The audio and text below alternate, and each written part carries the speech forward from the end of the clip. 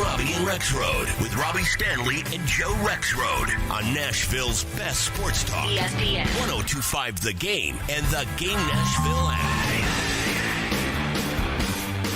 And welcome into the Thursday edition of Robby and Rexrode here on ESPN 102.5 The Game, brought to you by Volunteer State Bank. Real people, real solutions, right here. Remember, FDIC, equal housing lender. Robby Stanley, Joe Rexrode, Michelle Knezovic here with you on this Thursday morning in Nashville, Tennessee. Hope everybody is doing well. Joe Rexrode, what's going on? How we doing? Doing okay. I like the Packers game day outfit for you there. Yeah, I thought about the Rodgers jersey, but it was too cold, so I'm not doing that. There you go. I love that jacket. Yeah. And you broke news to me today. I did. As I came in here. J.J. Watt is done. My goodness. Yep, having some shoulder surgery. I guess the phrase that Schefter used was likely done for the season. Likely. Okay. So I guess there's a chance he could come back. But so, like, Super Bowl or something? Yeah, I guess. Well. Which I'm here to tell you right now, the Arizona Cardinals will not be in. Yeah, probably not. But they're a contender. They're very a contender.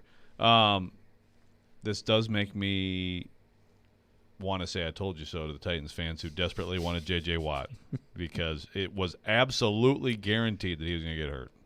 Which is what happens with J.J. Watt as of late. It's a shame. As of, like, the last 7 years, right? Yeah, pretty much. Yeah, it is a shame because it turned out to be, I think, a good choice for him. He made a good choice.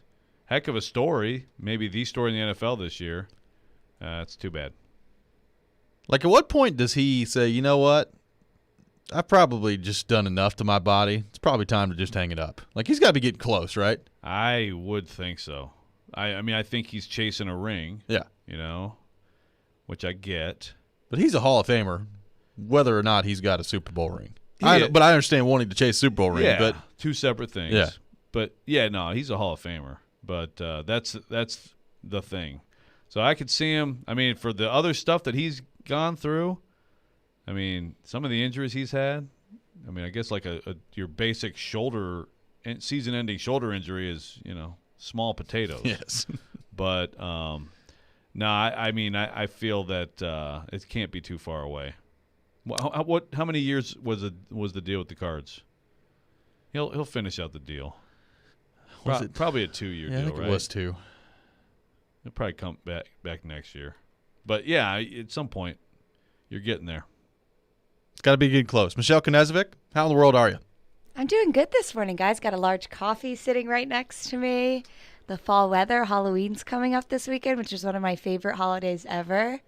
And I know people, either really like it or just are like, I don't really care about it. But I love it, so I'm very excited. And my friends are coming into town. It's going to be a great day. Great weekend.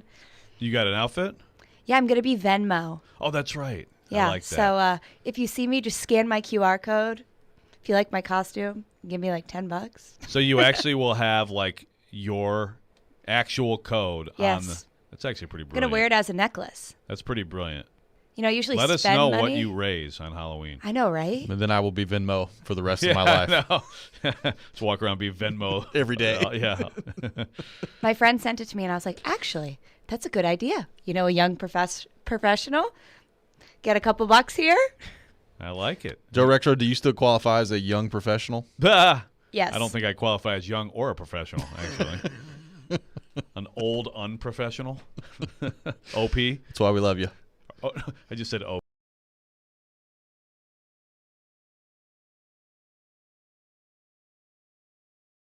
You killed it in trivia, though, yesterday. I did. Luckily, the trivia, it just happened to be, it was a trivia game from the year 2000, so here's a bunch of 80s, 90s trivia. Yeah. Thank you. Robby and I, not too good. Goth, the winning answer. Yeah, Goth. there you go. By the way, that question was Marilyn Manson, started Goth was way before Marilyn Manson. So I do actually have a problem with the question. The premise of the question is wrong, but whatever. There are a lot of premises of the question yesterday that were wrong, but whatever. It's all good. All I know is Jared was all mad and stormed off, and he lost. Sorry, Jared. I am, speaking of Halloween costumes, based on our conversation yesterday with Ryan Johansson, I'm very interested to see what he comes up with Halloween this year. Yeah. So what do they? So they've got a Saturday. So they play, but that's a day game, isn't it? Yeah. Against the Islanders. So they'll probably have quite quite a team Halloween bash. Soiree. Whose house? Like, who's got the sweetest house on the team? Like, Like probably Johansson. Johansson? Yeah. I was going to say, like, has Yossi purchased an amazing I'm sure he has. house recently? I'm sure he has. We need to find this out next week. Check on Zillow. Who hosted the there you go. Who hosted the Halloween party? Or we find out in advance, actually. Maybe so. You going to be like skated or anything? Well, These should be your questions. Yeah, practice tomorrow. Just be like, hey, guys, we'll worry about hockey later. Yeah. What's going on Halloween? 82-game season, man. That's right. 82-game season. We can talk about the power play all year. That's right. Congratulations to Nashville SC. A comeback win last night against Cincinnati, 6-3. So we talked yesterday about, Nashville SC picked the click. Brought to you by Camarena Tequila. Needed to see some goals. Bit of a dry spell lately. We saw some goals last night, 6-3 for Nashville SC. And they punched their ticket to the playoffs for the second consecutive year. Not a big surprise. I think we knew pretty early with this group that the playoffs were probably going to happen with this group. And here they are 2 years into the MLS, 2 playoff berths. And, Joe, this kind of feels like a team that has an opportunity to do some damage as the MLS playoffs come around. They hang up 6 last night after being down in the game. Ake Loba finds his way on the goal sheet, his first MLS goal. Randall Leao scores as well. CJ Sapong finds the back of the net. Hani Mukhtar does not find the back of the net last night, although he played very well in the game last night, so hard to complain too much. But here we are, 2 years in, 2 playoff berths for Nashville SC. Pretty impressive stuff last night in Cincinnati. Yeah, down big, and it's like, what is going on? And then just on a flurry, a absolute avalanche. So, yeah, I agree. I mean, look, you're talking about a team that made a run last year, so confidence to do it this year. Now, last year you had I think, element of surprise a little bit, right? Yeah. I mean, there's going to be more expectation for this team going to the playoffs, but really solid club, clearly. You're talking about 12-4 and 16 this year, 52 points. Unbeaten in 17 consecutive home matches. You got an MVP candidate in Mukhtar, although he didn't score for you. What does that make the score, by the way? What does that make the pick to click? I'm up to 5, I think. Oh yeah, so you're running away. Does that give me 3? Gives you 3. Okay. I'm only And 2 you're at away. What? And you're at. I'm at 3. So you and I are tied. Okay, good. Yep. All right. Listeners are at 8. Thank you, Sapong. Oh, they're at 8? I thought they're at 7. Yeah, you're not catching the listeners. It's not going to happen. The listeners get another one here? Oh, no. No, but nobody's catching them. Yeah. It's not going to happen. Well, but we're doing the playoffs. Are we doing the whole playoffs? What if they have a deep run? Maybe so. You don't know. You don't know, man. Nobody's catching the listeners. I'm comfortable saying that. It's just not going to happen. I'll be happy catching Michelle. That's right. Congratulations to Nashville SC. We'll take your thoughts on them on our text line, driven by WilsonCountyHyundai.com, 615-737-1025, 615-737-1025. Game 2 of the World Series last night as well, and the Houston Astros take Game 2 at home, 7-2, the final last night in Houston. Not a big surprise, I don't think, that Houston responds in Game 2 to win that game. I mean, really, not a must-win, but Astros really needed to have that game going back to Atlanta. You don't want to go back down 0-2 to Atlanta with 3 consecutive games on the road to try and dig your way out of that. So got ourselves a series in the World Series. It's 1-1 and going to be fun the next 3 games in Atlanta. Yeah. Looking forward to Chase McCabe's weather tweets, which last night were a little bit more depressing. If early it was okay, and then and then he finally tweeted about baseball since they lost. It's okay to you're not worried about jinxing it when your team's losing. So does Chase he go back Jared, to baseball tweets next game, or is he just? I don't know. I guess if things are going well, maybe don't. Okay.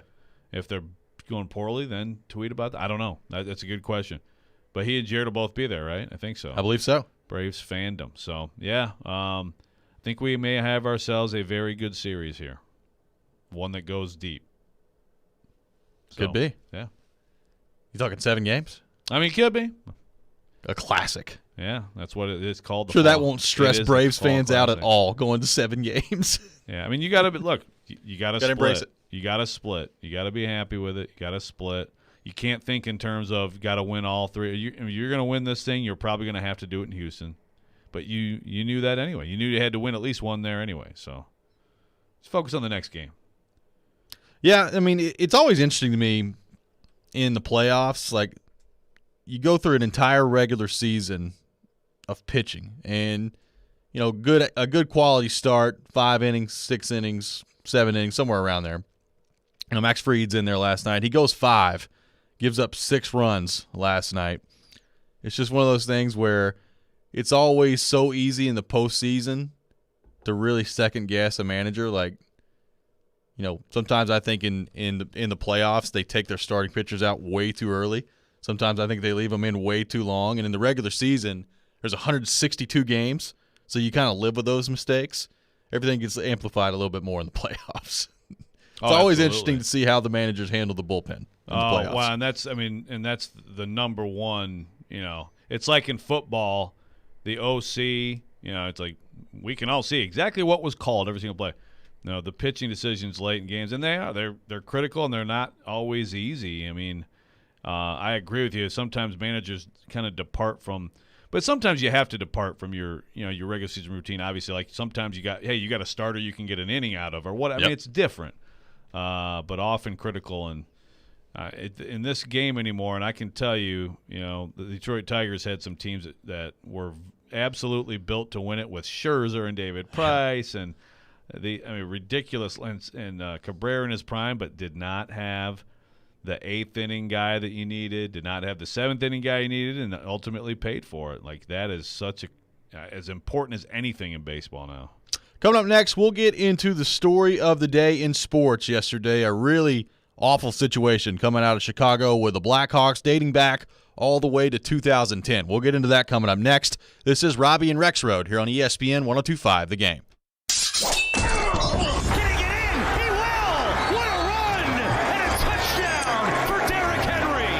And the Titans are surging into a big Week 8 showdown at Indianapolis. I challenge y'all, bro. Win every day, not just every game. And we've got you covered all week long. Trying to get the offense up to championship level. All of this boils right into what the Titans want to do.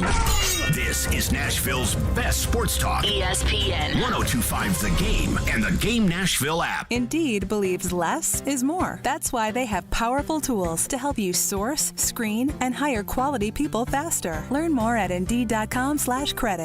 Need a new roof? Get a roof built with integrity from E2 Roofing. E2 is a veteran-owned and operated local roofer with 95 5-star Google reviews and Better Business Bureau A+ rating. E2 Roofing is a veteran-owned and operated local roofer with 90 5-star Google reviews and Better Business Bureau A+ rating. E2 assists customers with roof repair and replacements through insurance claim assistance. Find out if insurance will pay for your new roof with a free inspection at e2roofingnashville.com. We're back for Saturday afternoon in Smashville, October 30th at 12:30 p.m. Your Nashville Predators take on the New York Islanders at Bridgestone Arena. Get your gold and bring the family. NashvillePredators.com/tickets. Single game and family tickets are on sale now. Family pack starting at $129. We need you there loud and proud to see the Preds take on the Islanders. That's NashvillePredators.com/tickets. Hop online and secure your seat now. Let's go, Preds!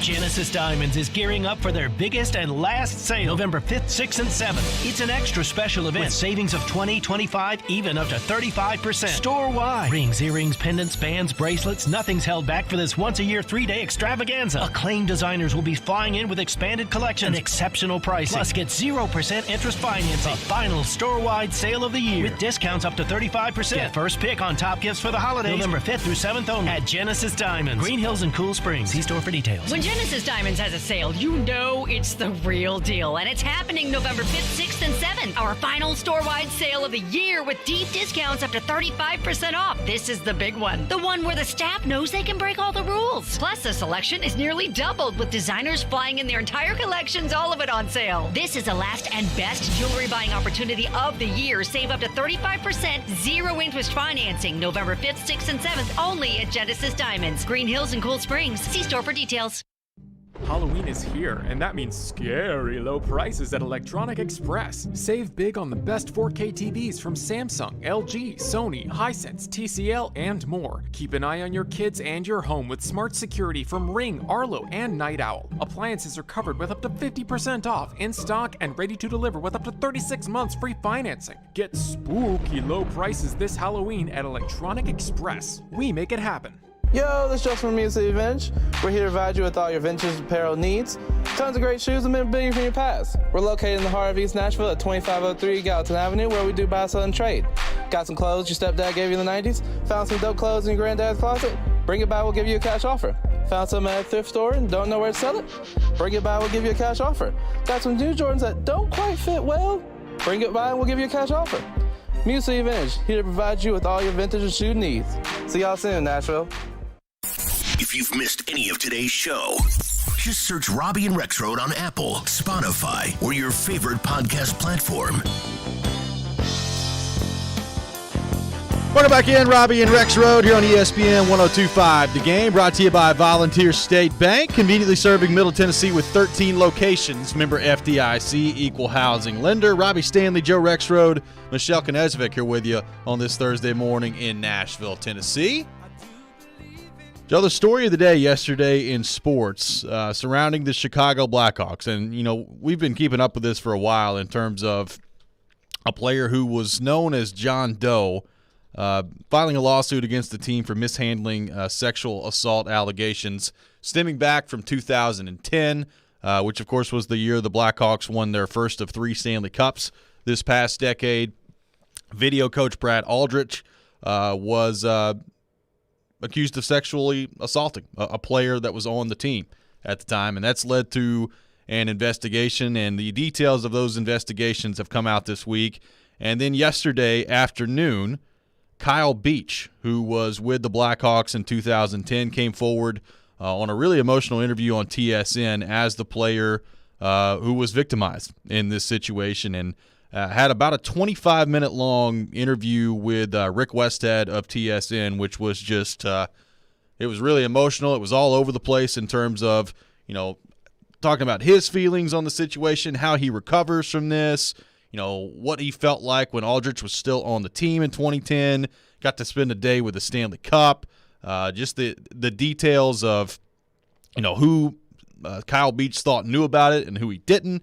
Just a really good interview by TSN, and lots of bravery shown by Kyle Beach in that situation to attach his name to this when he really didn't have to. And, you know, he talked about how important it was that, you know, he talked about this and tried to be a help to people who have gone through things like this. Beach was a black ace during the 2010 Stanley Cup run, which, if you're unfamiliar with that term, what that basically means is he was in the minors, and when the minor league season was over, he was called up to the postseason, I guess, roster, black ace roster for the Blackhawks, and basically participated in practice and helped the team get ready that way. And I guess what at some point was available, you know, if they needed him to play, he was there and available to play. So a really emotional interview. I would encourage you, if you've not seen it yet on TSN, take some time today and watch it. Just some really, really powerful stuff from Kyle Beach in there. But it also has kind of led to, all right, who knew about this and why was nothing done to remove Brad Aldrich from the situation immediately? Of course, you know, Kyle Beach also talks about, which was just kind of amazing to watch, how sorry he felt in this situation about, you know, Aldrich going through this. The Blackhawks basically in the offseason after the 2010 Stanley Cup run dismissed him quietly. He goes on, takes another job, and allegedly abuses someone else in this. And just a horrific story from Brad Aldrich, a disgusting story out there in the NHL. And now the question is, you know, what responsibility are other members of the Blackhawks going to have to be able to take in this? You know, Stan Bowman has already been dismissed from the team as general manager. Jonathan Toews and Patrick Kane discussed this incident last night, late night on a Zoom call. And Joel Quenneville, head coach now of the Florida Panthers, coached a game yesterday while all this is going on, and he's scheduled to meet today with NHL Commissioner Gary Bettman about the findings of the investigation. I could not believe that he was coaching in that game last night, and not only coached, but did not address the media after. Right. He coaches, and then he doesn't talk to media after. A complete cowardice. And I mean, Quenneville in particular, just because, you're talking about, a member of the coaching staff here. I just can't wrap my head around how they let this chain of events happen. I mean, the quick, easy answer is we see way too many stories like this with something where the interests of the team's pursuit or the organization it comes way before, protecting humans. I mean, we see that a lot. We've seen it a lot in sports, in college sports and pro sports. Yep. This is another example. But in this specific situation, it's mind-blowing. I'll go back to, we had a June story with Mark Lazarus, Katie Strang, Scott Powers. Before, obviously, we knew about the identity. But the lead quote in this story from June was, quote, every guy on the team knew about it. Every single guy on the team knew. And basically, Taves confirmed that. And I'm just like, so you're just pushing forward, and it's you're trying to win a cup, man. I mean, I don't understand how this reaction came about this way. It's just hard to figure it out. It is, and it's, Jonathan Taves and Patrick Kane get up there last night, and Patrick Kane talks about how he didn't really hear about it until training camp of the next year. And Jonathan Taves, I mean, he had some similar lines that he tossed out there, and started basically defending Stan Bowman and Al McIsaac, who were with the Blackhawks during this. And as Mark Lazarus pointed out, I understand from Jonathan Taves and Patrick Kane's perspective, and I think Lazarus's tweet sums it up perfectly. It says, quote, I get Taves and Kane wanting to be loyal to people who played a big role in their lives and careers and with whom they've had meaningful relationships and friendships. I really do. But heaping praise on Bowman and McIsaac right now is not a great look. And it was not a great look coming out of that Chicago press conference last night with Jonathan Taves and Patrick Kane. Yeah. I mean, it's disgusting is the word. And, I mean, it is worth mentioning, that, you have people who tried to do right here. Vincent is the guy Paul Vincent is the guy who tried to do right here. Paul Vincent took this to where he was supposed to take it. He immediately responded and said, here, this is what happened. And from there, it completely got, the ball got dropped. The Quenneville aspect of this, because I still feel like, obviously there are people ahead of him in the organization, but he's a guy who's kind of the in-between there. He's plugged into the players and things like that and of the staffers. I mean, he's got to take charge in this situation as I look at it. Well, if Joe Quenneville said that Brad Aldrich needed to be out, guess what would have happened? Brad Aldrich would have been out. Right. And then and then because you're so worried about the perception or whatever, or disrupting things, whatever crap you can say, you let this guy go do it again. Yeah. And again, we've seen it in other places. At some point, when do stories like this help change the way people think about situations like this?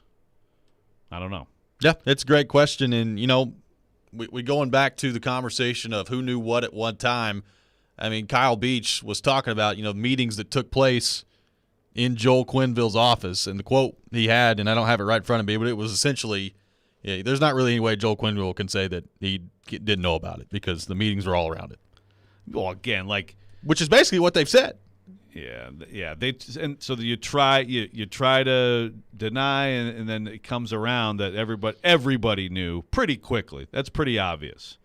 So how do you carry forward and everything's just fine? That's what I can't grasp here.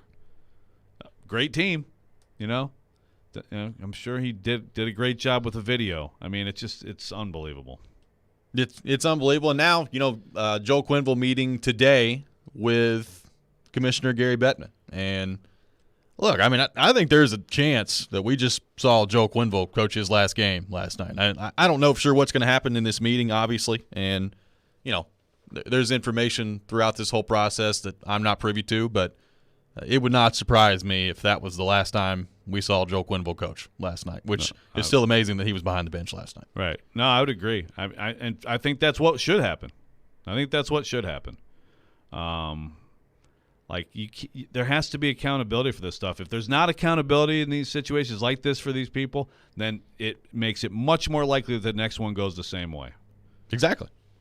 But kudos to Kyle Beach. Like I said, I mean, you're putting your name on this situation when he didn't have to. I mean, he came out yesterday with an interview. Again, if you've not watched it, go check it out on TSN. It's about 25 minutes long. It's a really emotional interview that covers a variety of topics. Yesterday, first off, the reporting that was done on this by Rick Westhead, Katie Strang did a great job on this as well. Mark Lazarus. I mean, there's been a lot of really good reporting on this, and Kyle Beach basically in his interview yesterday looked at Rick Westhead and got emotional. He's like, without your reporting, I don't know that this day would have happened. So, just a really good job by some NHL reporters on this story. But man, it's a mess right now in Chicago. And them trying to deal with the aftermath of this. I do feel bad for the people that are with the Blackhawks right now that weren't there for this and are having now to deal with this. But, man, you look back to that time, it is not a good look for the Chicago Blackhawks. Yeah, I mean, there's always people who pay later who had nothing to do with it. But, obviously you think about them, but you think about Kyle Beach and all that he's gone through. I can't imagine the courage it took for him to do what he did yesterday. And it's another example. I mean, journalism does matter. There's situations like this. I mean, the Larry Nassar situation, you can go down the list. If you don't have people out there trying to dig and find these things out, a lot of these things never come to light. It was also interesting yesterday. I mean, Alex DeBrincat starts talking to the media. Alex DeBrincat, obviously a really good player for the Blackhawks. He's only been there for a few years. And starts talking about Stan Bowman. He's like, it's probably a change that needed to happen. And then you get Kane and Taves up there, and they're not willing to say anything like that. It's just not a great look from Jonathan Taves and Patrick Kane yesterday. Yeah, I wouldn't expect those guys to trash him, But I think that's a great way to put it by Lazaro. You know what? Just leave it alone right now. No one needs to defend or praise these guys in this moment. We'll come back. We'll begin the discussion on the Titans, including getting to A.J. Brown. Are we seeing full-strength A.J. Brown back now? And what does that mean for this Titans offense as the rest of the season unfolds here? We'll get into that coming up next. The NFL season is approaching the halfway point, and FanDuel Sportsbook has a little something different to offer for the Sunday night matchup between Dallas and Minnesota, because FanDuel is giving new customers 25-1 odds on any touchdown scored in the game. That means you can end the NFL Sunday right by winning $125 on a $5 bet. Dallas, Minnesota, there are going to be some touchdowns scored in this game. You've got CeeDee Lamb, you've got Dak Prescott, you've got Zeke Elliott, Justin Jefferson, so I like that plan for you. I like Dallas Cowboys on the money line as well. But you take it any way you want to take it. Offers like this are why I love betting the NFL on FanDuel. It's the #1 rated sportsbook app in America, and it's now accepting Venmo as well. And plus, when you win, you'll get paid in as little as 2 hours. So just sign up today with promo code ROB. This week before the Sunday night matchup, you can win $125 on a $5 bet. Remember to use promo code ROB so they know that I sent you exclusively on the FanDuel Sportsbook app. You must be 21 or older and present in Tennessee. New users only. A $10 first deposit required. Must wager in designated offer market. A max bonus of $125. Bonus for Tennessee users fulfilled in site credit within 72 hours. Tennessee site credit expires 14 days after receipt. Restrictions apply. See full terms at sportsbook.fanduel.com. Got a gambling problem? Call the Tennessee Red Line at 1-800-889-9789. Saturday afternoon. That's up for Yossi to score. Tic-tac-toe. Roman Yossi. Roman Yossi and the Nashville Predators welcome the New York Islanders to Bridgestone Arena. Pre-game at 11:30. Face-off at 12:30. On Smashville's best sports talk. ESPN. 102.5 The Game and the Game Nashville app. COVID hospitalizations of young people have tripled since summer. Talk to your doctor for vaccine questions. We can do this. Find vaccines near you at vaccines.gov. Paid for by the U.S. Department of Health and Human Services. Hey, it's Jared Stillman. Guys, are you tired of feeling old? You know that feeling. You don't have any energy. You're gaining pounds. Well, guess what? My friends at Invigorate Health are the ones to help you. They don't just focus on one area of the aging body. They take care of all of it with so many different therapies that can restore your vitality and are designed with you specifically in mind. So give them a try. Invigorate Health, if you want to feel young again. Out in Mount Juliet at 615-288-4777 or invigoratehealthtn.com. Fiero Tequila Habanero is for those who enjoy the flavor of spice, naturally infused with fresh, vine-ripened peppers from farmers in the Yucatan Peninsula of Mexico. Fiero Tequila Habanero is unapologetically the spiciest infused tequila available in the U.S. The hand-picked habaneros provide a delicious kick to the smooth Blanco tequila. It's a flavor punch that's perfect as a shot or a spicy way to spice up your hard seltzer, or perfect for a fiery cocktail. Available at fine liquor stores and your favorite drinking establishments. Fiero Tequila, the world belongs to the brave. Middle Tennessee, you can count on an award-winning service team for all your home maintenance and improvement needs. Lee Company, we're A+ rated with the Better Business Bureau and trusted by thousands of homeowners in our community. Our team is ready to assist with all your home maintenance projects, heating and air conditioning, plumbing, electrical, appliance service, and more. Experience the convenience of calling one phone number for all your home maintenance needs. Call Lee Company today at 615-567-1000 or visit leecompany.com. Got chronic joint pain? Not having success with steroids, but trying to avoid surgery? Well, thankfully, there's a better way. And now it's available here from the medical professionals at QC Kinetics. Hey, Willie Donick here. I'm talking about new therapies. Advanced, all-natural, regenerative treatments that can not only just give you relief, but can also restore and repair damaged tissue, so you can have lasting relief. If you've got joint pain due to arthritis, knee pain, hip pain, shoulder pain, don't just think the old ways of dealing with pain are the only ways. You need to learn more about these new biologic therapy solutions. Call now for a free consultation. QC Kinetics, 615-249-4024. These remarkable new treatments increase mobility, decrease pain, and help restore tissue. They actually encourage your body to heal itself. Call now and learn more about these restorative, regenerative, and revolutionary alternatives. Don't wait. Call today. QC Kinetics, 615-249-4024. That's 615-249-4024. Saturday afternoon. Up for a touchdown. Middle Tennessee gets the score. The MTSU Blue Raiders continue Conference USA action in Murfreesboro against Southern Miss. Coverage begins at 1:30 on ESPN 102.5 The Game and the Game Nashville app. Hey Nashville, this is Vanderbilt football head coach Clark Lee.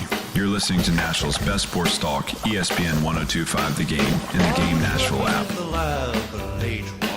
It's family time in Smashville this Saturday at Bridgestone Arena with 12:30 p.m. hockey. The Spooky Smashville family pack includes 4 tickets, 4 hot dogs, 4 sodas, and 4 free skate passes at Ford Ice Center. The first 5,000 kids to arrive will receive a Halloween tote for arena trick-or-treating. Prices start at $129. See you in Smashville. Get your tickets today at NashvillePredators.com/family pack. Welcome back in, Robby and Rexrode here on ESPN 102.5 The Game, streaming live on Twitch, on Twitter, and on YouTube today and every day. Our video streaming brought to you by the law offices of Amanda Gentry. Robby and Rexrode brought to you by Volunteer State Bank. Real people, real solutions right here. Remember, FDIC, equal housing lender.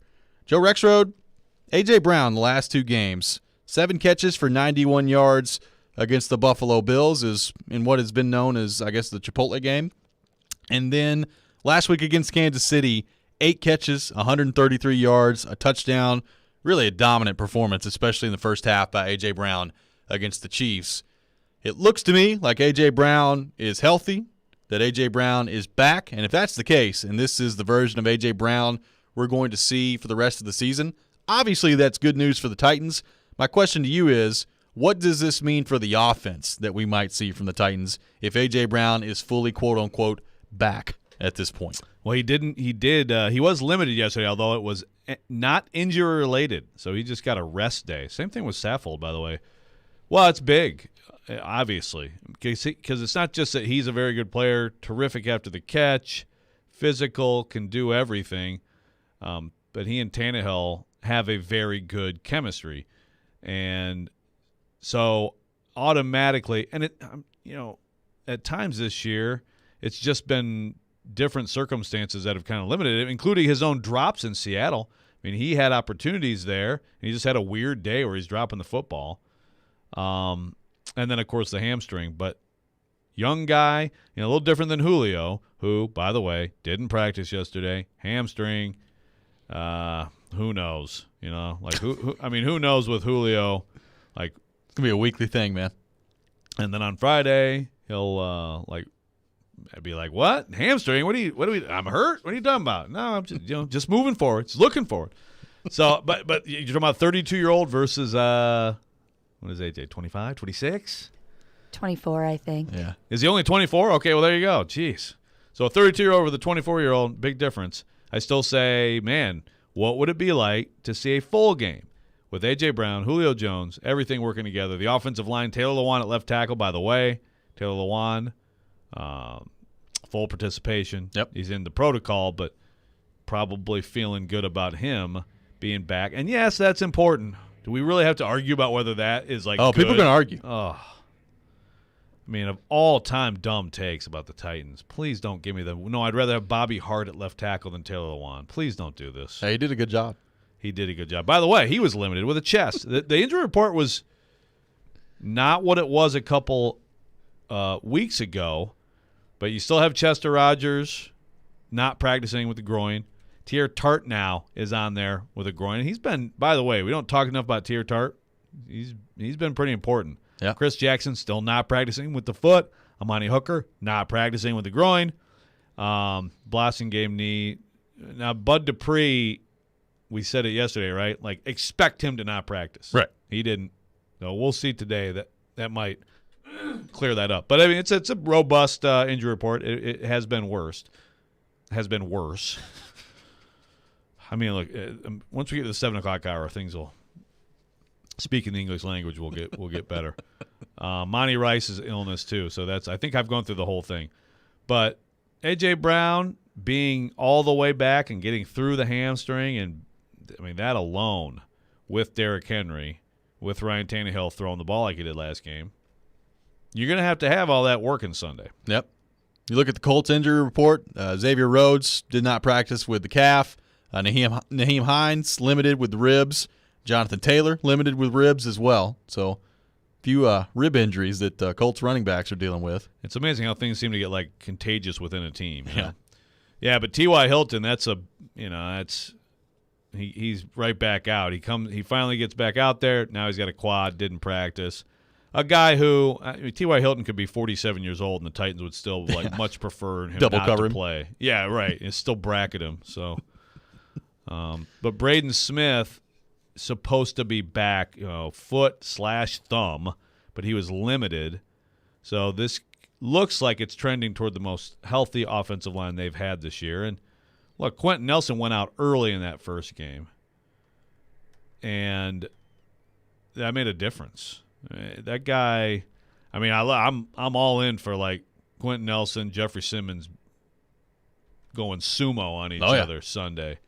But he makes a big difference. I mean, over a duration of a game, I mean, that guy he's an awfully physical player, man. And the way they play, he's awfully effective. Well, I think we saw last Sunday, what the importance of having fully healthy A.J. Brown back could do. I mean, you brought it up earlier in the week.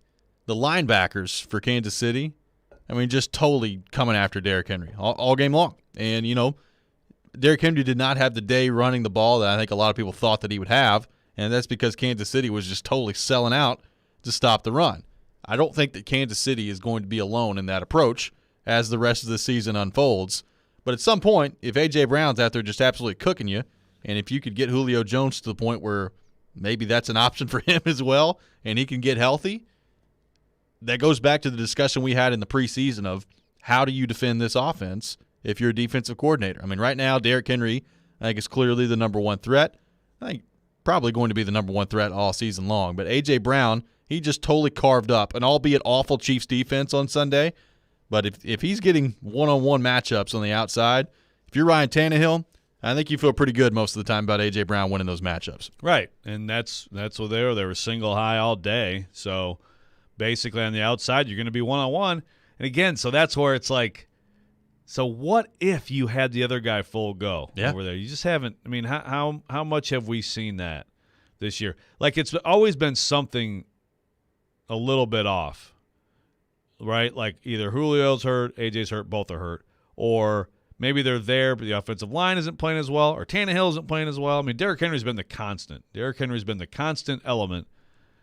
But now A.J. Brown looks like he's becoming that. And frankly, I mean, I think Tannehill has been good for the most part. I think he's been better than his numbers. But, like, he was really good last game with A.J. Brown. It's not a coincidence to me. You know, those big plays were perfect timing, perfect chemistry, drop it in the bucket on the sideline, and then the touchdown pass. So if you have protection, it's getting better. And then, you know, the least reliable of all of it is then if you have number 2 on the other side. Yep. But if and when you do, again, it just goes back to what we talked about going into the season. Like, what do defenses do with this? I mean, they're going to give something up. If you block effectively with all that around Tannehill, like it's very difficult to deal with as a defense. It is very difficult to deal with, and I just wonder, you know, I think we know that the Colts, they're going to do their best to shut down Derrick Henry. The Colts actually, as a defense, more well-equipped probably than most, especially with the front they have with, you know, Darius Leonard, DeForest Buckner in there, to give Derrick Henry some issue. Now, Derrick Henry still had some carries in the last game, even with those two guys in there. And we saw Darius Leonard meet him head-on in a collision one time. Didn't go well for Darius Leonard. So Derrick Henry's still going to make some plays in here. But I do think, you know, you look at the injury report, Xavier Rhodes dealing with an injury right now. Even if he's out there, I still feel pretty good about A.J. Brown, a fully healthy A.J. Brown against this Colts secondary. And I would expect Todd Downing and the Titans offense to take advantage of that. Yeah, I mean, that's to me where the Colts are most vulnerable is the corners aren't great. And now you take out Julian Blackmon, and we talked with Stephen Holder yesterday from The Athletic about that loss. Yep. It hurts. It hurts. His range allows you to be more aggressive against the run, so you take that out of there. So you may have to devote more, but then at the same time you may be more vulnerable on the back end. So the Titans offensively, if AJ is going to be that AJ, and the offensive line is coming on and Lawan plays, and they're going to have a chance to make plays. I think the thing about this matchup that I'm really interested in, though, is like with this defense coming off that game, can they build on that? Can they stack another game on top of it? And it's just like now you have to defend the run. ESPN 94.9 is the official English radio home of the Nashville Soccer Club. Listen in this Sunday as Nashville SC takes on Orlando. Pregame starts at 2:45, and the match begins at 3 p.m. We'll continue the discussion on the Titans when we come back, including some of your thoughts on our text line, driven by WilsonCountyHyundai.com, 615-737-1025, 615-737-1025. That's next. This is Robby and Rexrode here on ESPN 102.5 The Game. Are you having Thanksgiving at your house but have no furniture and have no clue where to go? Well, Social Furniture is here to help you get your home ready for hosting your family's Thanksgiving dinner with their great dining room sets. Social Furniture is locally owned and save up to 70% on all furniture that will have your family begging to stay. They have sofas, sectionals with chase lounge, and recliners that are all push-button, electric, and wall-away. They have all colors to choose from, and for your comfort, all of them are plus leather, microfiber, and Chanel's. Let Social Furniture help you celebrate your Thanksgiving with hundreds of furniture to choose from and save up to 70%. There's no waiting, and take home your new holiday furniture today or with their same-day fine furniture delivery. That's right, Social Furniture has same-day delivery with no down payments and no interest. Visit Social Furniture in West Nashville at 5412 Charlotte Avenue. Forget the big box store. Support local. Support social. On the web at mysocialfurniture.com. Listen up, sports bettors. This is Hall of Famer Warren Sapp here to tell you about my favorite sports book, BetUS.com. I only endorse one sports book, and that's BetUS.com. Just like me, BetUS is the Hall of Famer of online betting with more than 25 years in the biz. Call today, and they will get you set up faster than I can run the 40. I play at BetUS, and so should you. BetUS.com. Use code GAME for a sign-up bonus. Tell them Sapp sent you. More machines, more savings, and more muscle. Only with John Deere construction equipment from Meade Tractor. Hit the heavy jobs harder with our Own It offer and get special financing on select models. New, used, or rent, we have the right equipment and technology solution for you with the affordable financing you need. Contact us today at our Nashville location or go online at meadtractor.com. Offer valid on qualified purchases and new equipment made between now through October 31st, 2021. Subject to approved installment credit with John Deere Financial for commercial use. Only down payment may be required. Some restrictions apply. See store for details. Yo, this is Justin from UC Vintage, here to provide you with all your vintage apparel and shoe needs. We partner with 1025 The Game to provide you all an exclusive discount today. Come into our shop today, located in East Nashville at 2503 Gallatin Avenue, and say The Game at checkout and get 10% off your entire order. If you're unable to make it in, we got some for you as well. All of our products in store are also available on our website at musiccityvtg.com. Just use promo code GAME at checkout and get 10% off your order. Attention Nashville, 3-Day Blinds is here to solve your window treatment needs. 3-Day Blinds has more than 40 years of experience designing, installing, and manufacturing high-quality custom window treatments. We transform homes with custom blind shade shutters and drapery with expert in-home design consultations. Your 3-Day Blinds design consultant is with you every step of the way, including setting up your installation. Book your free in-home design consultation today at 3dayblinds.com. That's 3dayblinds.com. Darren McFarland. He's cool. He's got a personality, and they make fun of him. Willie Donick. Would this be a fun guy to come to work and hang around with all day? Chase McCabe. They're just like, hey, we need you to play yourself. Darren, Donick, and Chase have you covered weekdays from 10 to 2. Presented by Curacion CBD on Nashville's best sports talk. ESPN 1025 The Game and the Game Nashville app. This is Robby and Rexrode on ESPN 1025 The Game. Colts defense has been living on takeaways. You put an extra emphasis with the offense this week on taking care of the football, not putting it in harm's way? Well, I think that's something that they've been known for. They do a fantastic job. Obviously, Leonard is outstanding at it. And the rest of the unit, it looks like they're all looking for opportunities, whether they get them or not. They have gotten a lot, leading the league. We understand how critical that's going to be able to take care of the ball, but, also be able to try to, run whether you can't run with two hands on it and rolled over, the entire time. So we're going to have to try to be aggressive with it, but also take care of it. That was Titans head coach Mike Vrabel looking ahead to the matchup coming up on Sunday against the Colts. Welcome back in, Robby and Rexrode here on ESPN 1025 The Game. Brought to you by Volunteer State Bank, conveniently serving Middle Tennessee with 13 locations. Member FDIC, equal housing lender. Taking your thoughts on the Titans on our text line, driven by WilsonCountyHyundai.com, 615-737-1025. Our buddy JP from Spring Hill texting in. Fellas, I think the Titans finally, in all capital letters, have their kicker in Randy Bullock. It's been a long time coming, but I'm actually confident when we have to put one through the uprights right now. We've not probably talked about this as much as we should have, even though I'm a big Randy Bullock fan here on the show. He's been really good since he's come in, and it's been nice to not have to talk about just what an abject disaster the kicking position has been. Randy Bullock has come in and has done a good job. Joe Rexrode, is it possible that the Titans have finally found their kicker? Maybe both in the short term, maybe even in the long term. Maybe. I mean, Randy Bullock's not that old. Right. And this happens. Sometimes the guy bounces around, a little bit inconsistent. I mean, teams give up quickly on kickers. I mean, that is one thing for sure. Not all teams, not in all cases. But for the most part, you miss a couple, you have a couple bad weeks or whatever, you got a little bit of an injury or who knows. You might find yourself on the street pretty quickly.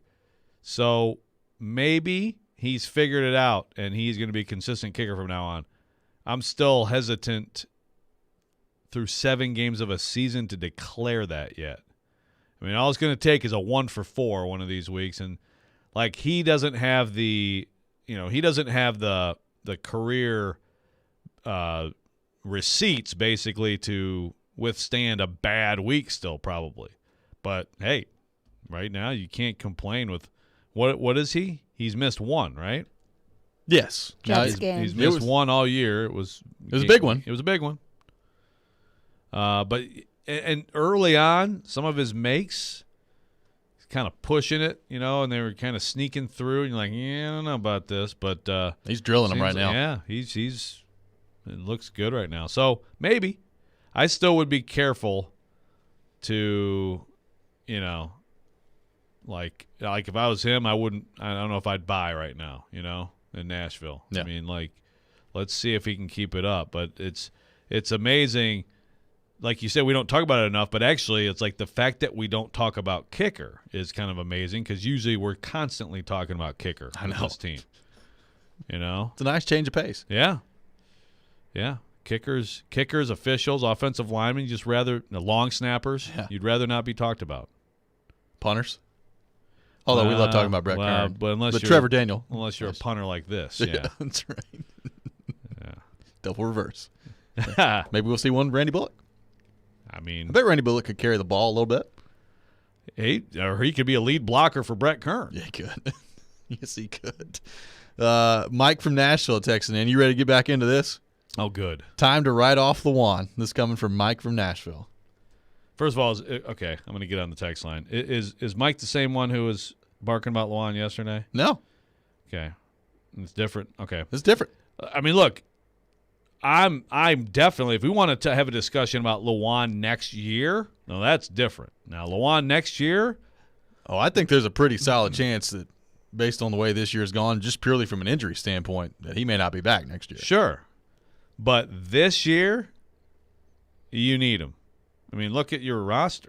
I mean, I think Kendall Lamb did a pretty good job when he filled in.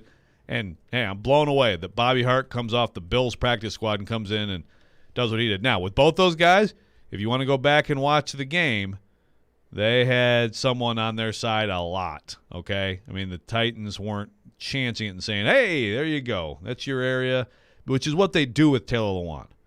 So I please beg anyone who's like, Lewan, get him out of there. Please watch what happens when Lewan is protecting the passer and guys who have filled in for him are. There's a huge difference in how the Titans approach that generally. Now, when Lewan is struggling like he has earlier this year, that may be different. But for the most part, that's why you're a Pro Bowl left tackle. This year, he's essential. It's a huge part of the story of this team moving forward is that he gets healthy and then he plays better. And the last time he played, I mean, he was playing well in the Buffalo game before he, launched himself on the pile. Why did he do that? I don't know. He got himself hurt. But he was playing better. He's got to play better than that. And the ceiling at that position is so much higher with him than anyone else you could possibly put in there this year. It's not even worth arguing about or getting me mad about, but you just did. This is quickly becoming my favorite topic of conversation on our text line. At one point, it was the conversation of, hey, let's bring Delaney Walker back and put him in at tight end, which, hey, maybe they ought to try that right now. I'm warming up to that. It's now become the Taylor Lewan discussion on the text line and just how bad it makes you. Well, it's, again, if you don't like Taylor Lewan, fine. If you don't like his podcast, fine. I mean, I've heard like 1 minute of his podcast, and it was when Vrabel talked about cutting off his man part, if he won it all. I mean, because it was replayed all across Twitter. I don't know. I mean, if you don't like that stuff, fine. Again, I think it's also dumb to get mad at him for doing a podcast. But, let's be real about him as a football player, people. Mike texting back in. So for 1 to 2 drives a week, he is essential, ? So I guess asking, he's only there for 1 or 2 drives a week. Hey, it's not great that he gets hurt. And again, this was self-inflicted. Yeah, this one was. I mean, this was there was no need to do what he did, and he did. And then it's this scary situation and everything. And look, if he keeps getting hurt, then moving on next year. Absolutely on the table. But that's a different discussion. That's a very so if that's what you're talking about, then fine. I agree with you. And I think that's a discussion that John Robinson will be having a lot between now and then. But this year, Julio Jones, Taylor, there's a lot of people on this team this year. Rashaan Evans, Jayon Brown, Julio Jones, Taylor Lewan, maybe Harold Landry, maybe Kevin Byard. There's a lot of guys on this team this year who may not be here next year. But this year you got them, and you got a chance here. You got a chance here to do something. Taylor Lewan has got to be part of that. If you think that you'd rather have, we'll be fine with Kendall Lamb and Bobby Hart at left tackle. like, I don't even know how to respond to that. I would be too mean, the things I would say, to how stupid that is. Ron on the text line, driven by WilsonCountyHyundai.com. I understand getting respect from the NFL is important, but we first need to dominate the AFC South and earn the respect of the AFC South. As a Titans fan, I feel like we lost that, and that's why fans don't have faith in winning the game against the Colts. The Titans need to control the South for at least 3 years to get that respect back. So Ron taking a long-term view. I think the Titans have the respective teams in the AFC South. I mean, they just won the division. Two of those teams are the freaking Texans and Jaguars. So there is that. You got the dregs of the NFL in this. Although, what if Ron's right and the Titans are not respected by the Jags? What do you think that means? I don't know. Does Urban respect the Titans? I don't know. Do the Titans respect Urban? Probably not. I don't know. Probably not. He and Vrabel seem very close. Probably not. Yeah, he and Vrabel seem very close. Yes, they do. They had a nice, awkward back hug, half hug before the game. Going like nobody knows which one to be the first one going there. Yeah, shake, hug. What do we do here? As far as controlling the South, hey, look, I mean, this year, you're one game away. We had the argument yesterday when on the Jared versus Joe about, is it over if the Titans win? Is it over? Yeah. And I said, it's not over. Like, I wouldn't print up the hats yet. But you'd be up 3 with and you'd have the sweep, so really you'd be up 4. You're in a great spot. You're basically going to win the AFC South. You'd have to completely collapse and against a much easier schedule as it gets going if you're the Titans. Or the injury situation would just have to get out of control. That too. But if the Colts win, you got a 1-game lead. You got a split. You got the same record in the division. I mean, this is everything for the Colts, but it's also, boy, does it change the picture either way, one way or the other for the Titans. Yeah, I mean, it's a huge game coming up, and you look at just what this means for the Titans in terms of if you're able to win this game, as you said, it's not over at that point, and, you've got some tough games coming up. Obviously, the number one of those being the Rams the week after. So you're going to have to find a way to continue to win games. But I also wonder, if you lose this game, if you're the Colts, all of a sudden you're 3-5 at that point, and they've still got the Bills on their schedule. They've got the Bucs on their schedule. I mean, it is a little crazy, like the hand that they've been dealt this year with their schedule. It's not good. Well, for the Colts. Because remember, there's the 17th game, right? So the Bucs is just their rando. It is. Their and think random about game is now the Titans. The Saints. That's not a gimme, but right. But they pulled rando. that game from 2019. And you're thinking to yourself, oh, yeah, the Bucs. Right. Jameis coming out there. Yeah. Oh, wait, there's Tom Brady. Yeah. And all these players that they all of a sudden have. Antonio Brown running around. Enjoy. Yeah, that is the thing with the Colts schedule is it's so rough early, so you're like, okay, it's going to get way easier. And it does in some stretches, but it's still pretty loaded moving forward. If they lose to go to 3-5, let me look at their schedule. I don't like them against the Bills, I don't think. Bucs. At the Cardinals, they just happen to have. I think they're probably they got Raiders is not. They got a 9-8, 8-9 kind of season on tap if they lose Sunday. Yeah. And that's not going to come close to competing with the Titans. If the Titans win Sunday, the Titans go 3-0 in this stretch of games. They could be. They're chasing the 1 seed in the AFC. That's the reality of it. 102.5 The Game has your chance to win Preds tickets during the month of October. Just post a picture of your radio dial set to 102.5 The Game on social media. Tag the game and use hashtag TicketDash to be instantly qualified to win. Show us your dash. Brought to you by Social Furniture. Support local. Support social. We are now less than a week away from the NFL trading deadline. What moves could the Titans make? We'll get into that coming up next. This is Robby and Rexrode here on ESPN 102.5 The Game. Take us wherever you may go. There is going to be a whole lot of work going on. Shoot us in anywhere, anytime. I think he has some big play in him. Just search The Game Nashville in your app store and download today. And keep it locked on Nashville's best sports talk. ESPN 102.5 The Game. ElectronicExpress.com. We make it happen. The boys in gold are going to the playoffs. Hey, John Freeman here for your Nashville SC Minute. And on Wednesday night, Nashville SC played a wild game with FC Cincinnati. They trailed 3-1 in the first half and ended up doubling up Cincinnati by the time the game was over. In Nashville, a chance to counterattack. It's a 3-on-4. Loba, 40 yards from goal, squeezes a pass left side to Sapong. Goes to the corner flag, far sideline. Sapong, right-footed cross, deflected on the way. It's loose in front. Anunga fires. Shot blocked. Rebound to Loba. On his right foot, hands off to Mukhtar. Mukhtar returns it to Leal. Oh, he scored! He scored from 25 yards out. The boys in gold lead. 6-3 was the final from TQL Stadium. And at the end of it, Nashville SC stood with 6 goals and a ticket to the playoffs.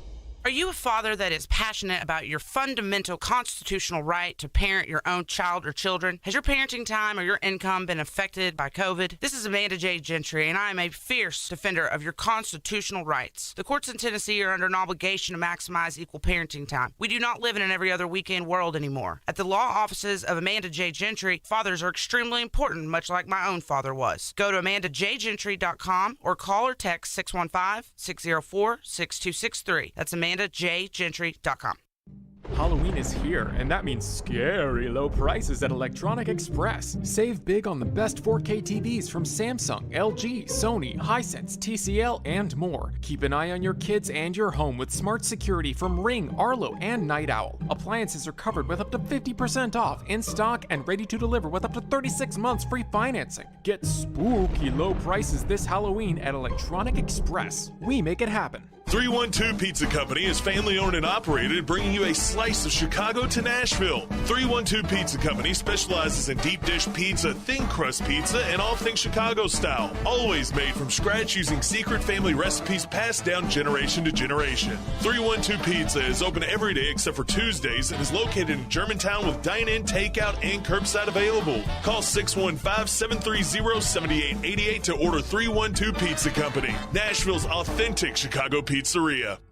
Zines First is the official sign company for 1025 The Game. Go to sfnash.com. Are you tired of living with chronic pain, knee pain, joint pain? Listen carefully, because now there are new treatments available here. Not talking surgery or steroids. These are regenerative treatments from the medical professionals at QC Kinetics. Willie Donick here. QC Kinetics is the leader in these exciting biologic therapies that help restore and repair damaged tissue in your joints with lasting results. So if you've got pain in your knees, shoulders, hip, or back, joint pain that won't go away, you need to check out these new treatments with astonishing patient satisfaction reports. They can actually help your body restore and repair itself with no downtime, no drugs, and no surgery. So call now to schedule your free consultation at QC Kinetics. 615-249-4024. Tired of dealing with joint pain and want to get moving again? You need to learn more about how biologic therapies are changing the way we think about dealing with joint pain. It's exciting stuff, so don't wait. Call today. QC Kinetics, 615-249-4024. That's 615-249-4024.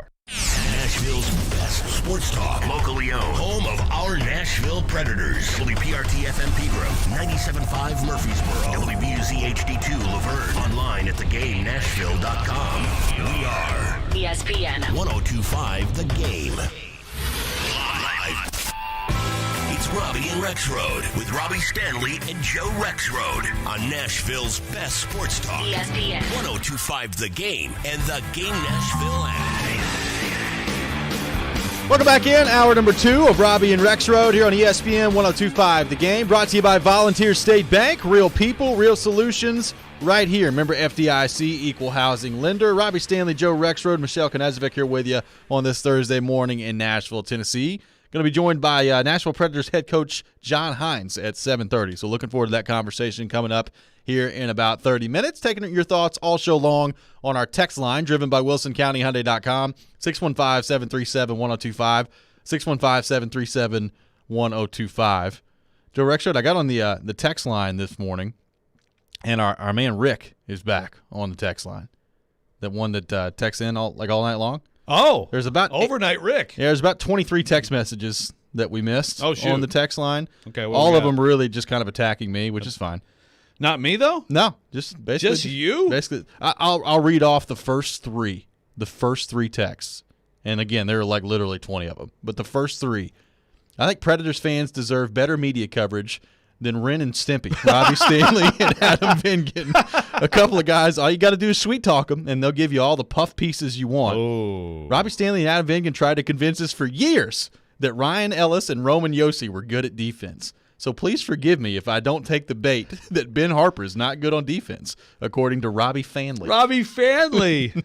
But then again, Robbie thinks Aaron Rodgers is actually trying to win a Super Bowl for the Packers, even after he deliberately threw the NFC Championship game. Oh, boy. We are devolving into a hole. So Roman Josi can't play defense, and Aaron Rodgers is throwing games. We're 3 text messages in. There's like 17 more to go. My goodness. Oh, my goodness. Oh, we missed you, Rick. So is he texting a lot? I've never heard this name yet. Well, so yeah, it used to be like we'd show up and like it would not be during the show. It would be sort of like listening later, right? So listening later and then responding to stuff. So we'd have them in there. You guys get the Ren and Stimpy reference? Yeah. You get that? Come on, Michelle. I'm impressed. I can't say I do. Ren and Stimpy was a great early 90s cartoon. You check it out. Very funny. Kind of like a precursor to SpongeBob, but more adult. I hate SpongeBob. Well. But maybe I would like this. According to Rick, Ryan Suckup has one of the weakest legs in the NFL. Can't hit past 45. Another Robby loser. So, yes. Ryan Suckup and I are now the same person, apparently. What is his deal with you? That's good stuff. I'm going through these, and he's really mad at you, man. That's all right. Robbie Welcome back, Fanley. Rick. I kind of like that. Hey, Robbie Fanley, why don't you tell me again how Roman Yosi's good, huh? Tell me that one again. What puff pieces is he talking about? I haven't written anything besides a game recap for NHL.com in like a year. What's he talking about? I don't know, man. I don't know. Hey. Rick's got his... Rick, we welcome you. Yeah. I mean, Rick, he earned himself some time on the show with that rant. Man, That's good right. job, Rick. Nice to meet you, Rick. Ron texting back in. I'm tired of splitting with the Colts. We need to dominate them. I feel like it's been almost a decade since we swept them. We need that. That's what I meant by respect. We always split year after year. Show some dominance for once if you're the Titans. Yeah, that's the idea. I know. Look, this is Ryan Porth's favorite week of the year. He is scared to death of this game coming up on Sunday against the Colts. Scared to death. Well, yeah, it seems like when they're here, he's especially. Yeah. And I understand that. I mean, obviously the Titans, that was a big one for the Titans to actually beat that team in their own building. By the way, last time they did that was 2017, which is also the last time the Titans swept the Colts. That was Marcus Mariota being the better quarterback than Jacoby Brissett that year, basically. Luck was hurt, and the Titans swept the Colts. I remember actually Derrick Henry. Well, I'll never forget the win at Indy. Derrick Henry actually, I think, had some big moments. He and DeMarco Murray were splitting time, but that was, of course, Shiano Sunday. Yeah. So I'll never forget that win. Barely watching a football game in front of me because of Shiano and all that mess. But it wasn't that long ago that they got the sweep. So.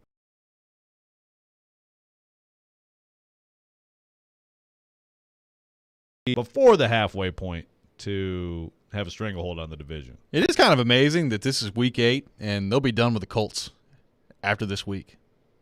Kind of interesting. Yep. Sorry, mute. Probably not ideal, right? Probably not. But there's a big one at Houston at the end of the year. Got 2 more with Houston coming up. Yeah, I'm looking forward to that. That's become kind of the tradition. Titans at Texans. It's at least the 3rd year in a row, right? Yeah. I believe so. Hey, it's worked out pretty well for the Titans so far. Yeah. Let's keep those up. Tyler from Berry Hill texting in. I am so torn on this game. My head tells me the Titans are due to disappoint me, and the Colts are the most poetic team for that to happen against. But I have a feeling the Titans really want to silence the doubters and make a statement that they're for real. What do you guys think? Can they avoid the classic disappointment? This is coming from Tyler from Berry Hill. I understand the question.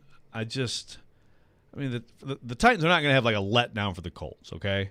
I mean, the Titans they understand the importance of this game. Now, that doesn't mean they can't get beat. Right. But yeah, I don't know if they can avoid the disappointment because I know that I know this is not a consensus opinion. I think the Colts are pretty good. They have some injuries like the Titans, that are very difficult. But I think Carson Wentz, now that he's moving around, is a pretty decent quarterback. He's not going to be MVP Carson Wentz anytime soon or probably ever again. But the Colts winning this game to me Sunday is like there's no surprise on my face if it happens. I think it's a toss-up game.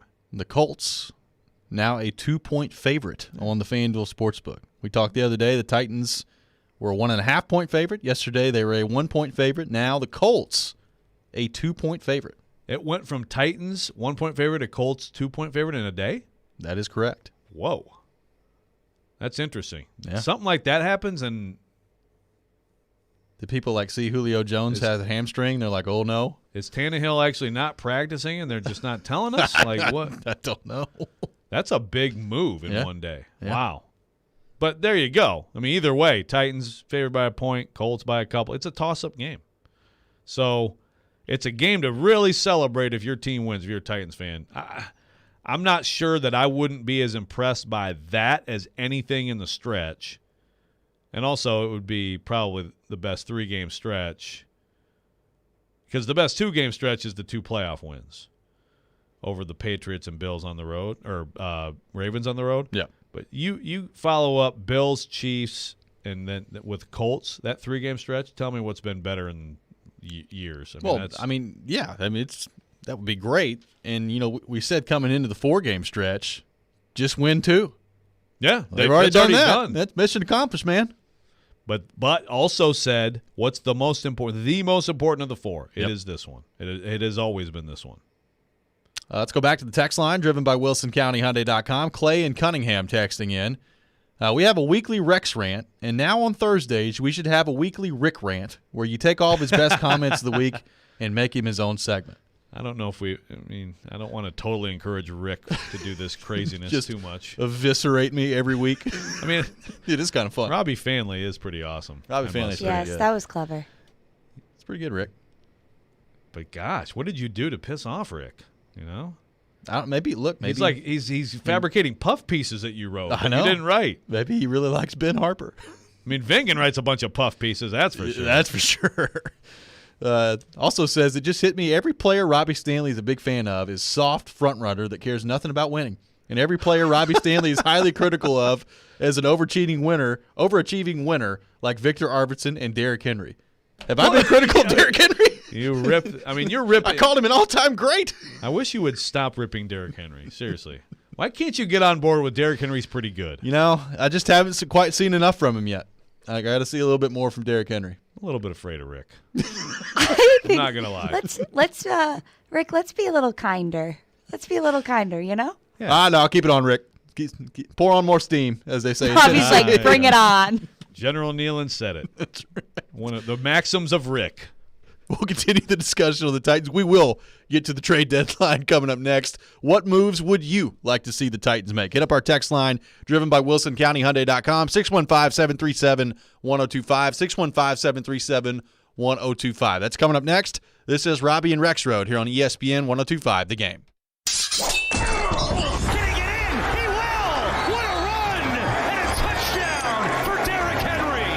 And the Titans are surging into a big Week 8 showdown at Indianapolis. I challenge y'all, bro. Win every day, not just every game. And we've got you covered all week long. That's exactly what this offense needs to be. Are the Tennessee Titans the best team in the AFC? This is Nashville's best sports talk. ESPN 102.5 The Game and the Game Nashville app. Hi guys, it's Andrew with Hillside Medical Clinic. Are you struggling with erectile dysfunction and sick of the pills? Well, we have a major medical breakthrough. The WAVE technology at Hillside Medical Clinic was tested by Cambridge University and the Cleveland Clinic, and the results are in. It's proven to increase blood flow by repairing blood vessels. No pills and no side effects. If you're ready to put a stop to your ED by treating the root cause, call us now. And not only will the assessment and blood flow ultrasound be free, we'll also include something unique that produces powerful results in the bedroom. I don't think I've ever seen it fail. This is a $600 value, free to those that call in the next 2 minutes. 615-576-5000. That's 615-576-5000. Guys, put a stop to your erectile dysfunction and get your love life back. Call Hillside Medical Clinic now to qualify. 615-576-5000. It's not just about being in your community. It's about being your community. Come experience the all-new state-of-the-art Volunteer State Bank second Murfreesboro location at 2019 Memorial Boulevard. Volunteer State Bank offers personalized services like banking for professionals, free Kasasa checking, the convenience of mobile banking, and the money you need when you need it. Visit one of our 13 locations or online at ballstatebank.com. Real people, real solutions, right here. Member FDIC, Equal Housing Lender. Sign up today at BetMGM and enjoy the thrill of victory on your very first bet. Hey, what's going on? It's Chase McCabe. The King of Sportsbooks welcomes you to Showtime with the Lock of the Year. Simply place a $10 moneyline wager on either Green Bay or Arizona. If either team scores a touchdown, you'll win $200 in free bets regardless of your bet's outcome. All you have to do is use the code 1025GAME200 when you make your first bet to take advantage of this offer. Enjoy football like never before with BetMGM's live betting options, boosted odds specials, and daily promotions at your fingertips all season long. Just download the app or go to BetMGM.com. Use that code 1025GAME200 to win $200 in free bets if either Green Bay or Arizona scores a touchdown. Nothing beats a W at BetMGM. New customer offer, paid in free bets. You must be 21 years or older, must be in Tennessee. Visit BetMGM.com for a full list of terms and conditions. For gambling support, call the Tennessee Red Line at 800-889-9789. Well, here we are at Pour Vu. Any great words of wisdom as we peruse the 10,000 square feet of wine, spirits, beers for our tailgating and upcoming holiday parties? One thing, great minds drink alike, huh? Nice. Wow, look at all the wine. Hey, don't forget to buy a bottle from Mom. Remember, you're the reason she drinks. Hey! Hey, check it out. Pour Vu has their own app, curbside, and home delivery. Tonight, I will be having my favorite drink. It's called A Lot. I only drink on days that begin with T. Today, tomorrow. Well, you're in luck because Pour Vu's new tasting bar is in effect Thursday through Saturday, right next to the humidor. Party supplies with mixers, hard to find small batch specialties, and tequila. I am telling you, you can't buy happiness, but you can buy tequila, and that's kind of the same thing, right? Tequila, because no good story ever starts with that one time I ate salad. Right? Pour Vu means for you. They really have the best selection, service, and knowledge we didn't find at the big box stores. May all your days be filled with umbrella drinks. Pour Vu, open 7 days a week at Indian Lake Boulevard, exit 7 off Vietnam Vets in Hendersonville. Interact with Robby and Rexrode. Call or text the show at 615-737-1025. Driven by WilsonCountyHyundai.com. Join us in partnering with the Leukemia and Lymphoma Society's Light the Night. Light the Night brings light to the darkness of cancer through hope, research, and support for patients and their families. Through this inspirational nationwide movement, we raise awareness and funding for groundbreaking research and treatment options to eliminate cancer. Nashville's Light the Night will be virtual and take place on November the 4th. You can learn more at lightthenight.org/TN. Welcome back in, Robby and Rexrode here on ESPN 102.5 The Game, presented by Volunteer State Bank, now with 2 locations in Murfreesboro. Visit their brand new Murfreesboro location at 2019 Memorial Boulevard. Member FDIC, Equal Housing Lender. Going to be joined by Predators head coach John Hines coming up in about 13 minutes, so looking forward to that conversation with him. Right now, talking Titans, taking your thoughts on our text line, driven by WilsonCountyHyundai.com, 615-737-1025, 615-737-1025. Joe Rexrode, we are now less than a week away from the trade deadline in the NFL, and that leaves teams wondering what's going to happen around the league. Could there be some quarterback movement? What's going to happen with Deshaun Watson? We talked to Charles Robinson from Yahoo Sports earlier in the week about that. Strictly from the Titans' point of view, what do you think happens before the trade deadline? And if you had to identify one position of need, and you can only identify one, that John Robinson could be interested in exploring, what position of need would that be? Well, Caroline asked us about Evan Ingram, which I hadn't really thought about. But tight end is, you could make a case at tight end. I guess I'd still lean toward corner, if anything. I think if you've got someone out there you like, and again, I'm not talking about a Xavier Howard or a huge, like, dropping a first-round pick or something like that. I don't think that the payoff meets the cost there. But especially like Howard in particular, like I'd have a lot of concerns on something like that. But a corner, for a mid-round pick, or maybe even, could a Josh Reynolds be dealable on your side? Could a Rashaan Evans, if Jaylen Brown's coming back, you've signed Avery Williamson.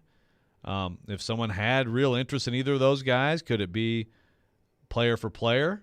You don't see that much. You don't see – I think, Charles Robinson said to us the other day, he doesn't think that this trade deadline is going to be much anyway. And honestly – it's kind of the worst deadline in professional sports. Well, it used to be nothing. I mean, like you would – there was a trade deadline? There might be it. I mean, it's not – it's nothing. Nothing. Really, it's nothing like the other three if you want to talk about baseball, basketball, hockey. Those are always so – there's always a huge deal brewing or multiple huge deals brewing.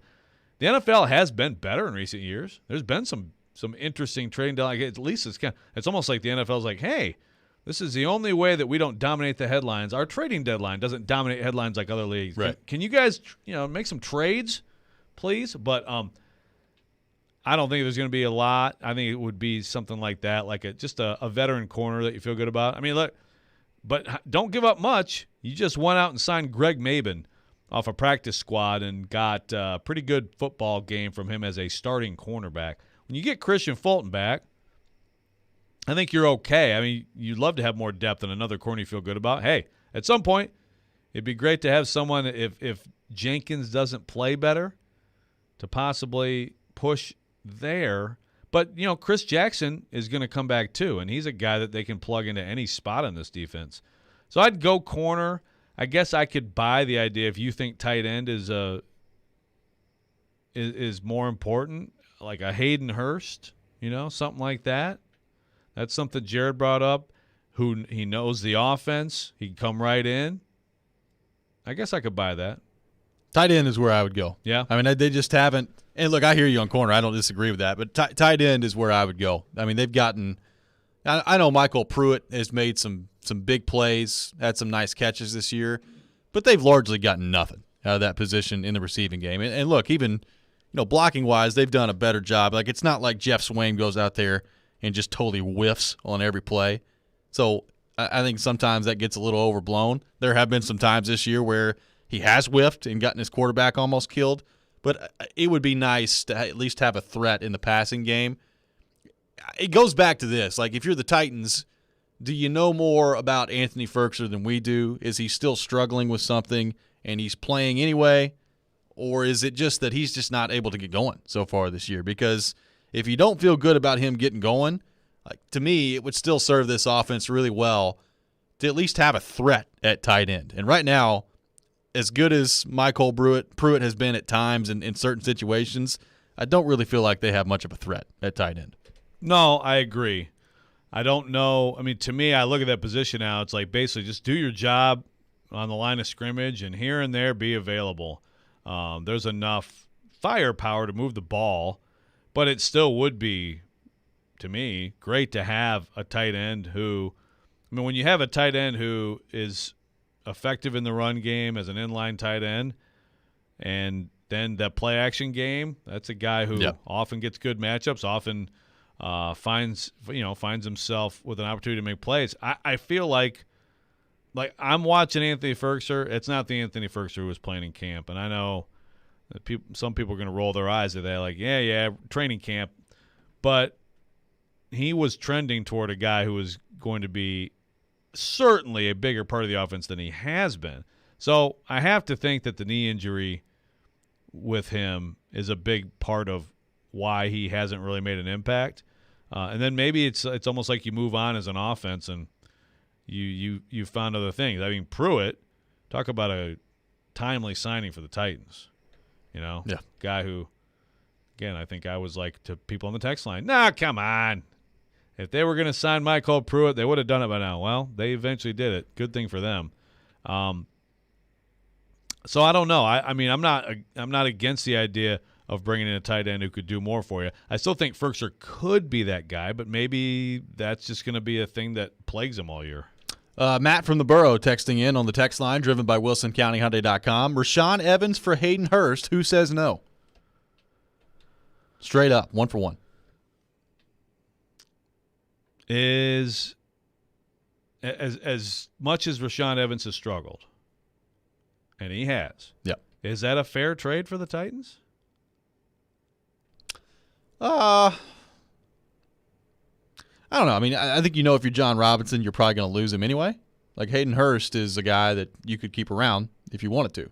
So, I think you could probably look at it from that perspective if you're John Robinson. I mean, I guess the question I would have is if you're Atlanta, like what's the reasoning for doing this, right? Like does Dean Pease like Rashaan Evans that much where that's who they would want? Like to me, if you're trading, he certainly knows him. Yeah, I mean he knows him for sure. And I thought Rashaan Evans the last time he was with Dean Pease looked pretty good. That's true. That is true. Maybe Dean Pease really likes him. Now Arthur Smith also got a firsthand look at Rashaan Evans last year, and I doubt very seriously he was impressed by it. So I don't know. I don't know how Atlanta would view that. Yeah, I don't know. I mean, I think it's. I don't hate it. I think there's probably going to be a low round pick. I think the Titans in that trade should also get like a 5th or something. Yeah, but that's just me. Because, all right, what have you got? Something on the text line. Is that Rick? Well, I'll get to it in a minute. Yeah, it's not Rick, but okay. I'll get to it in a minute. Okay. Finish your thought. I think that was it. Okay. Let's go back to the text line driven by WilsonCountyHyundai.com. How dare Rick call you guys Ren and Stimpy? You guys are obviously compare better to Harry and Lloyd from Dumb and Dumber. He did add a just kidding to that, by the way. Yeah. I do know that one. Well done. Yeah, you know that one? I've seen that one. Yeah. Mark Davis hair. That's a classic. Yeah, that's fine. Got a texter saying, what about Derek Barnett? Defensive end isn't a terrible pickup if the price is right. Derek Barnett, former Tennessee Vol. Is he on the market? I don't know. I've always liked Derek Barnett a lot. Definitely. I don't look at that. It's funny because I forgot about Derek Roberson. Yeah. So yesterday, designated to return, you got Jayon Brown. That's significant. You got Aaron Brewer. That's also potentially significant.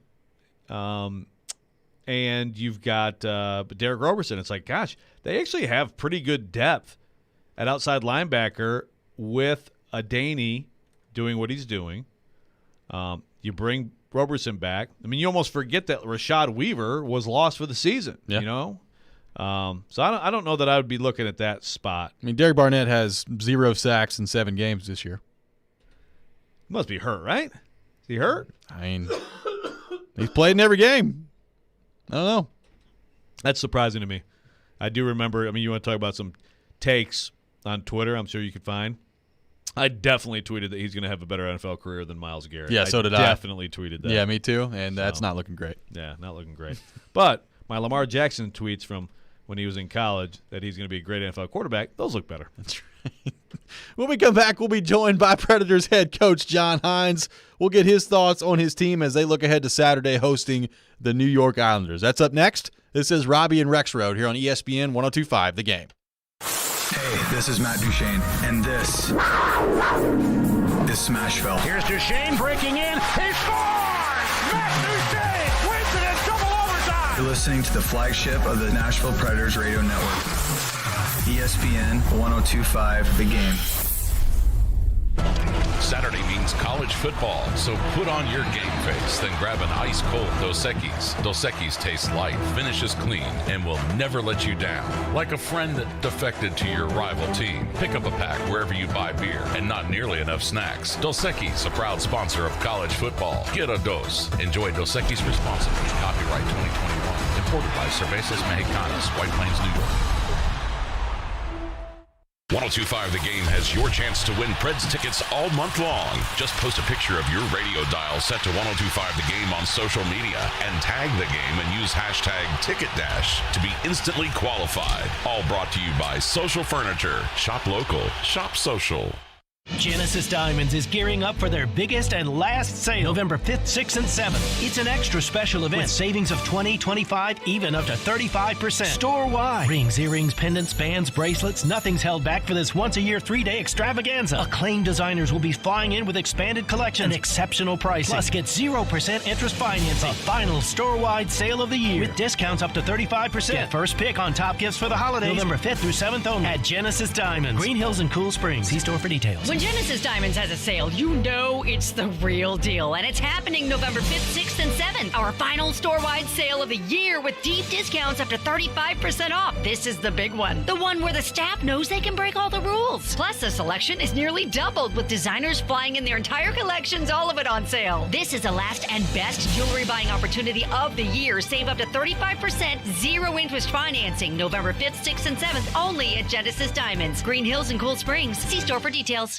More machines, more savings, and more muscle. Only with John Deere construction equipment from Meade Tractor. Hit the heavy jobs harder with our Own It offer and get special financing on select models. New, used, or rent, we have the right equipment and technology solution for you with the affordable financing you need. Contact us today at our Nashville location or go online at meadtractor.com. Offer valid on qualified purchases and new equipment made between now through October 31st, 2021. Subject to approved installment credit with John Deere Financial for commercial use. Only down payment may be required. Some restrictions apply. See store for details.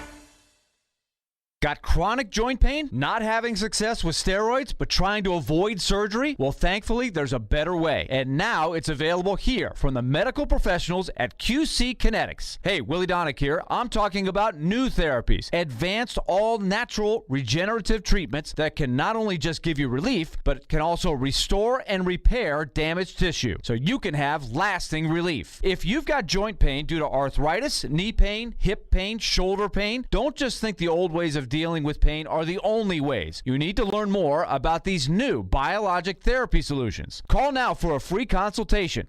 QC Kinetics, 615-249-4024. These remarkable new treatments increase mobility, decrease pain, and help restore tissue. They actually encourage your body to heal itself. Call now and learn more about these restorative, regenerative, and revolutionary alternatives. Don't wait. Call today. QC Kinetics, 615-249-4024. That's 615-249-4024. Sunday night. Prescott over the middle, wide open. Jarwin walking in for the touchdown. Dak Prescott and the Dallas Cowboys go under the lights for a primetime showdown against the Minnesota Vikings. Coverage begins at 6:45 on ESPN 102.5 The Game. Hey, this is Pekka Rinne. You're listening to Nashville's best sports talk, ESPN 102.5 The Game. Welcome back in, Robby and Rexrode here on ESPN 102.5 The Game, presented by Volunteer State Bank. Real people, real solutions, right here. Remember FDIC, equal housing lender. Robby Stanley alongside Joe Rexrode and Michelle Knezovic here with you on this Thursday morning in Nashville, Tennessee. And we go to our 102.5 The Game phone line, driven by WilsonCountyHyundai.com, and welcome in Predators head coach John Hines. John, what's going on? How are we doing?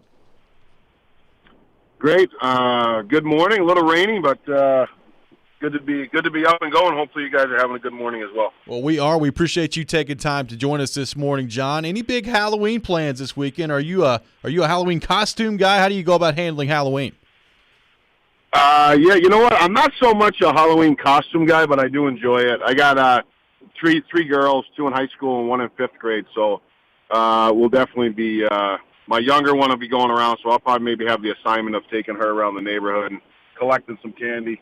But certainly excited for it. We got a day off that day, so it'll be fun. Absolutely. That's an important assignment as well. So, John, as you look at your team on the ice, obviously a couple of big wins in a row in Minnesota and then at home the other night against San Jose. But I want to start with your captain.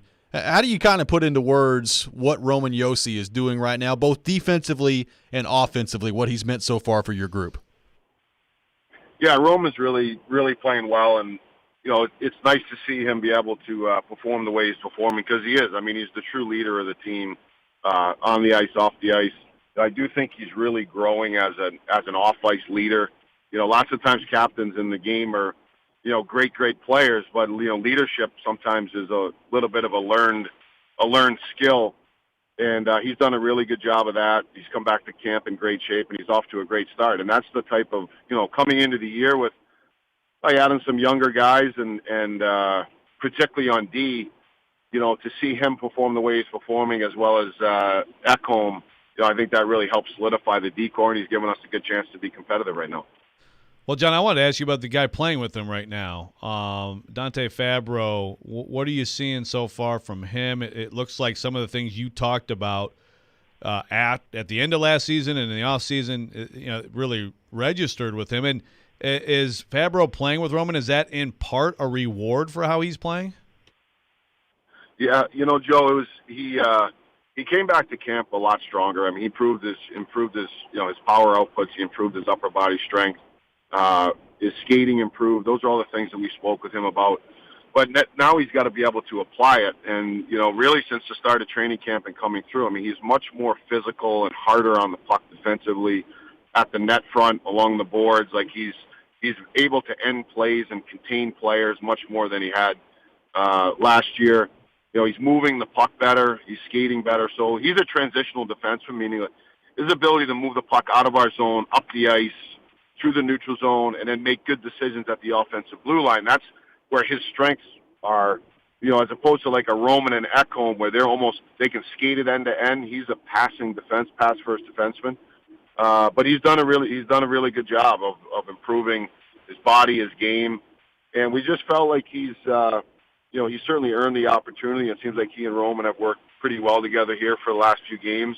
So he's earned the right to be in the spot, and we just want to continue to work with him. Hopefully his game continues to grow because it could be a really good pair here for a while. Predators head coach John Hines on the line with us, driven by WilsonCountyHyundai.com. And, John, we were talking yesterday on the show about Ryan Johansson, both offensively and defensively. Obviously, big play defensively the other night to keep the puck out of the net, to preserve the 2-1 lead.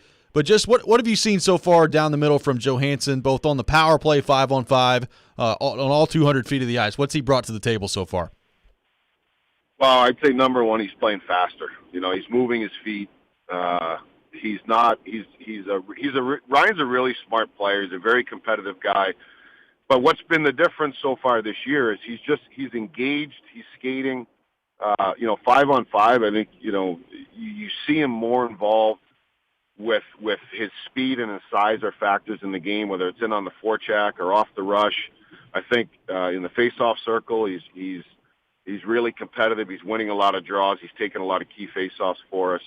I think on the power play, he's just doing things faster. A lot of times, he gets into the tendency at times to want to slow the game down and slow things down. And when that happens on the power play, with the way everybody pressures, things don't happen offensively for him. And now, he's making quicker decisions. He knows what he's going to do with the puck before he gets it. And, he's having some success offensively because of it, and that's good to see. So, John, moving those lines around, is any of that just making it more difficult for opponents to focus in and just sort of just be more dangerous with more lines, or what went into that decision? Well, you know what, we started the year and we had some conversations with Matt, Phil, and Joey, about that line, and we've tried Granlund with a couple different guys, and to be honest, we felt like Johansson's line was pretty good there for a bit, but they were getting chances and things like that, but the production wasn't necessarily as high as we'd like it to be. And Granlund's line we felt was okay, but it wasn't. Felt like we wanted to have maybe just a little different combination going in to the weekend. So we talked with Joey and with Joey's line, and then with Granny, and just switched really going into the Minnesota game. We put Cunnin with Duchesne and Johansson, and Tolvanen with Granlund and Forsberg, but then Tolvanen got hurt, so the lines got a little jumbled during the Minnesota game, and it kind of just happened organically. Like I put those guys together a little bit. It seemed like they had a lot of chemistry, just meaning Granlund with Forsberg and Duchesne, and then Cunnin and Johansson looked pretty good, so we rolled with it again the next day. I spoke with all the guys, said, hey, we'll have a little bit of change. It looked like there's a little bit better chemistry on this. They were all really receptive to it. So I just think even just a little tweak to the lines, but communicating with those guys, they were all on board with it, and I thought it was effective the other night.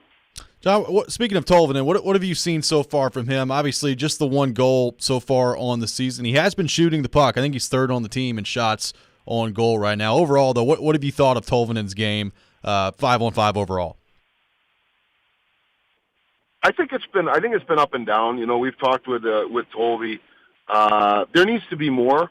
I think that he is working, but I think when he's playing his best hockey, he's really moving his feet. He's engaged. He's very competitive on the puck.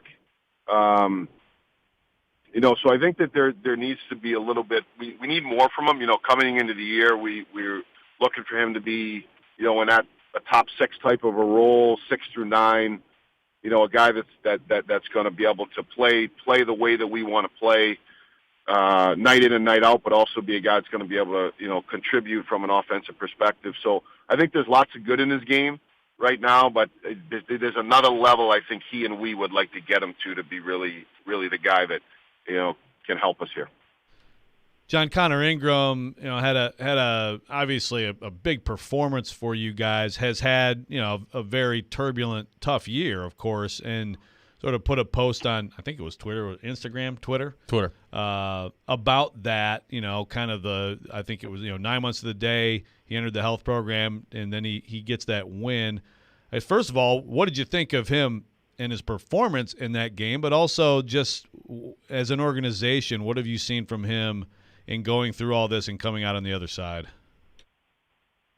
You know, I think one from the personal perspective, I think that's, you know, it's a pretty special situation. Like, he went through some hard times last year, and, you know, as an organization, you're trying to do, you know, everything you can to try to help the individual, but also stay with them. You know, that's part of what I think coaching and managing is. It's one of the, I mean, it is professional sports, but one of the reasons we all get into the business is, you know, you want to teach, you want to help people, you want to see people grow, and to see a young guy go through some difficult situation and then come out of it like that. You know, he spent basically the whole summer in Nashville, really dedicated himself away from the rink. Some of the sacrifices he's made and the commitment level that he put into changing his lifestyle, it's really impressive to see, and just the maturity level. Like, you know, a year ago, he was one of these guys where if you walked in the room as an adult, you know, his eyes are on the floor. He wouldn't really talk to you. It was kind of awkward and uncomfortable. Now you see him; he's just got much more confidence. I think he's proud of himself. He's an enjoyable guy to be around off the ice. So just watching him mature has been awesome, and go through this experience and come out on the other side is really, really special. So that's a great, you know, individual story, and credit to him and the organization for helping him through it. And then I think in his performance, you know, really coming in because of the work he's put in and what he's gone through, he was very confident. Even when we sent him down to go to Milwaukee at the end of training camp, I mean, he said, I feel like I deserve to be here. I feel like I've played well enough to have earned a spot. And he wasn't wrong. It was a difficult cut. He played really well. So I think seeing him come in and perform the way he did was not a surprise because he's put the work in. I think he has confidence in his game. And because he's changed his lifestyle, he's able to get the most out of his talent, and I think he's got a lot of upside as a goaltender. John, last thing for you here. Obviously, the story of the day yesterday in the NHL was the Kyle Beach situation, coming out with that interview with TSN and everything going on with the Blackhawks dating back to 2010. I know, you know, that's obviously not your team, and you weren't there in this situation, but just generally speaking as a coach, when you see this happening and this story around the NHL, what does that kind of do? What kind of conversations do you guys as a staff have about this in terms of not just trying to help your guys on the ice, but everything that goes into the off-ice relationships as well? Yeah, you know, I think it's such a big, you know, it's such a big part of sports, you know, and I think when you're in professional sports, obviously, you know, the winning and losing are what everyone's, you know, judged by, you know, externally. But I think, you know, internally, it's just trying to make sure that, you know, you're doing the right, you know, you are doing the right things, and you're really trying to make sure as a group that, you know, the guys they are players. I mean, excuse me, they are people. And I think the more and more, you know, you get into it and you see how things like this happen, it's, you know, they are unfortunate situations. And, you know, I think as we go through, you always talk about it as a group, are we doing the right things? Are we making sure that we understand, you know, what's going on with these guys off the ice, away from the rink, you know, whether it's a situation like that or, you know, for us the last couple of years, you know, we've had lots of guys that have had, you know, young babies, and, you know, how are things at home with them and their wives and their kids and the stress level that they're going on away from the rink. It's just, you know, you could get caught up in, you know, the demand of the schedule and the wins and losses and things like that. But ultimately, you know, you want to try to have some balance and make sure that things are, you know, not getting looked the other way, you know, good or bad from the personal perspective of the players in their lives. Predators head coach John Hines has been our guest here on Robby and Rexrode. I do have one quick one, John. Yay or nay on candy corn? Yay. Oh, I like candy corn, Joe. The only reason why, because it's a traditional Halloween Loved it when I was young. I don't eat it as much now, but I'd much rather have a Snickers. There we go. That's right. Peanuts. Peanuts makes everything better. There you go. That is true. There you go. There you go. John, we appreciate you taking time to join us this morning. All right. See you guys. Have a great day. Absolutely. Thanks, you as well. Predators head coach John Hines, our guest here on Robby and Rexrode.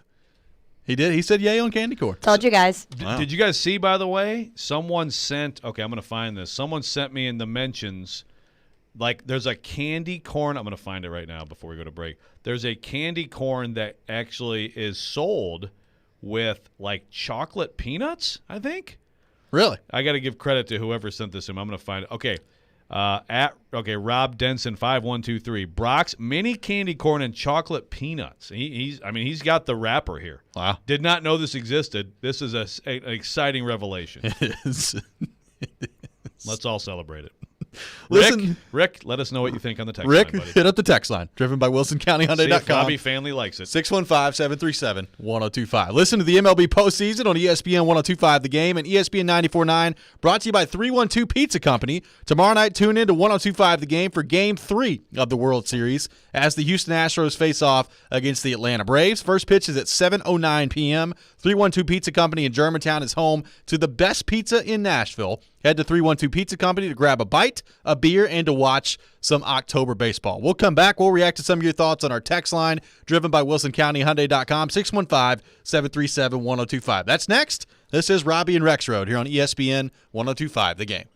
Gary Ashton here. Most people in Nashville know me as the don't sell without the intel and the guaranteed offer guy. But despite my accent, I'm also 100% guaranteed Nashville. I'm a guaranteed musician, a guaranteed dog lover, and you're also guaranteed to see me at every Titans and Preds game. Guaranteed offer means the Gary Ashton team with RE/MAX Advantage will sell your house for top dollar with no cleaning, staging, showings, or open houses, and give you up to 90 days to close. So there's plenty of time to find your next home. Guaranteed Nashville means my team lives here and loves it here. We've served Nashville for over 20 years, and we're passionate about helping the people we call neighbors and friends, which is why we've had a long-standing tradition of donating to the Vanderbilt Children's Hospital. If you're thinking about a guaranteed offer, get the only one that's guaranteed Nashville. Request a no-obligation offer by calling 615-301-1650 or go to GaryAshton.com today. Remember, Gary Ashton, guaranteed Nashville. Even with the national supply shortage, Hi-Fi Buys retail store stocked up months ago for this week's 44th anniversary. We have a huge in-stock selection of 4 and 8K TVs, projectors, speakers, soundbars, subwoofers, streaming players, and more. And because we planned ahead for this event, we made special purchases before most manufacturer prices increased. Now we're passing those savings on to you. Let's talk TVs. We have nearly every Sony TV in stock, plus great prices on Samsung, LG, Sierra. Some year-end models we're practically giving away. Do not wait. Shop for the holidays now. Shortages are happening and prices are going up. Get the best for less now. At Hi-Fi Buys, when we have a sale, it's a real deal. Just the very best quality for the very best price. Some sale prices can't be displayed. See sales associate for your special price. Get over to Hi-Fi Buys 44th anniversary sale. This week only. This sale will not be extended. Hi-Fi Buys. See us on Nolensville Road or HiFiBuysNashville.com. Custom division, special order, and manufacturers that prohibit discounting excluded. Paul Feinbaum here for the Southeast leader for cranes and equipment rental, Craneworks. The Craneworks team in Nashville, Birmingham, and Mobile is ready to make your next construction or maintenance project a big success. Give Craneworks a call for your next lift, machinery moving, or rigging project. And don't forget, RentalWorks has a full line of rental equipment for jobs both big and small, and now offering qualified operators for all equipment, including aerial and earth-moving equipment. Call Craneworks at 877-282-LIFT or visit them on the web at craneworks.com. Yo, this is Justin from Music Vintage. We're here to provide you with all your vintage apparel needs. Tons of great shoes and memorabilia from your past. We're located in the heart of East Nashville at 2503 Gallatin Avenue, where we do buy, sell, and trade. Got some clothes your stepdad gave you in the 90s? Found some dope clothes in your granddad's closet? Bring it by, we'll give you a cash offer. Found some at a thrift store and don't know where to sell it? Bring it by, we'll give you a cash offer. Got some new Jordans that don't quite fit well? Bring it by and we'll give you a cash offer. Music Vintage, here to provide you with all your vintage and shoe needs. See y'all soon, Nashville. Jared Stillman. This show, if you're a listener to it, I think is educated enough to know what a good general manager is. And company. At the end of the day, wins really are all that matters. Tune in Stillman and Company for your drive home. Delivered by TriStar Moving. Weekday afternoons from 2 to 6 on Nashville's best sports talk. ESPN. 102.5 The Game and the Game Nashville app. Robby and Rexrode is on ESPN 102.5 The Game. Tune in to the NFL Game of the Week on 102.5 The Game, brought to you by Red Spirits and Wine in Bellevue. The Game of the Week this Sunday, the Tampa Bay Buccaneers versus the New Orleans Saints. Kickoff set for 3:25 on 102.5 The Game. Welcome back in, Robby and Rexrode here on ESPN 102.5 The Game. You can watch us streaming live on Twitch, Twitter, and YouTube today and every day. Our video streaming brought to you by the law offices of Amanda Gentry. Robby and Rexrode brought to you by Volunteer State Bank. Visit volstatebank.com to learn more about their free Kasasa checking account. Member FDIC, equal housing lender. Classic song coming back in. Fitting song, great movie. By the way, though, next time you get a chance, listen to the song "I Want a New Drug" by Huey Lewis and the News, because I think he sued. I think Huey Lewis sued Ray Parker. It's the exact same music. It really is. Yeah. I've never even thought about that until right now. That's amazing. It's the exact same. We'll play that one next break. Backbeat. Yeah, there you go. I hope Jared's listening. Bump music, Jared. Bump music. We're talking about bump music. Does he have a problem with us talking about bump music? Yeah, he got all mad the other day and texted me like, it breaks my heart that you're talking about. Shut up. Breaks your heart. Breaks my heart that your bump music is like some game show from 1973. We like to have fun. Yeah, exactly. We like music. We care about music, okay? Don't hate us like Rick. You're going to get Rick really mad at us. I know. I need to stop. He's I going need to to come stop after poking me. the bear. I know. Stop poking the bear so then he attacks you. Got a texture that says, everyone hates on candy corn, but the real worst Halloween candy are those orange packing peanut-looking candy. I don't know what that is. Orange packing? Like the marshmallow-y ones? Oh, yeah. Yeah, those are disgusting. Yeah, that's not good. No, that's not good. Candy corn is elite, and I don't want to hear anything else about it. With peanuts. Somebody texted in, what about candy corn-flavored popcorn? I don't know about No. Nope. I don't know about that. No, thanks. There's so many artificial Sounds pretty flavors awful. of weird things. Like, Yeah. I saw mac and cheese ice cream the other day. Yeah, we're going to pass on that one, That too. is vile. That's not cool. Yeah. That's ruining two awesome things, you know? Yeah, those are, of all the things meant to be separated, those are near the top of the list. Yeah. It's like having bananas and pudding be together. Do you want a fist fight right here on the show? No. Okay. You look tough in that jacket. I'm sure I do. The 90s Packers starter jacket. That is. Nothing says intimidation like that. That is actually awesome. Yeah, it's pretty sick. Yeah, it kind of is. Let's go back to the text line driven by WilsonCountyHyundai.com. Got a texture that says, Coach said Ryan Johansson at times wants to slow the game down, just like his shootout moves that we know Rexrode loves. Oh, my gosh. Yeah, we haven't had the pleasure yet. Yeah, nothing yet. Of that whole thing. It's going to happen at some I'm point. going to stop here for 5 seconds and ding, ding, ding, and then take a shot. It works. I know. It's amazing that it ever works, but somehow it has worked. You know, one thing that came up in that interview that I think is really interesting, and actually I tie it to Kevin Byard too. You know, John Hines kind of just, as he was talking about the entirety of, you know, you got human beings in your organization, you got to think about real life stuff. I do think that the Preds, they had this baby boom. Like, I can't believe that it wasn't some kind of a strain, because it's hard to have a baby. We ask Vingan right now. Yeah. Like, my performance when my kids were babies, worse than normal, which is saying something. Like, in general, like in life, in work, and everything. Like, it is. You can, like, try to have a system at home or whatever where one parent or the other is staying up, but it doesn't. You know, you lose sleep and you're constantly worried, especially with your first baby. So I actually, at that time even, in fact, so what was it, the Winnipeg? No, it was either Winnipeg or Dallas. There was a lot. Both years there were a lot of Preds players were having babies, and they still are, right? Oh, yeah. But I remember at one point I was starting to work on a story, and then they got bounced from the playoffs, so it never saw the light of day. But that is a thing. And with Byard even last year, newborn baby. I mean, I'm not – again, I know some fans are like, oh, shut up. Professional athlete, you know, make some excuses for him. Rexrode's blaming the children. Yeah, exactly. Or blame the kids. Blame the kids, yeah. I'm just saying that, like, there is a real, like, I thought about that. Like, so many guys in this locker room right now have that, which I promise you is on your mind all the time when you have a baby. And that's got to be a challenge. So that's all I'm saying. Rob and I can't relate. Don't have kids. Not yet. Just kidding. I did think it was interesting. I mean, he talked about, to the texter's point, Johansson liking to slow the game down in the past. And, in ways that make sense. He is incredibly smart with the puck on his stick. He knows where to go with it.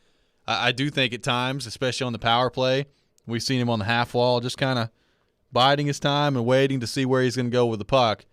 He has been faster this year. That's something I have noticed. Now, Johansson is never going to be like this burner out there or anything like that, but I think making decisions faster is more what John Hines is talking about there. And, if he's playing out there just making decisions and going, the talent is there. I mean, we've always said that.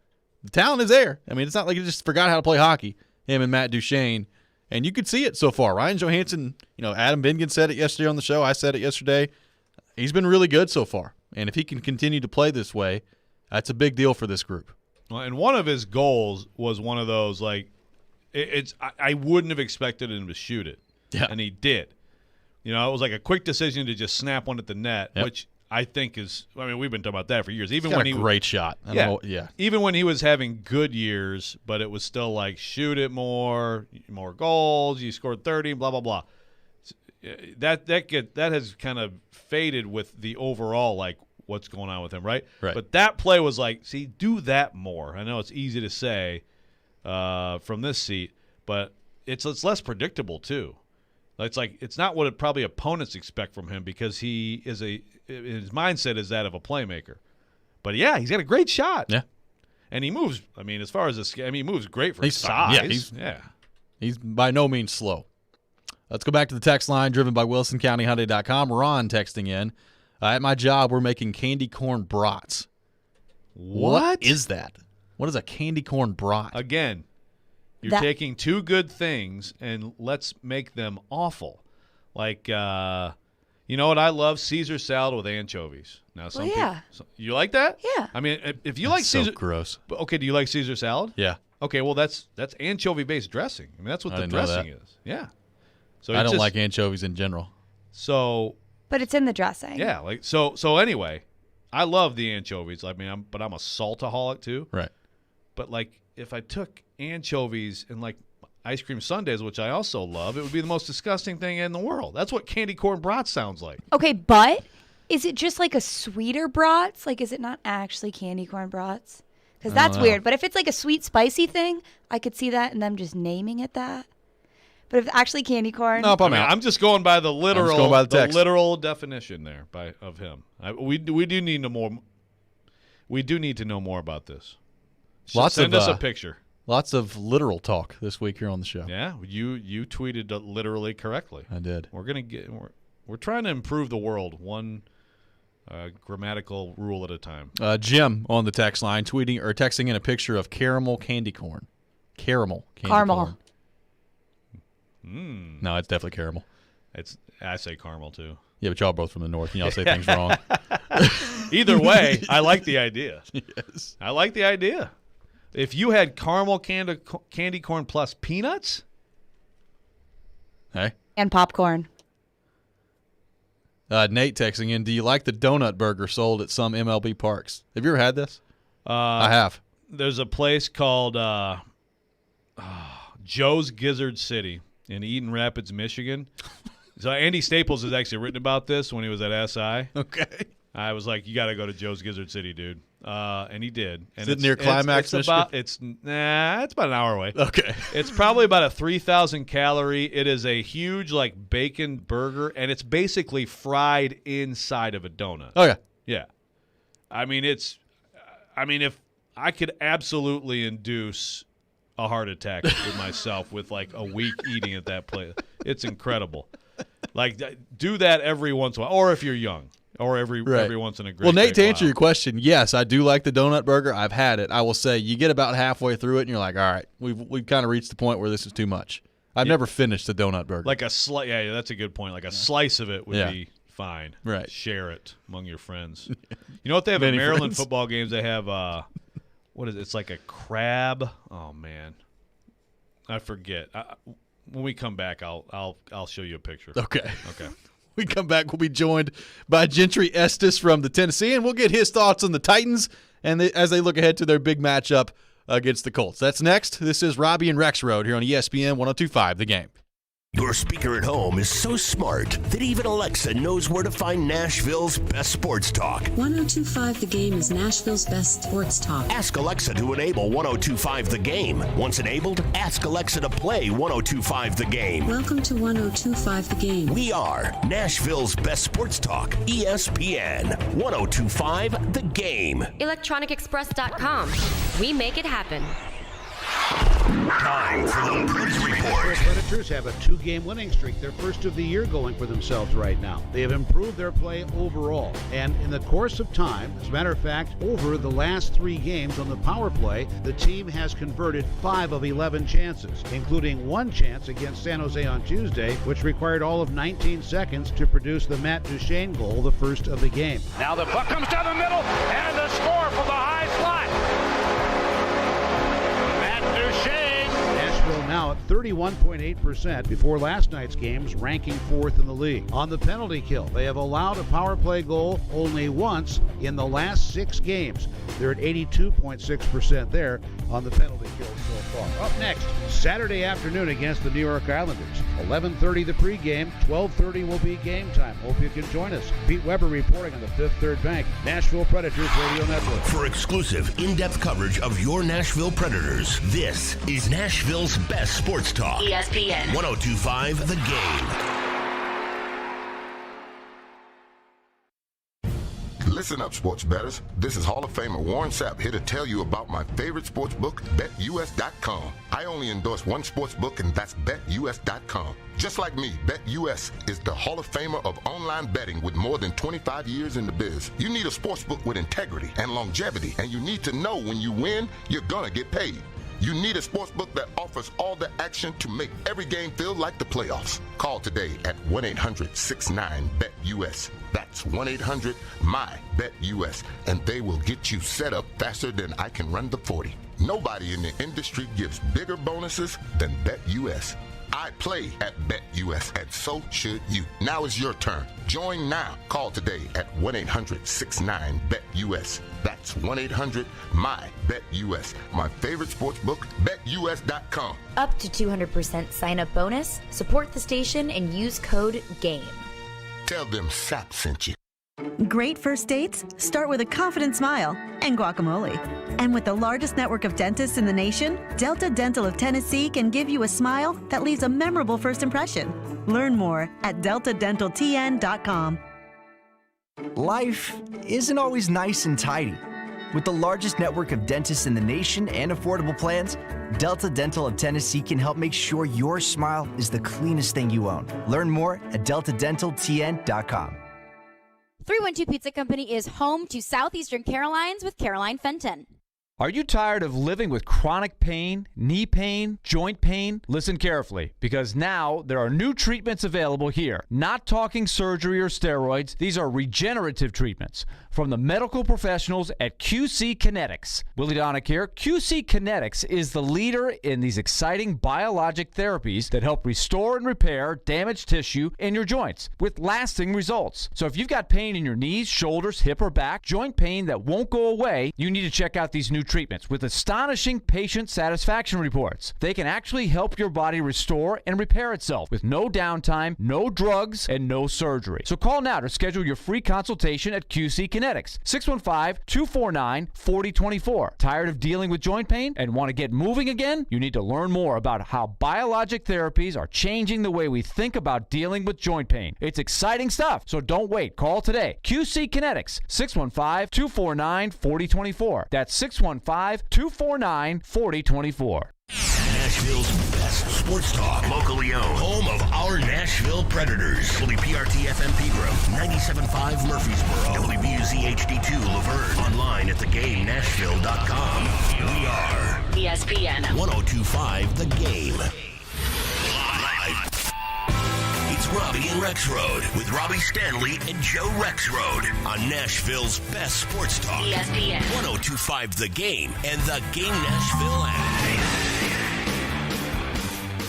Welcome back in. Hour number 3 of Robby and Rexrode here on ESPN 102.5 The Game. Brought to you by Volunteer State Bank. Real people, real solutions right here. Remember FDIC, equal housing lender. Robby Stanley, Joe Rexrode, Michelle Knezovic here with you on this Thursday morning in Nashville, Tennessee. What did you just make me watch? I mean, that was amazing. We've gone down the Tom Green rabbit hole. Tom Green, Michelle? Just give me a nod or a shake. No. Tom Green's Caramels. Tom Green's Caramel skit from the Tom Green Show late 90s. I bet you Gentry knows what I'm talking about. He probably does. By the way, Google search confirming it is caramel, not caramel. That's fine. You know what? Every region says some words wrong. I'm willing to own that we say it wrong. Yeah, I'm going to own it too. That's fine. There you go.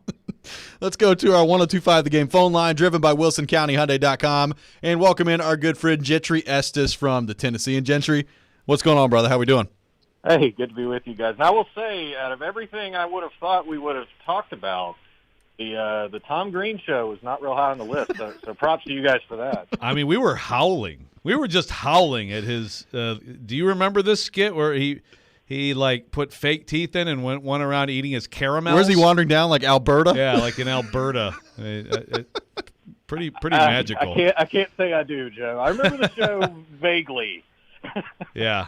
He was a lost gem that time. That's right. Gentry, we appreciate you taking time to join us today. We were talking about this earlier in the show. Obviously, 2 back-to-back games for A.J. Brown where he's made a huge difference. If this is it and he is back and he's fully healthy, what sort of a difference is a fully healthy A.J. Brown going to make, not only with, obviously the production in the passing game, but the way that Todd Downing may call the game as well? Yeah, I think it was obviously – you saw the difference when the Titans got him back in Jacksonville after what had happened in New York. Even though he wasn't fully healthy for that game, just to have him out there made a huge difference in how the defense had to respect what the Titans could do down the field in the passing game. I think one of the reasons – everybody knocks the Titans for losing to the Jets. That's one of the first things you hear from a national perspective. Well, gosh, they lost to the Jets. How good could they be? And look, there, that's a deserved knock there. But I think people who didn't watch that game don't understand the impact of not having A.J. Brown and Julio Jones out there on the field, because the Jets, they knew on Friday before that game those two weren't going to play. So their defensive game plan was to line 9, 10, 11 guys up across the line of scrimmage, play man, and say, okay, get separation and beat our guys off the line. We don't think you can do it. And the Titans weren't able to do it. And the Jets were able to get all kinds of pressure on Tannehill.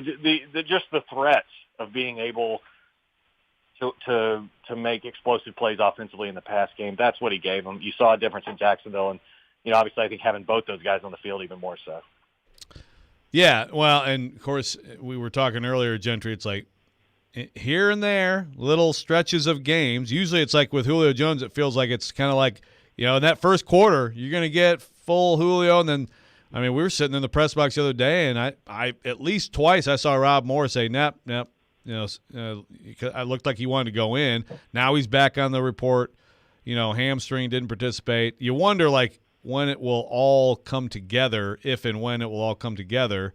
But in the meantime, A.J. Brown, awfully good. Taylor Lewan coming back, this week, we think. He was a full participant yesterday. Do you feel like this offense, I guess, is sort of starting to resemble all the preseason talk about what it could be and how difficult it could be for defenses? Yeah, I think so. With the two, the last 2 games, you've certainly seen it. And I think I think it's been the return of those receivers, but also I think Todd Downing's getting a little more comfortable, figuring out roles, what happens in certain situations. And look, it's always going to be pretty good as long as Derrick Henry's out there. But I think the ability to, people look back at the game on Sunday and say, well, Henry didn't get 100 yards. It was a down game for him, and it really wasn't. That they were just able to do a little more in the passing game.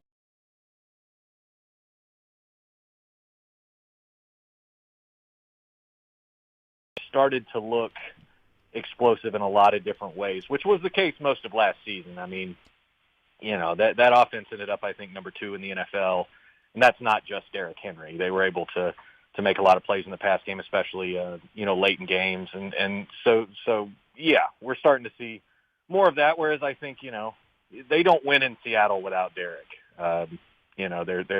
They leaned on him even more than normal early this season, and as good as he is, I just don't know how sustainable that was going to be. Gentry Estes from the Tennessean on the line with us, driven by WilsonCountyHyundai.com. Gentry, how encouraging was Sunday in terms of the Bud Dupree front? And as you look at the front for the Titans against Kansas City on Sunday, how much confidence do you have that if they can get healthy, that's what this front can be as they move forward here? That, to me, was the most encouraging thing we've seen this season for the Titans to this point. The ability that they were able to dominate a very good offense, basically just with their defensive front, without applying pressure, without trying to scheme up pressure, and just whipping them. It was very similar, in my opinion, to what the Bucs were able to do to the Chiefs in the Super Bowl, and just dominate to the point that Mahomes was never comfortable, and they were able to consistently bring pressure to throw off what they wanted to do offensively. And I can't remember. I mean, you guys would probably know better than I would. The last time the Titans really were able to do that, because this is my third season here, and I've not seen the Titans defense be able to do that, dominate a game just with their defensive front. And that, to me, is extremely encouraging, because I think we would have all said going into the season, what's the biggest question? What do they need to fix? The top thing on the to-do list was probably still the pass rush. And if they're able to actually have not just a respectable pass rush, but an aggressive, game-changing kind of pass rush that stops, is actually an advantage and can start to affect the opposing offense and start limiting what they can do. I don't think we've seen that yet for the Titans. And that gives them an upside that they just didn't have last year. Yeah, and to your point, I mean, I haven't seen it either, and I mean, I think it's accurate to go back to Kyle Vanden Bosch coming off the edge here and Albert Hainsworth inside.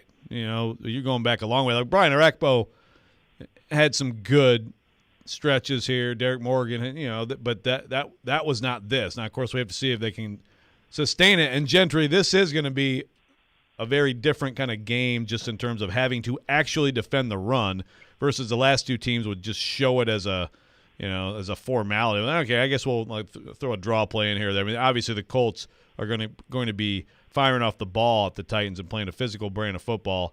What kind of game do you think we're going to see here Sunday? And will you call it? Will you call the division the Titans if they win? Yes to that, but I don't know. It just seems you want to. Whenever this happens with the Titans and they have success, you want to buy in and believe. Okay, this is who they are now. This is an elite team that and then there's just such that background of building hopes up only to let them down that I think there's a real sense of dread about this game and just a lot of concern about what can happen in Indianapolis with the letdown. And I mean, I get that. I think the Colts are a lot healthier than the last time they played. The Colts are obviously going to be up for this game. And you make a good point on the run game. I think they're a lot different than most teams that the Titans have faced. And in some ways, I do think these teams are pretty similar. I think they want to do much the same thing. And I think that's one of the reasons the Colts have had a good bit of success against the Titans. So it's a real test, and it's a different kind of test than the last couple of weeks, because I think you go into those games and you could make a case that the Titans didn't really have a lot to lose going against the Bills and the Chiefs. If you don't win those games, you play well, I don't think it would have been that big a deal. But there are consequences to losing the divisional game against the Colts. It's going to change your whole season. So there's really a lot up for grabs here. It's a different kind of setup, and I don't know what kind of game to expect, honestly. The last couple times we've been to Indianapolis, that game has been nothing like I expected it to be, so that's probably going to happen again. I would say you're probably right. Gentry Estes from the Tennessean has been our guest here on Robby and Rexrode. Gentry, we appreciate you being a stand-up guy today and for your help with Rexrode on Monday as well, coming up. That's right. Yeah. I'll bring some caramels. Yeah. I'll bring some Tom Green video clips. Yeah, we just watched about to go down the rabbit hole, man. Gentry, we appreciate you, man. Yeah, you bet. Take care, guys. Thanks, man. Gentry Estes from the Tennessee and our guest here on Robby and Rexrode. We'll come back. We'll react a little bit to what Gentry had to say there. Take your thoughts on our text line driven by WilsonCountyHyundai.com, 615-737-1025. Attention, men. Have you been struggling with erectile dysfunction? Well, Hillside Medical Clinic has a breakthrough treatment for ED that does not require any pills, injections, or surgery. And right now, Andrew joins me to tell us all about it from Hillside Medical Clinic. Andrew, what's going on? Hey there, and hey guys, if you're out there a little frustrated in the bedroom, turn your volume up. You may want to hear about this major medical breakthrough. Hillside Medical Clinic uses a technology called wave therapy. Gentle pressure waves go into the blood vessels, which causes them to open up and regrow. And you can imagine what that does. More blood flow in the bedroom in this part of the body. No more pills. We're talking spontaneity. We have helped thousands of men get rid of their erectile dysfunction. Andrew, what kinds of clinical studies have been done on the wave therapy technology? Well, that is what is so great, is this is so heavily studied. There are 50 clinical studies posted at hillsidemedicalclinic.com, Cambridge, the Cleveland Clinic, the Journal of Sexual Medicine, Men's Health, and so many others. This has been called the new standard of care for erectile dysfunction. And Andrew, I hear you have a special offer if our listeners call in right now. Yes, a lot of value. If you're ready to regain your love life or just improve performance, give us a call. You'll meet with our doctor free. The assessment exam and blood flow ultrasound will be free. And a gift that is worth the trip. It produces immediate results in the bedroom. Hundreds of dollars, but free to callers now. That's right, guys. You heard it from Andrew. Put a stop to your erectile dysfunction by treating the root cause of the problem. Call Hillside Medical Clinic right now to qualify for that offer. 615-576-5000. That's 615-576-5000. Put a stop to your ED and regain your love life. Call Hillside Medical Clinic right now at 615-576-5000.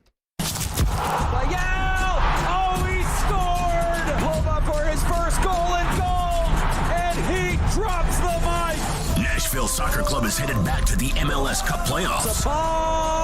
Give them 6. Congrats to the boys in gold. And the Tennesseans are flying into the playoffs. Every moment of NSC magic lives on ESPN 94.9 and the Game Nashville app.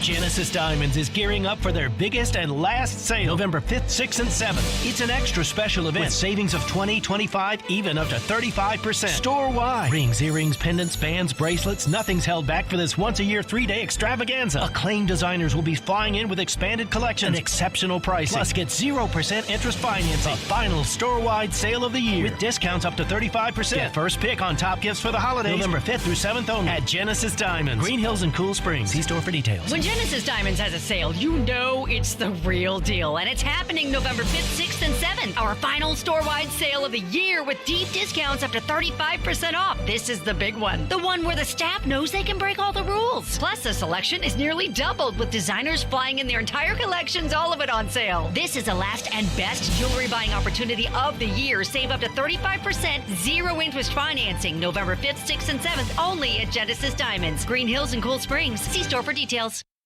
Halloween is here, and that means scary low prices at Electronic Express. Save big on the best 4K TVs from Samsung, LG, Sony, Hisense, TCL, and more. Keep an eye on your kids and your home with smart security from Ring, Arlo, and Night Owl. Appliances are covered with up to 50% off, in stock, and ready to deliver with up to 36 months free financing. Get spooky low prices this Halloween at Electronic Express. We make it happen.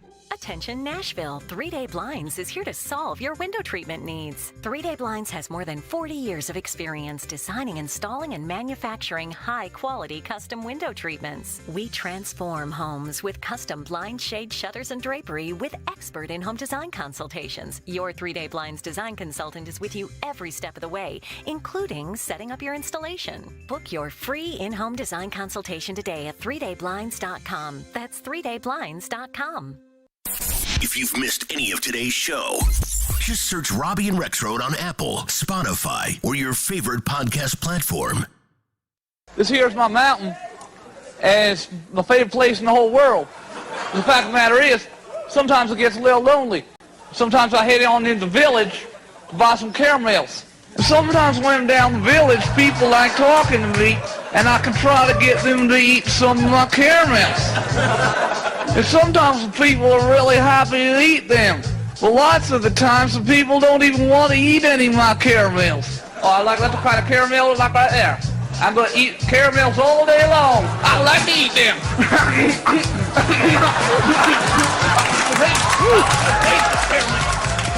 What kind of a rabbit hole has Joe Rexrode led us down here on the program? Like I actually want to go back and watch some Tom Green episodes now. That was hey, that's how you say caramels. Who knew we'd have so much caramel discussion on the show today? That's the first thing I thought of, Tom Green. Creative show. Very creative, colorful show. So Tom Green, very popular show. Then, he married Drew Barrymore, but, for, a year maybe or 6 months or something. He actually had testicular cancer, beat it, but he had, specials about that. Tom Green was very, 20 years ago. Yeah. Very present celebrity. I don't know what he's up to now. Now I want to see what's up. What's up with Tom Green now? I don't know. I have no clue. I have no idea. I hope he's all right. He was funny. I hope he is too. Let's go to our text line driven by WilsonCountyHyundai.com, 615-737-1025, 615-737-1025. Got a texture that says, fun fact, Derrick Henry leads the league in rushing. Jonathan Taylor is second. Yeah, 300 back, but he's second. Yeah. I bet you he ends up second too. Probably so. I mean, just because Nick Chubb, the elite Nick Chubb's very good, but he's hurt a lot. Like a lot of the backs in this league. Well, right now, Christian Jonathan McCaffrey, Taylor. still, yeah. He's probably going to play. But he's on the injury report with rib injury. Yeah. So is Naheem Hines. I knew what you were talking about. Yeah. Yeah. A lot of these top backs in the league get banged up here and there, miss some time. I'm still waiting for Christian McCaffrey to come back. I mean, when are people going to stop drafting him first in fantasy drafts, by the way? Yeah, do we think next year it's Derrick Henry, first overall? I don't know. No, some people went there this year. Yeah. And did Derrick Henry. I mean, I saw one of my coworkers, Tashawn Reed, who covers the Raiders, and he was tweeting last week, why the heck I had a chance to take Derrick Henry number one, didn't do it. I don't think too many people did, but I bet you it is more as long as he continues on like this. Tyler on the text line. Tom Green has a podcast now that is based in Canada. Okay. I'll check it out. There you go. You can listen to it on your drive to Michigan today. You know what we listen to on these long drives is Smartless. You guys ever heard about Smartless?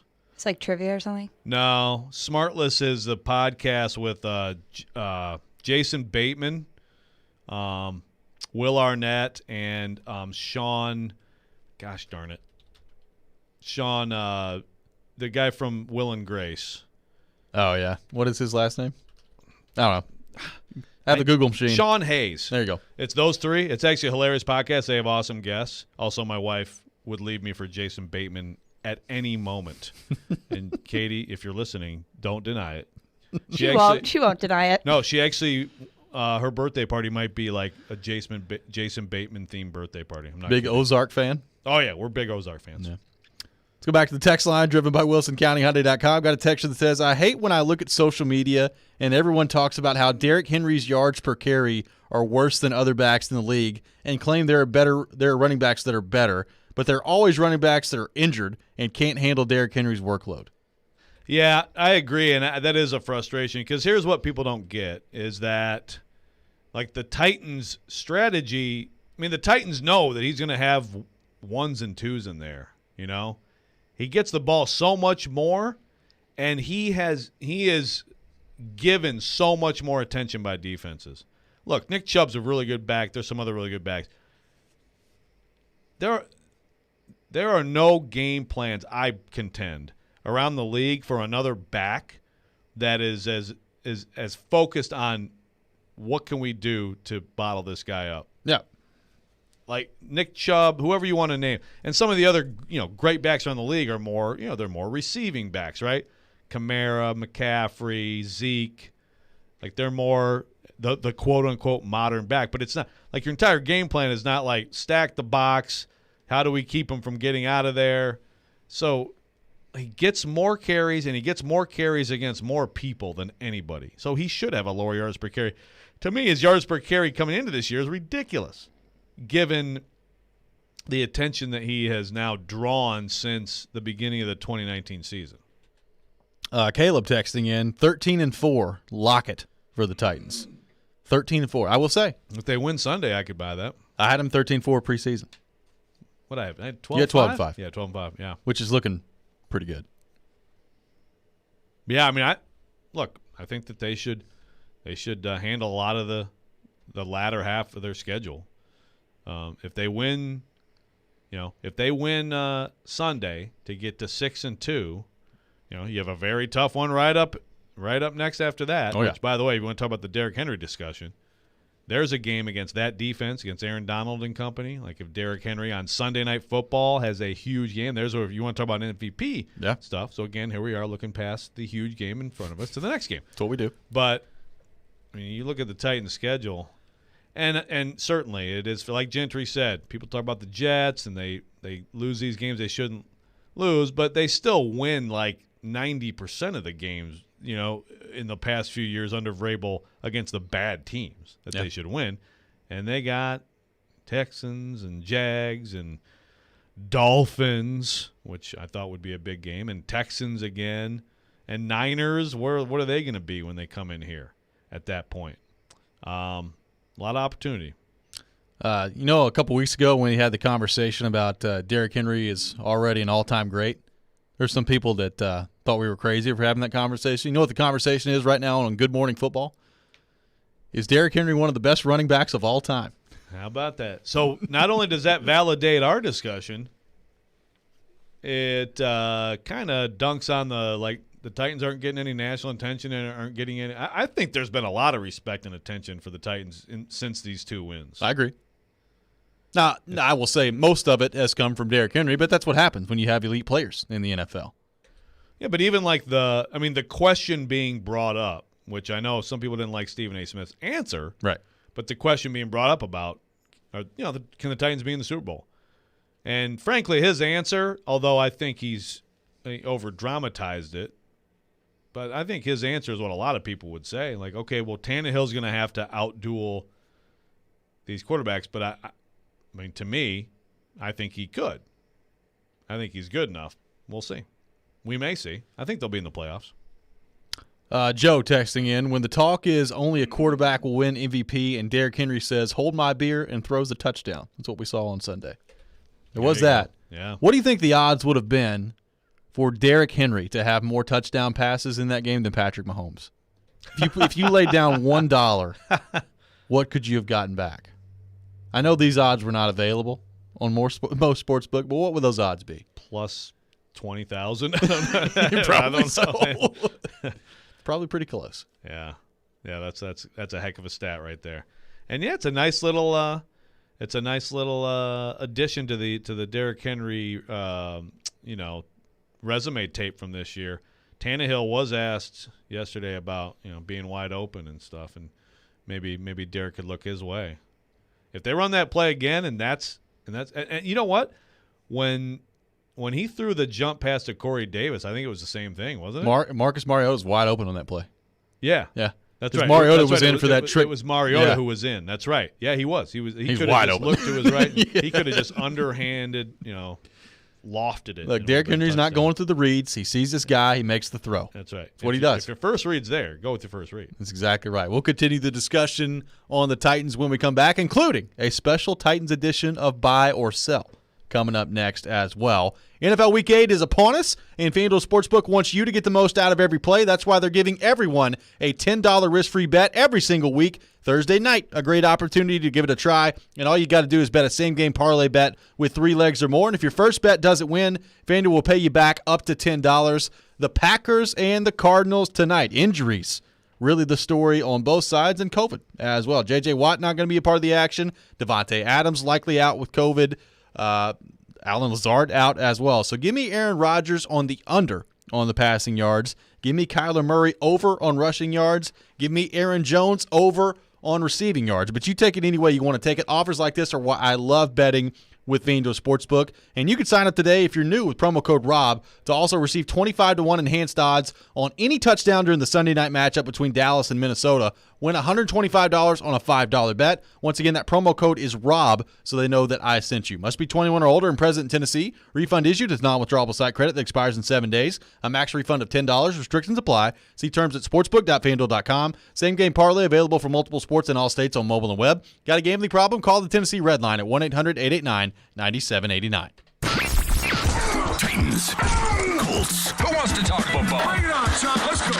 The Two-Tone Blues seeks an AFC South stranglehold. Tune in Sunday at 9:30 for NFL pregame with Jared Stillman, Chris Sanders, and Mark Howard. We'll go inside the playbook. You better believe they're going to come out fired up. These guys aren't used to covering a running back. Live from Corner Pub in downtown, we are Nashville's best sports talk. ESPN 102.5 The Game and the Game Nashville app. Looking for an easy and fast way to start investing in Bitcoin? CoinFlip ATMs will flip your cash into crypto within minutes. Visit coinflip.tech to find your local ATM. Sip and save at Circle K. Enjoy one coffee or fountain drink every day for only $5.99 a month. Sign up in-store. Celebrate Thanksgiving with Social Furniture and save up to 70% off all furniture. They have sofas, sectionals with chase lounge, and recliners that are all push-button electric and wall away. They have all colors to choose from for your comfort watching any hockey game. All of them are plus leather, microfiber, and Chanel's. They have same-day delivery with no down payments and no interest. Forget the big box store. Support local. Support social. Social Furniture is a proud supporter of your Nashville Predators. Nashville SC Stadium is arriving in 2022, and season tickets are on sale now. With just 150 feet between the pitch and the last row, you'll be right there in the action no matter where you sit. If you thought soccer in Nashville was a party already, you ain't seen nothing yet. So come on in, grab a seat, and stay a while as we open a new era of Nashville sports. For more information on season tickets at the new Nashville SC Stadium, visit nashvillesc.com/22ticks. It's not just about being in your community. It's about being your community. Come experience the all-new state-of-the-art Volunteer State Bank, second Murfreesboro location at 2019 Memorial Boulevard. Volunteer State Bank offers personalized services like banking for professionals, free Kasasa checking, the convenience of mobile banking, and the money you need when you need it. Visit one of our 13 locations or online at ballstatebank.com. Real people, real solutions, right here. Member FDIC, Equal Housing Lender. Listen to the MLB postseason on ESPN 102.5 The Game and ESPN 94.9. Brought to you by 312 Pizza Company. 312 Pizza Company is your authentic Chicago-style pizzeria. Head to theGameNashville.com for up-to-date game times.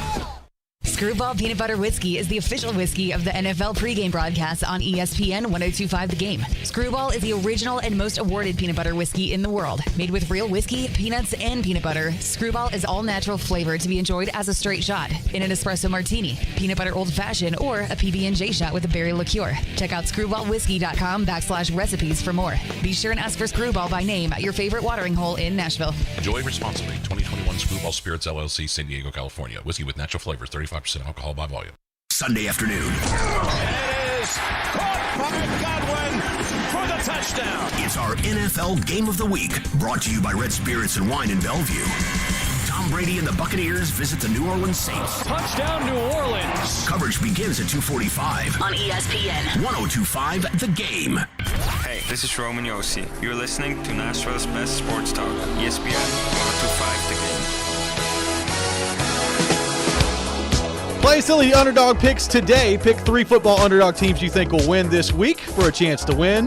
Go to GameNashville.com for more details and to play. Silly Underdog Picks is presented by Volunteer Hose and Gasket. Welcome back in, Robby and Rexrode here on ESPN 102.5 The Game. Streaming live on Twitch, on Twitter, and YouTube today and every day. Our video streaming brought to you by the law offices of Amanda Gentry. Robby and Rexrode brought to you by Volunteer State Bank, member FDIC, Equal Housing Lender. Visit ballstatebank.com to learn more about their free Kasasa checking account. Joe Rexrode putting on the jacket halfway through the show. I love some pumping AC. That's right. On a cold, late October morning. Let's pump that AC in here. Talking Titans, taking your thoughts on our text line driven by WilsonCountyHyundai.com. We will have the best and worst thing in sports coming up in about 15 minutes, so make sure you get a part of that on the text line driven by WilsonCountyHyundai.com, 615-737-1025, 615-737-1025. It's time for a special buy or sell edition for the Tennessee Titans. Joe Rexrode, are you ready for this? Yeah, I'm ready, man. All right. We'll start with Kevin Byard. Buy or sell, Kevin Byard is back to being an elite safety this year. Back to being an elite safety this year. Do you buy or do you sell? Yeah, I'm going to buy. I mean, to me, you know, the reason that you are considered an elite safety is because you make plays. And that's what Byard did. The year he was all-pro, what do you have, 7 picks? Yep. You know, 3 of them came. 8. Okay. 7 or 8. You know, he had a lot of picks, and he got 3 of them from Deshaun Kaiser and company and the Browns in one game. But you know what? He was good. He would have been a good player that year, a good all-around play-by-play, snap-by-snap safety for the Titans. Very good with no picks. But that's what makes you elite is making plays like he did the other day. Look, at that point, if Mahomes has a first down, if they go down and score a touchdown, you never know. It could have been a different game. He comes in, times it up perfectly, rips that ball away with brings the hammer, gets the ball out. Yep. I mean, he's making plays. He just looks more like himself. I think that it's like anything in football. We want to isolate things and guys, like especially quarterbacks. But, Derrick Henry, great player, incredible Hall of Fame career, gets 0 yards if there isn't blocking. So I mean, Byard, I think, was a product of the defense last year and what it was. And I think this year his improvement, you can trace it also to some things being better around him. But the bottom line is his job is to make plays like that, and he's doing it. So buy. That was a long way to explain my fine. Buy on that. That's fine. I'm all about explanation here on the show. All right, buy or sell, Derrick Henry will get 2,000 yards again this season. He sits at, what's he at right now? 896, I believe is where he is. So here we are, 7 games in. Derrick Henry will get 2,000 yards again this season. Do you buy or do you sell? Sell. I think there's a few different reasons. One of them is I actually think there's a pretty good chance here that the Titans have a game or two that doesn't mean anything at the end of the season. By the way, 869, not 896. Nice. There you go. You're right in the ballpark there. Thank you. I think that will, and you just can't. I'm sorry, but you can't. As incredible as that history would be, if you're Mike Vrabel and these coaches, you can't even indulge that. You can't think about it for a second. And I think the way things are going now, granted, if the Colts win Sunday, then that makes that less likely. That makes it more likely that we're going to be talking about a race throughout in the AFC South. But I actually still like the Titans' schedule better than the Colts after that. And I think there's a chance that he doesn't even see the field at Houston. You know what's funny? We were talking about how they play Houston every year, and it's gone well for them. It's wild to think, though, isn't it? 2 years ago. That 2 years ago it was Houston sitting Watson and them because they had locked up the division. Yeah. Still went well for the Titans in that game. It did. It went well for a team that was just like, yeah, sure, go ahead. And then now it'll go well because they're terrible. So I'm going to sell. I think that there's going to be a few other weeks, too, that are like last week where the opposing team does a good job and the Titans take advantage through the air. I think you're still going to see teams say, we can't let him destroy us. So I'm still going to focus on that. Maybe at some point, D coordinator's like, actually, you know what? I'm sick of A.J. Brown and whoever else victimizing us. But for now, it's all about stopping Derrick Henry. I'm buying it. He gets to 2,000 yards. Really? I'm buying it. I think he's got a couple more big games left. And by big games, I mean 200 or more, I think is on the table for Derrick Henry coming up. That's what it's going to take. And he may. That perfect, the Jags game here or the Texans game here, something like that. Some of those teams late in the year that are just playing out the string, or the Dolphins come in here and they really want to deal with him in December. Right. That's where your buy will come true. I think he gets there. I think he gets 2,000. I think he does not break the all-time rushing record. I don't think he gets 2,105, but I think he'll get 2,000. So I'm throwing it out there, putting it on the record right now. It'd be incredible. All right, buy or sell. Harold Landry has turned into an elite pass rusher. An elite pass rusher. Do you buy or do you sell with Harold Landry? See, with something like this, I need the definition. Okay. What does that mean? I mean, you feel comfortable that Harold Landry is an elite pass rusher both Top now and moving into the future. Let's say, I mean, right now he's like number one in a lot of categories, but we'll go top 10. Harold Landry is a top 10 pass rusher. First of all, as far as moving forward, look, I mean, the guy's young and getting better, and he's been nothing but – this is why the contract year stuff with him, we talked about the other day when someone said that on the text line, I kind of reject that because he's been a hardworking, available, high-effort, high-motor guy all along. He's improved his technique and his execution. So I think, like, the next few years look really good for him. Is he – I guess I'll buy on the impulse, but now I need to. It's kind of like quarterbacks. You're like, yeah, Tannehill's top 10 quarterback or whatever, and then okay, let's start listing people out. Right. So I need to, like think in terms of who are the best. I mean, obviously you think about people. Well, Von Miller is back now. Yep. And he's healthy. Okay. Obviously you think of Khalil Mack and Bosa, Garrett, both Bosas, Garrett, TJ Watt, TJ Watt, Chase Young, DeMarcus Lawrence, Shaq Barrett, Danielle Hunter. And I think he's – I mean, Harold Landry's been better than some of those guys this year. He has been. Now, again, 7 games. Right. Yeah, I'm going to change to sell. I don't think he's a top 10 pass rush edge guy in the league. I mean, what about Big Z from the Packers? Like, who would you take right now? Would you take Zadarius Smith or would you take Harold Landry right now on your team? I would take Harold Landry.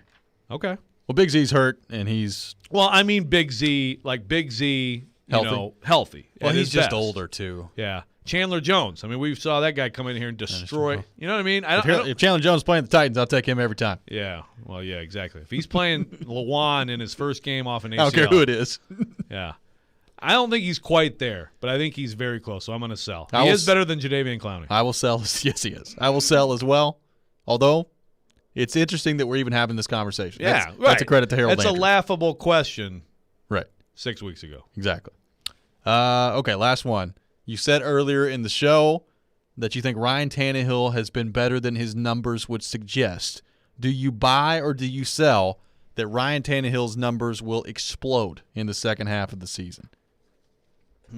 See, again, another E word that I need. You take it any way you want to take it. I'll buy. I'll buy that he'll have some big days. Yeah, I mean, he's going to have like a 350 and 3 touchdown day coming up here. It's going to happen. And honestly, had the Chiefs just decided to show up offensively, what would Tannehill's numbers have been? He could have Sunday? thrown for 400 on Sunday. Easily. I mean, easily. Like if they had been pushed to keep going offensively and keep scoring, I think he would have absolutely lit them up. So yeah, I do buy that. He's going to have much better numbers in the second half.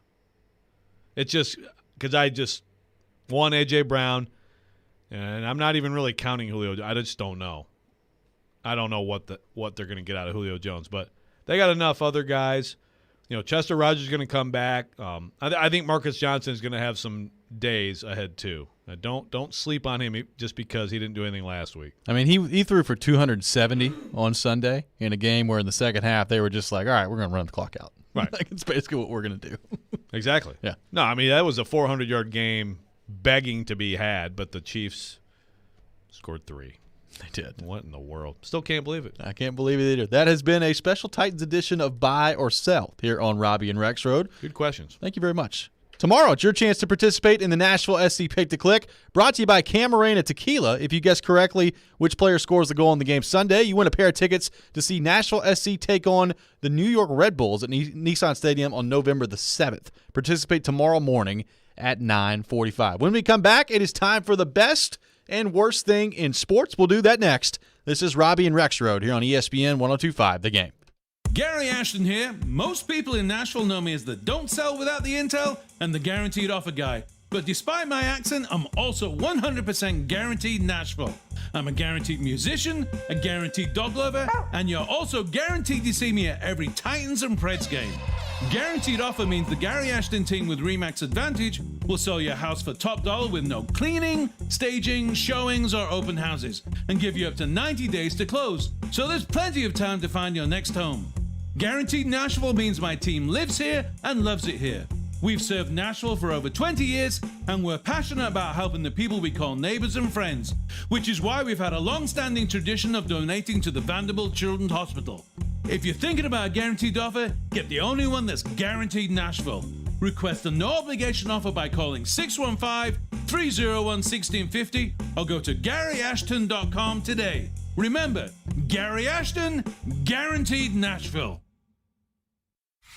Winter's a bad time for your furnace to go out, but it's never a bad time to call Lee Company. Our heating and air conditioning pros are available 24/7. No heat? Don't wait. Call Lee Company now at 615-567-1000. Our expert technicians will diagnose the issue and fix it right the first time. When you're cold, you need someone you can count on to bring the heat. Call Lee Company now at 615-567-1000 or visit leecompany.com.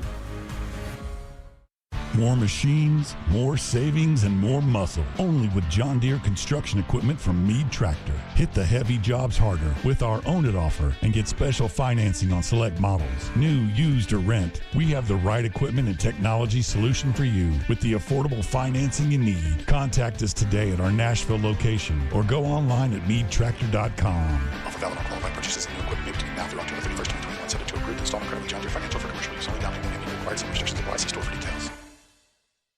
Hey, Darren McFarland here, and let me tell you about my friends at Curacion CBD.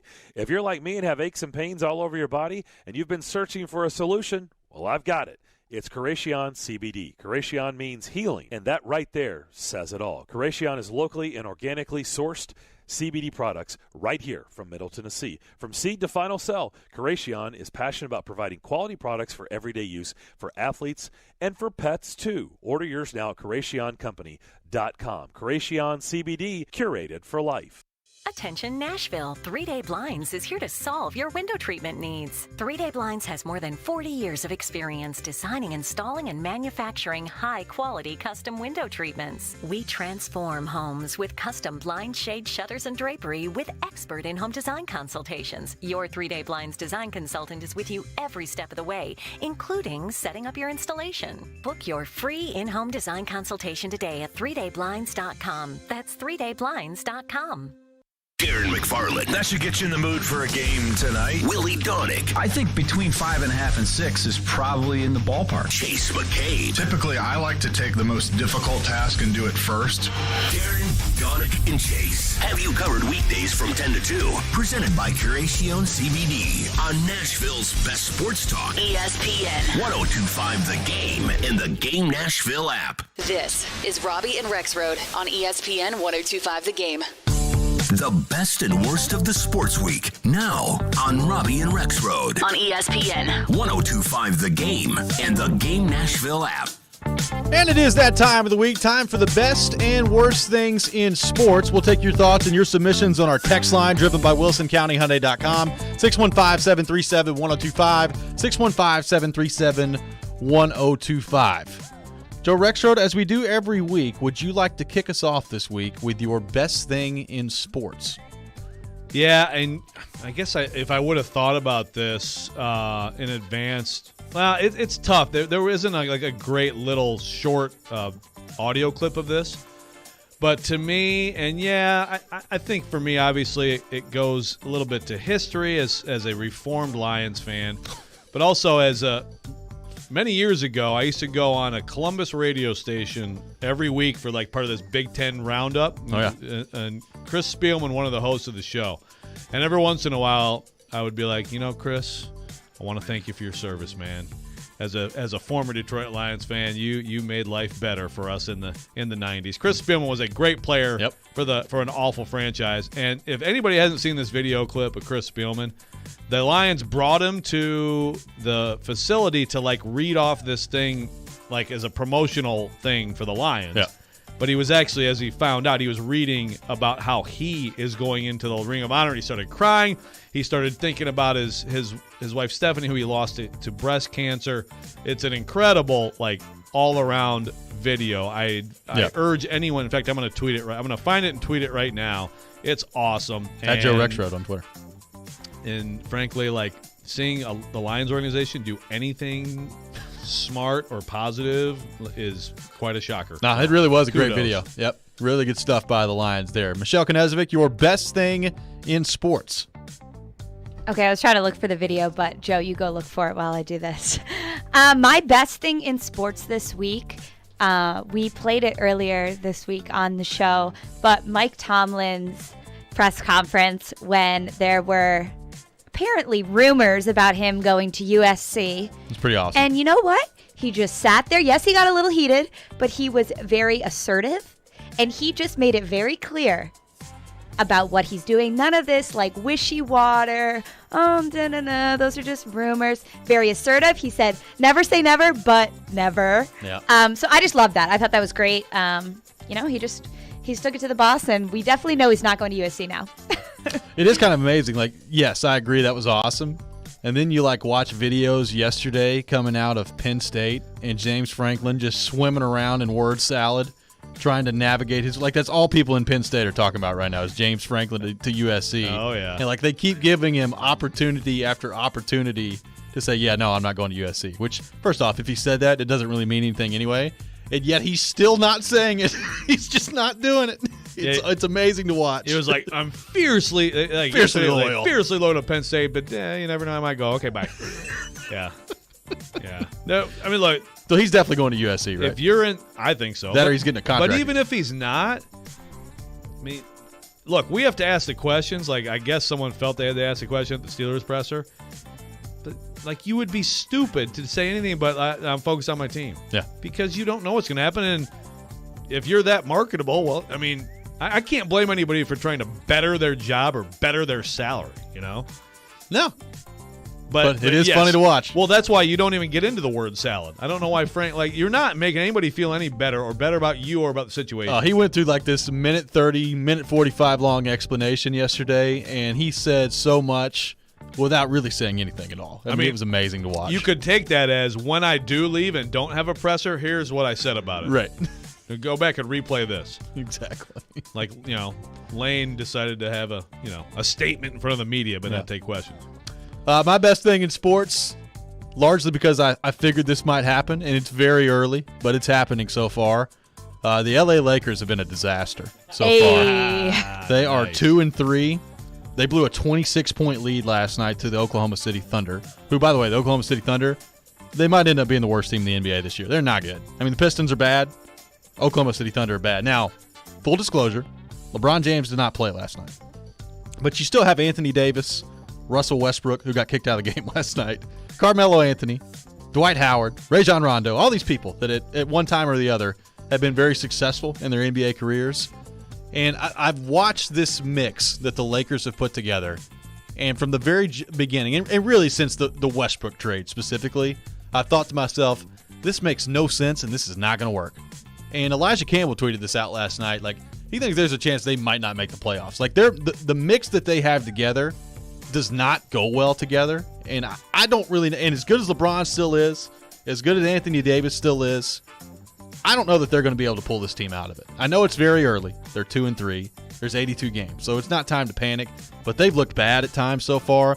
You already had Anthony Davis and Dwight Howard getting in like this wimpy shoving match on the sideline last week. Egos. It was, I mean, it's just, I anticipate disaster with the LA Lakers, and so far we've seen it, and I've enjoyed it. Me too. I hope you're right. I don't know. We'll see, but man, LeBron James, you know what you put around him? You put shooters around him. Yeah. You give him shooting. You don't give him Russell Westbrook. 11 turnovers last night, I think. Russell. Doesn't make sense. So, by the way, the Golden State Warriors 4-0. That's a good best thing. I know. That's my runner-up for best thing. Miami Heat 3-1. The Dubs, baby. Miami Heat have taken down the Bucks and the Nets. You better watch out for Miami Heat. Miami Heat, baby. That's all I'm saying. I like all this early NBA season overreacting. That's right. Joe Rexrode, your worst thing in sports? Well, it's certainly the Blackhawks situation. Yeah. And honestly, I mean, the three of us should probably take different angles of that. I have no idea what you guys are going to do, but just I think some of the comments afterward, and I think I am particularly bothered by Joel Quenneville and how that all went down. Coaching won't take questions. He's meeting with the commissioner today, and just that entire situation. I think he was the guy who really could have changed this entire thing and didn't. I understand there's other people, Stan Bowman, a lot of other people who are culpable here. But the head coach, the video coach, he knew.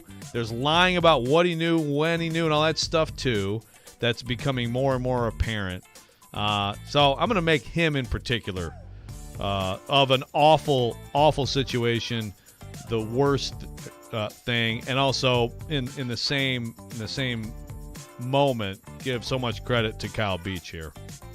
Michelle Knezvik, your worst thing in sports? So I was going to go with the Blackhawks situation, but I figured one of you would.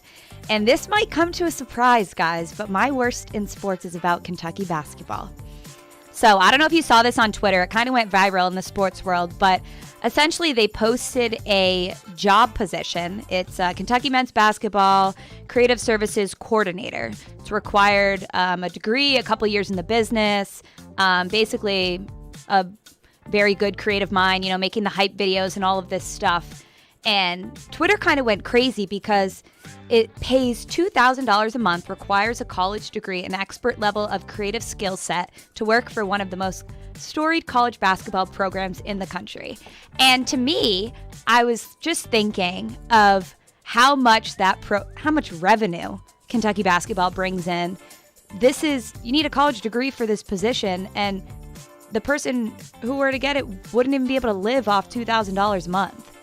I mean, that's before taxes, you know what I mean? So, I don't know. I think sometimes these entry-level positions, programs like this take for granted that anybody will take it, but it's narrowing it to a specific group of people who can afford to do that. Maybe their parents can help them or things like that, but kids who actually could be amazing at that job don't have the extra support, and I thought it was awful. So, yeah, that's my... That is incredibly low.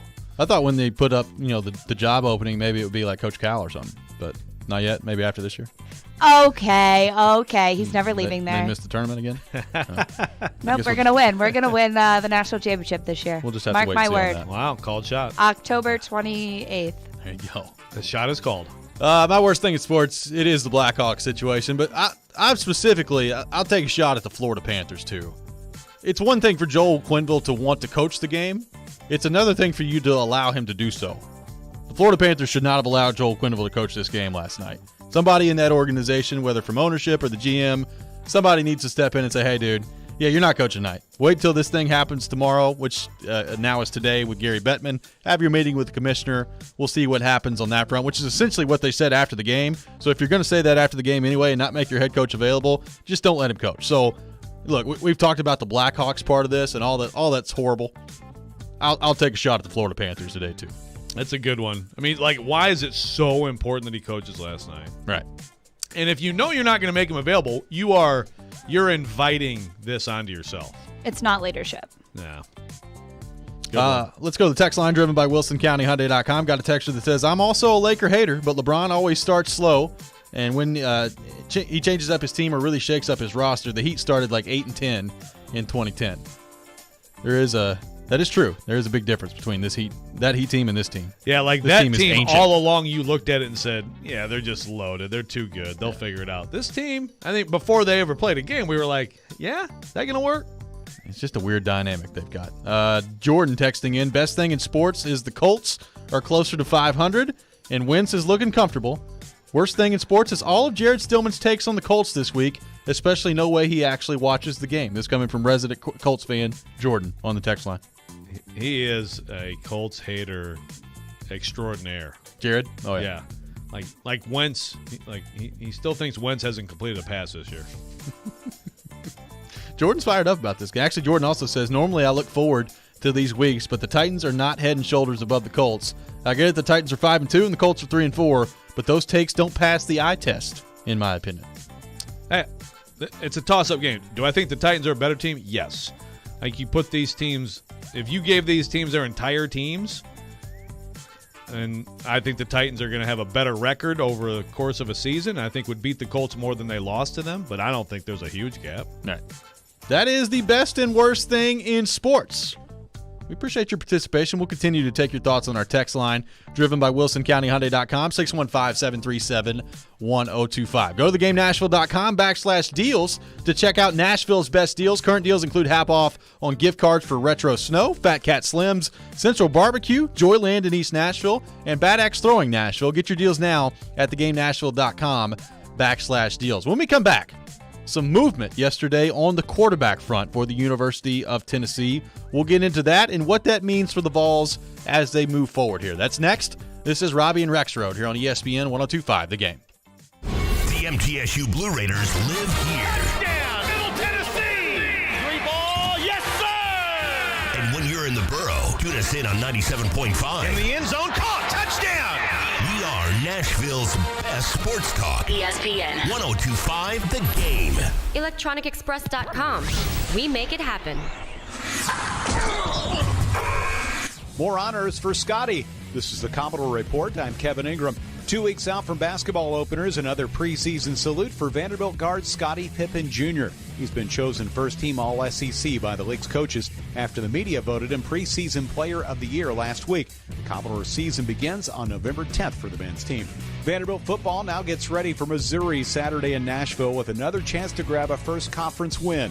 Asked about the quarterback situation at his weekly press conference Tuesday, Coach Clark Lee said Mike Wright remains the starter, with Ken Seals still getting back from injury. We'll see where Ken's at this week. He remains week to week. Wasn't able to go last week, so again, Mike was a starter, and that remains the same until Ken shows us that he can perform. Once he does, it's just a matter of how quickly he's to 100%. Jeremy Musa is the backup after throwing his first passes as a Commodore last week. Missouri is 3-4 on the season, coming off an open week kickoff 2 o'clock Saturday.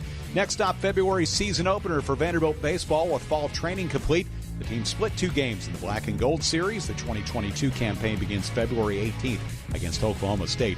Men's golf wraps up the fall season with the third-place finish at the Williams Cup over in North Carolina. Vandy's Gordon Sargent and Reed Davenport tied for 8th at 1 under par for the 3 rounds. And Vanderbilt women's soccer hits the road for tomorrow night's regular season finale against Georgia. Commodores 4-4-1 in SEC play, sitting 8th in the standings. That's the Commodore Report on 102.5 The Game and ESPN 94.9. 102.5 The Game has your chance to win Preds tickets all month long. Just post a picture of your radio dial set to 102.5 The Game on social media and tag the game and use hashtag TicketDash to be instantly qualified. All brought to you by Social Furniture. Shop local. Shop social. Kitchen Notes in the Omni Nashville Hotel is one of Nashville's favorite places to dine, serving up their award-winning menu items again. Kitchen Notes is renowned for their Southern-inspired dishes with a contemporary twist. Their breakfast features the popular Music City omelets, sourdough pancakes, cast iron waffles. Plus, everyone knows that their Sunday brunches are the talk of the town. Lunch menu items include smoked prime rib, chicken hash, and the Kitchen Notes legendary shrimp and grits. Kitchen Notes is open Thursday through Sunday at 7 a.m. till 2 p.m. Men, what if I told you that now you're able to get testosterone replacement therapy in the comfort of your own home? No more weekly trips to the doctor's office. We come to you 7 days a week, 12 hours a day. Be seen by a licensed medical professional in the privacy and comfort of your own home or office. You decide. Schedule your appointment today at CoolSpringsMDformen.com.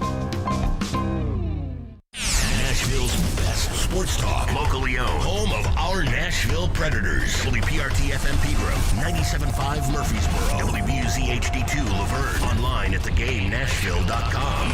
We are ESPN 102.5 The Game. Live. It's Robby and Rexrode with Robbie Stanley and Joe Rexrode on Nashville's best sports talk. ESPN 102.5 The Game and the Game Nashville app. Welcome back in. Final hour of Robby and Rexrode here on ESPN 102.5 The Game. Brought to you by Volunteer State Bank. Real people, real solutions right here. Remember, FDIC, equal housing lender. Robby Stanley alongside Joe Rexrode, Michelle Knezovic here with you on this Thursday morning in Nashville, Tennessee. Going to be joined by Hal Gill a little bit later this hour at 9:30. We'll get his thoughts on the Predators looking ahead to this weekend coming up then. Joe, some news yesterday on the quarterback front for the Tennessee Volunteers. I don't think this is a big surprise. We knew it was probably going to happen eventually, but yesterday it was official. Harrison Bailey putting his name into the transfer portal, coming out with a statement on social media, says, quote, "Dear Tennessee, thank you for allowing me to pursue my academic and athletic career here at this prestigious university. I'd like to thank everyone that's helped me develop into the person I am today on and off the field. To my brothers, I love you guys. We made a lifetime of memories over the last few years. Thank you for always supporting me through thick and thin. It's with a heavy heart I would like to announce I'll be entering my name into the transfer portal and exploring other opportunities," end quote. That coming from Harrison Bailey. Joe Rexrode, your reaction to this. Are you surprised that it's happened in the middle of the season? What are your thoughts on Harrison Bailey entering his name into the transfer portal? Yeah, it's interesting. I mean, I guess it kind of reads to me like someone kind of holding out, waiting to see if, he might get an opportunity on the field, and then ultimately figuring, no, it's not going to happen. So I guess it makes sense. I mean, look, in this whole quarterback movement world, I mean, the transfer portal is for everyone, and it's full of everybody. But especially with quarterbacks, it's not necessarily a bad thing to identify yourself for other programs. Say, I'm going to be out there, guys. Yep. I mean, it's competitive to find a good landing spot. Now, we've seen, look, Jarrett Garantano, who obviously had a lot more struggles than good times at Tennessee, still was able to, get in there and have a chance to start for a Power 5 team after last year. So, I mean, I think there's going to be a lot of interest in Harrison Bailey, but I don't think anybody like this is zero surprise to the coaching staff. I would think zero surprise to Tennessee fans. And honestly, we've just seen so little of Harrison Bailey. You have to trust. Although I understand that Joe Milton beat out Hendon Hooker, so I guess you could look back and say how. But I think you have to trust Josh Heupel in terms of evaluating quarterbacks, quarterback play, and what he has and doesn't have in a quarterback. I think had Harrison Bailey been the clear best QB in the roster, I think he still could have been okay in this offense. I don't know that he could be a very good quarterback somewhere. But Heupel knows what he wants, and I do think QB run game, as we've seen with this offense, is hugely important, and that's just not really something Bailey brings much of. So it'll be interesting to see where he goes. And, of course, the Tennessee QB room is strapped, but, again, that's just business as usual in college football today. Those quarterback rooms just disappear. You got a quarterback in every class. And then at some point, a lot of times you'll have like two dropping out that were around the one guy who clearly is a starter. And I think Joe Milton very likely could be following him out the door. Yeah, I mean, look, I think it's pretty clear Harrison Bailey is not a fit for this offense. I mean, Josh Heupel's offense, as you said, yes, throwing the ball is important and throwing the ball deep. Obviously taking the deep shots, they're not afraid to do that. But the quarterback run game is also important. And there's a pretty clear pecking order in the mind of Josh Heupel at this point, and it was Hendon Hooker number 1, Joe Milton number 2, and Harrison Bailey number 3. I mean, Harrison Bailey, he did get in one game this year against Tennessee Tech. Quite frankly, didn't look very good against Tennessee Tech in the time, and some of it was just the throws that he made, but some of it was the offense. It just kind of looked awkward with him out there running this offense. So, I don't know what this means for his long-term future.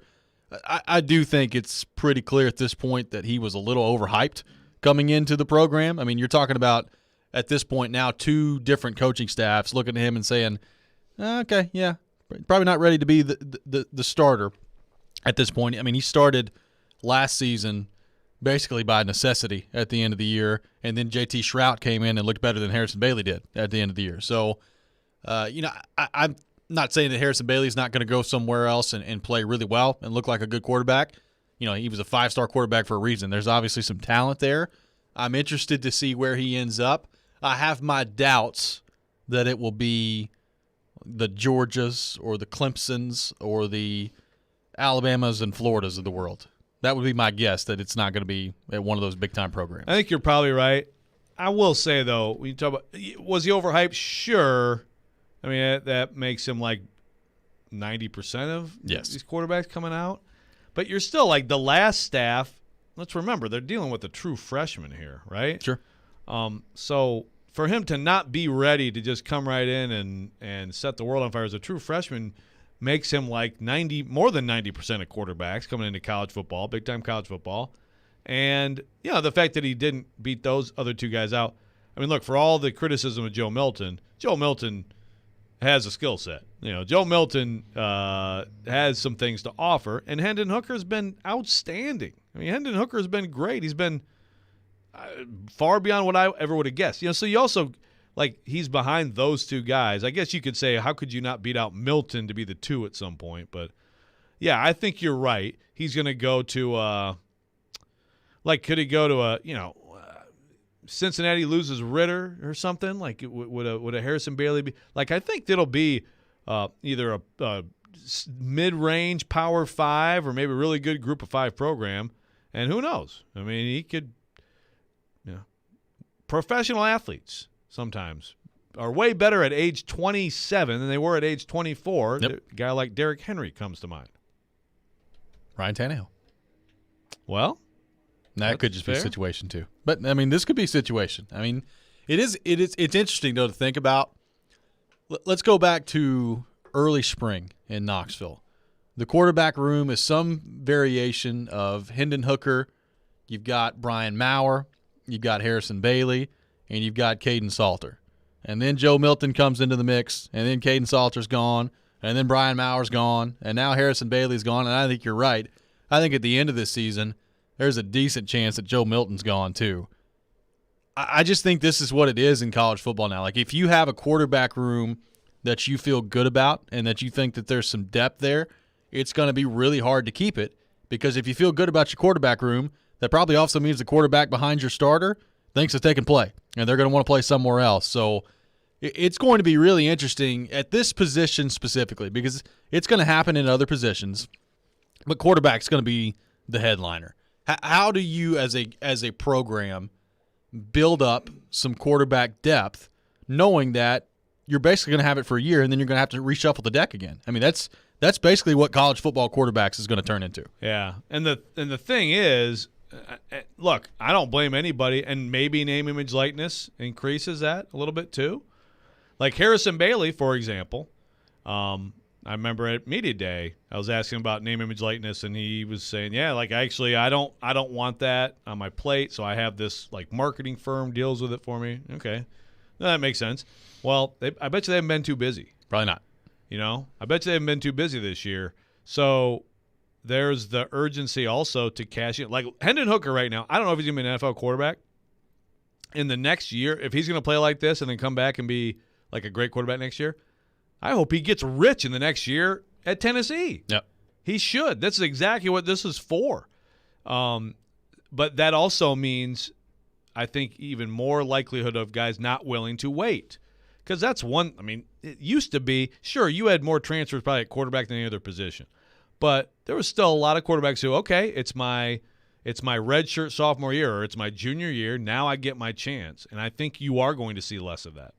Oh, I think so too. And now the question becomes, like, if you're Josh Heupel, you're trying to figure out the quarterback of the future. Hendon Hooker's got another year left, and I would assume, like, Hendon Hooker's not going to the NFL after this year. He's probably coming back. Would be my guess. I mean, I could be wrong, but that'd be my guess. Actually, I need to, start looking. Like, I am really curious to see, how he's perceived right now, if it's changed. But, yeah. I mean, I would assume he's back is the likely scenario. And then he's your starting quarterback a year from now. You do have a recruit coming in he'll unless something happens off the field like we saw this past spring, will be on the roster. Yeah, I mean, if you're Tennessee, you're looking right back at the transfer portal this offseason and trying to get some quarterback depth that way. And that's probably going to be a yearly thing for college football coaches. Yeah, and also so last year in the portal, who knew who might win the job? Hendon Hooker's already in here from the last staff, then Milton comes in and all that. But I mean, if Tennessee wants you now in the portal, they want you as the backup. 2. So who are you going to get for that? I don't know. It's going to be a true freshman backing up Hendon Hooker. But the thing still remains, like, all it takes is one injury, and you're in there as the quarterback. But it's tough to have that mindset coming in. Right, exactly. So, it's going to be, I believe, a true freshman backing up Hendon Hooker next year. It's not ideal. Speaking of the Vols, no game for the Vols this weekend, so a big weekend for recruiting for Josh Heupel and company. How is the recruiting going for this group as Chase McKay pokes his head in, and how can Josh Heupel make this better as they continue to move forward here? We'll discuss that coming up next. Make sure you join Stars for this year's Cheers the Night Unplugged event on Wednesday, November the 3rd at Marathon Music Works. This year's lineup is incredible, featuring Gordon Kennedy, Charles Eston, and Danny Flowers, with a special presentation of the Troy Gentry Compassion Award to the Young Fables. To learn more and to register, go to starsnashville.org. This is Robby and Rexrode here on ESPN 102.5 The Game.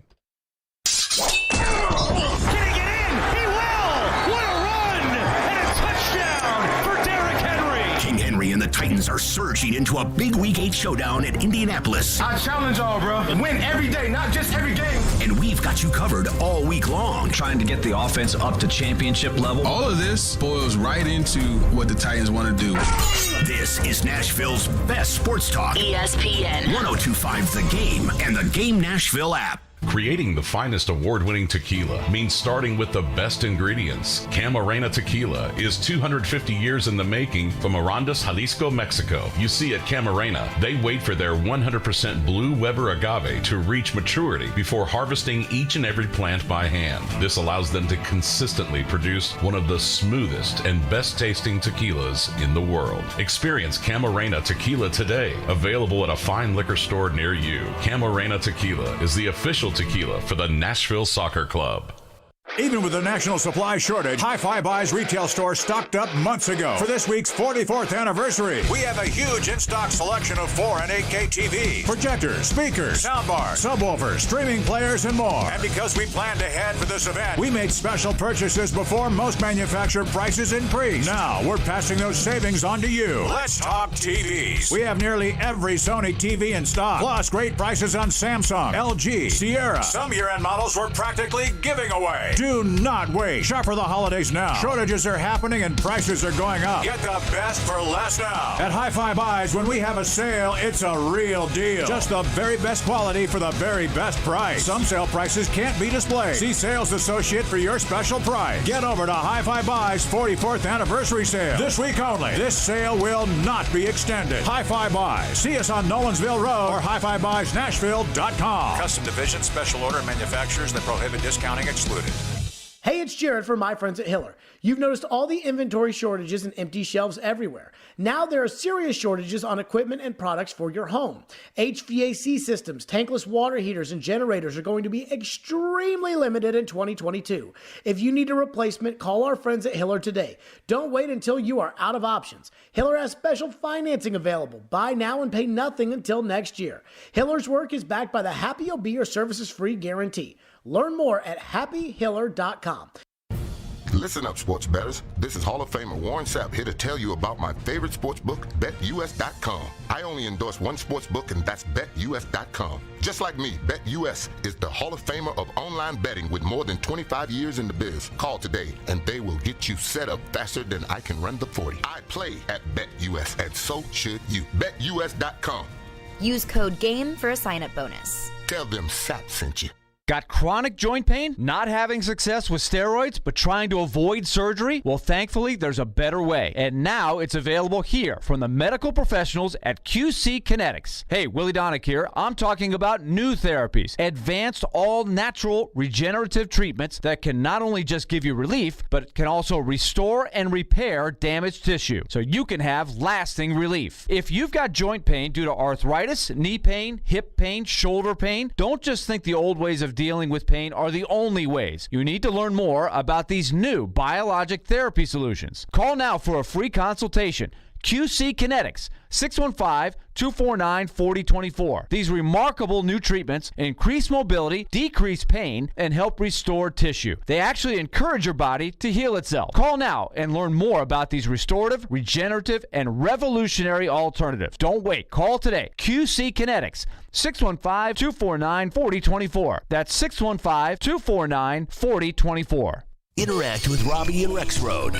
Call or text the show at 615-737-1025. Driven by WilsonCountyHyundai.com. Don't miss Nashville's best NFL pregame show live from Corner Pub downtown this Sunday. The NFL pregame show features Mark Howard, former Titans wide receiver Chris Sanders, and myself, Robbie Stanley. Join us from 9:30 to 11:30 a.m. live at Corner Pub downtown at 151 5th Avenue North, prior to the Titans taking on the Indianapolis Colts.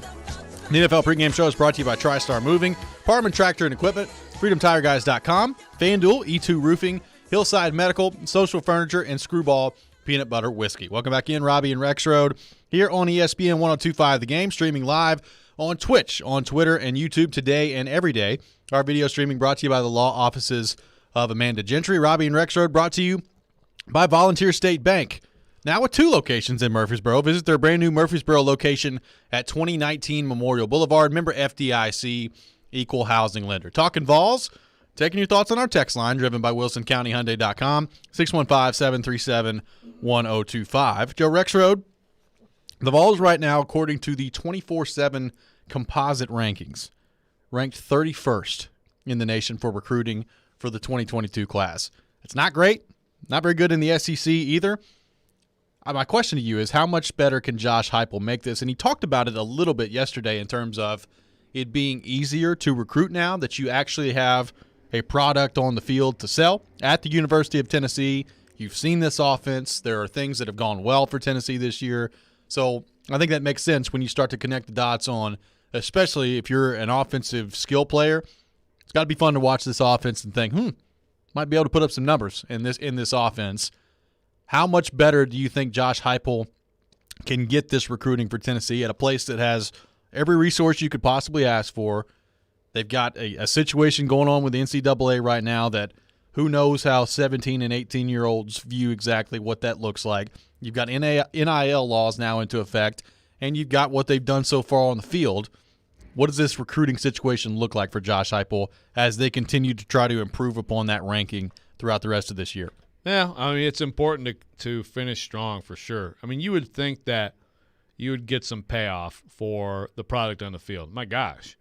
The product on the field and the scene around the field, any of those recruits who, and they had a lot, who went to those games, particularly the Ole Miss game, that's got to be alluring, right? That's got to be intriguing to a prospect. The offense has got to be intriguing. Frankly, if I'm a defensive player watching what Tim Banks did with those guys, that's one of those things where it's like, really like how they play. They're aggressive. They lead Power 5 schools in tackles for loss. Also, I can see some opportunity for myself because they're not ultra talented. So I think there's a lot to offer. I think the season has to be a big help to Tennessee. And also, usually, and I think you could go back, I don't have it in front of me, but go back to Butch Jones's second class, go back to Jeremy Pruitt's second class. Usually that's first full class where you have the full time to, to recruit, also to get to know the class and all that stuff and get to know your program and how it all works. Usually that second class / first full class for a coach is pretty good. Yep. If you got things going. And Tennessee, for all of its lack of success, has had some very good recruiting classes per the rankings over the years. Now, we can also look back at some of those classes and say, gosh, that was an overrated class. Or, gee, when you lose 75% of your class, what does it matter, right? Or you don't develop 60% of the class. That's the other thing, not developing guys. You look around and, Marquez Callaway is the number 1 wide receiver in the NFL. Alvin Kamara, although he was good at Tennessee, is one of the best backs. Callaway was too. He was good. Yeah. Yeah. Yeah, for sure. Or not. Maybe that's more like not utilizing guys as much or as well as they should be utilized. Look, the knock on Heupel in a small sample size was that UCF's recruiting did not capitalize on what they had done under his predecessor. Yep. But it's still just hard to take that to this situation because it's just so different at Tennessee. It's harder in a lot of ways, too. It's what's difficult is when you come in right away, one, total negativity, not just the NC investigation, but just total negativity around the program. Oh, yeah. And even, look, I mean, people pile on Tennessee when they get a chance at times nationally. I mean, I understand Tennessee fans being mad, like Pete Thamel, for what he wrote after the Ole Miss game, because it's just like, is it the worst fan base in sports? I don't know about that. But there's negativity. People do take their shots. There's the investigation. There's the continued, as success continues to not happen, I think it does get more difficult. But at the same time, like you just said, you have a ton to offer. So ultimately this is going to tell the story long term for Josh Heupel of whether he can get this team to compete to be in Atlanta or not. Right now, I'm still withholding too much judgment. Yeah, I mean, I like a lot of what I've seen from Josh Heupel in terms of on-the-field decision-making, play calling, getting the best out of players that they have. Like, I like a lot of those elements so far with Josh Heupel. The biggest question I had when he was hired was, I mean, can this guy recruit? And, so far you look at the recruiting, it's not good enough to consistently compete at an SEC level. I mean, it's just not so far, especially given where a program like Tennessee wants to compete. Now, I think it's also premature to just say, you know what, that's what this is going to be under Josh Heupel and he can't recruit. I mean, I think you've got to give him some time to really build his program, get a better look at what the offense is going to look like, try to move away from the negativity that I think largely is still there, not only just around the program, but I mean, there has been a perception about Tennessee, both off the field and on the field, for the last decade of it's just kind of an average place and an average program. And, there's a belief among the fan base, especially those that have watched this for a long time, that it's not. It's more than that. It's above average. And you're trying to create that experience for 17, 18-year-olds making a decision on where to play college football. So there's a lot of work that Josh Heupel still has left to do. At the end of the day, am I going to judge him on his 2022 recruiting class? Probably not. Once we start to move into 2023, 2024, that's when I think you really start to take a look at what you've got there. But I do think this is an opportunity as they move ahead here, especially if you can have a good showing against Kentucky. If you don't just get totally eviscerated by Georgia and you end up 6-6, maybe in a bowl game, maybe not, see what happens there. I think there's still a chance here for the first season of Josh Heupel where you can look back on it and say, that actually went pretty well. Well, I agree. And I totally agree on the class, whatever it is, you're not going to have a big judgment. I will say that it would be good to see them move up from, what are they, 12th in the SEC right now? Yeah. Like have a finish here and get some scores. It's not just the negativity and everything coming in with Heupel. Like, you got to put it in the context of he also comes in at a time when Kentucky is a very solid program that is doing recruiting things. I mean, Mark Stoops has gone into Ohio and done things that no one would have guessed. And he comes in here and gets a couple of kids that I think normally, those twins, I think normally those are Tennessee locks. Yep. So, I can't put that on Heupel. He comes in and it's like all these hat day announcements, and it's like the dude's been here, a month. Right. But it also kind of illustrates the challenge. He is coming in. The situation gets worse and worse with each coaching failure. So it's got to be a long-term thing in stability. And over time, we'll see if maybe the knock is true and he just can't recruit at that level. And if that's the case, then I think you're going to be looking at a lot of 7-5, 8-4 fun-to-watch teams. Do you want to win a pair of tickets to see Manchester Orchestra at the Ryman Auditorium on Wednesday, November 17th? Head on over to YouTube and subscribe to the 102.5 The Game YouTube page, and you'll enter for your chance to see Manchester Orchestra live. Once you subscribe, email us at promotions@cromwellmedia.com. Once again, that's promotions@cromwellmedia.com with your YouTube handle. One winner will be chosen on Monday, November the 1st. When we come back, we'll be joined by Hal Gill, Preds radio analyst, get his thoughts on the team as they head into a big matchup this weekend against the New York Islanders. That's next. This is Robby and Rexrode here on ESPN 102.5 The Game. Saturday afternoon. That's up for Yossi to score. Tic-tac-toe. Roman Yossi. Roman Yossi and the Nashville Predators welcome the New York Islanders to Bridgestone Arena. Pre-game at 11:30. Face-off at 12:30. On Smashville's best sports talk. ESPN 102.5 The Game and the Game Nashville app. Football is here, Titans fans. With 5 locations throughout Middle Tennessee, it's easy to find the perfect corner pub to meet up with friends and family to cheer on your favorite team. Brunch it up this Sunday in Cool Springs and head downtown and watch the Titans on the 50-foot LED screen, where we'll be live on location with Jared and friends. Stop into any location for game day food and drink specials. Corner Pub, your local family-friendly sports bar, located in Brentwood, downtown Nashville, Bellevue, Cool Springs, and Franklin. The neighborhood meets at the corner. It's not just about being in your community, it's about being your community. Come experience the all-new state-of-the-art Volunteer State Bank, second Murfreesboro location at 2019 Memorial Boulevard. Volunteer State Bank offers personalized services like banking for professionals, free Kasasa checking, the convenience of mobile banking, and the money you need when you need it. Visit one of our 13 locations or online at ballstatebank.com. Real people, real solutions, right here. Member FDIC, Equal Housing Lender. Hey, it's Jared Stillman. Guys, are you tired of feeling old? You know that feeling. You don't have any energy. You're gaining pounds. Well, guess what? My friends at Invigorate Health are the ones to help you. They don't just focus on one area of the aging body. They take care of all of it with so many different therapies that can restore your vitality and are designed with you specifically in mind. So give them a try. Invigorate Health if you want to feel young again. Out in Mount Juliet at 615-288-4777 or InvigorateHealthTN.com.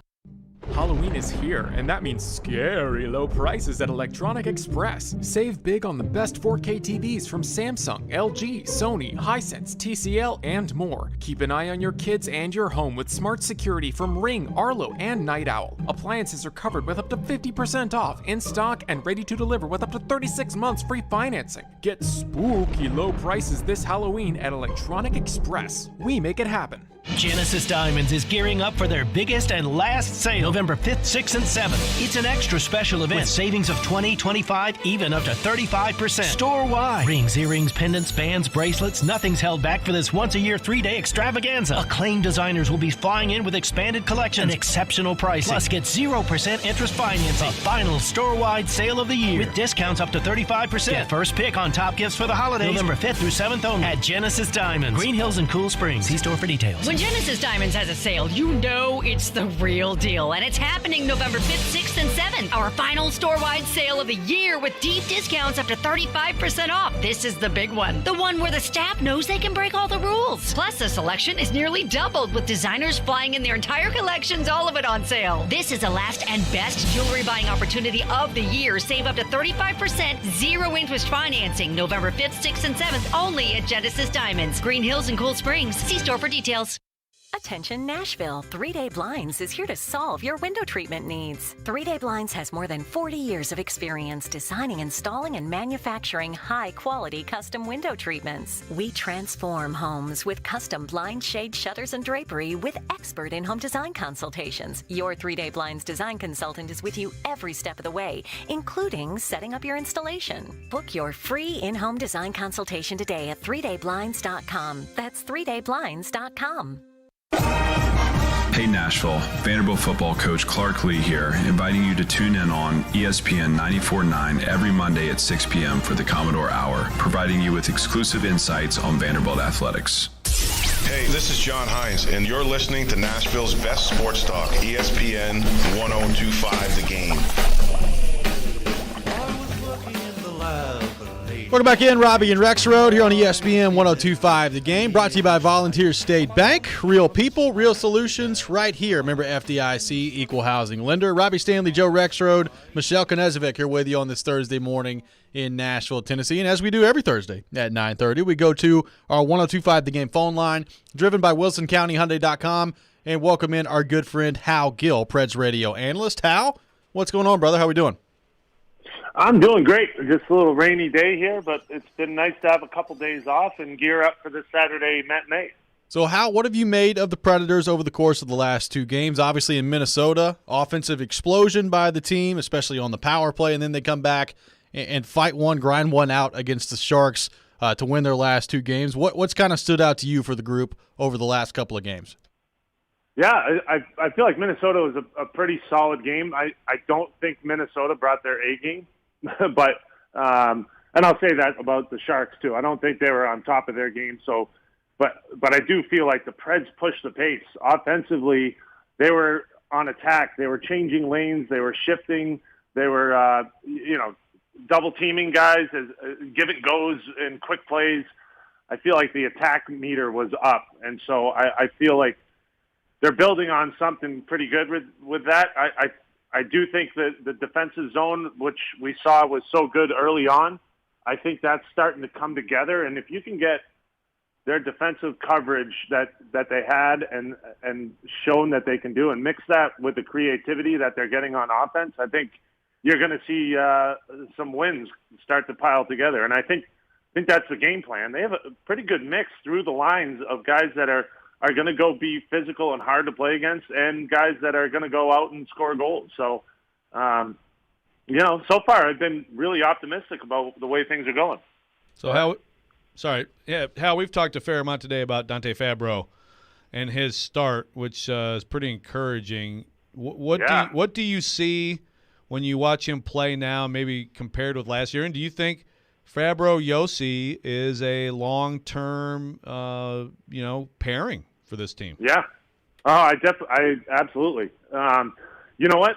Dante came out in his first two games. He was like, the first game, he wasn't really quite himself, and I was concerned about it. I'm like, after all that, he talked about the summer and how he trained differently and kind of refocused. And then he came in, and I'm like, okay, that wasn't his best game. I'll give him a ton of credit. He's been awesome since then. He got bumped up on to playing with Yossi, and he's not letting Yossi steal the reins. He's driving with him, and it's a lot of fun to see. Like, I was laughing in Minnesota. He had the puck on the string. He was dangling guys, and there's a different level of confidence that he has. Defensively, he's closing his gap, and he's aggressive. But offensively, as soon as he gets the puck, it's not just quick look to see where he can dump it off. He's making that one play. He's getting his feet moving. And then as soon as he beats one guy, it shifts the defense, and he's able to take advantage of that and move the puck to another player that can get some strides on some guys. So I think he's creating a ton of offense from the back end. He's also adding to the offense by being involved in the offensive zone. So I've been really happy with his game, and the confidence seems to be overflowing. So a lot of fun to watch right now. How we had Alex Carrier on Smashville Live last night, and he talked about one of the main differences of playing with Yossi and Ekholm is, Ekholm's getting a lot of starts in the D zone. Obviously, Roman's getting a lot of starts in the O zone. As a defenseman, like, how does that change the way that you have to play when you know that depending on who you're paired with, you may be deployed differently than maybe you would be if you're with Yossi? Yeah, I don't know. I never started in the offensive zone. So. No, seriously, it's funny when you play with, and it's also the line matchups that you're looking at. It's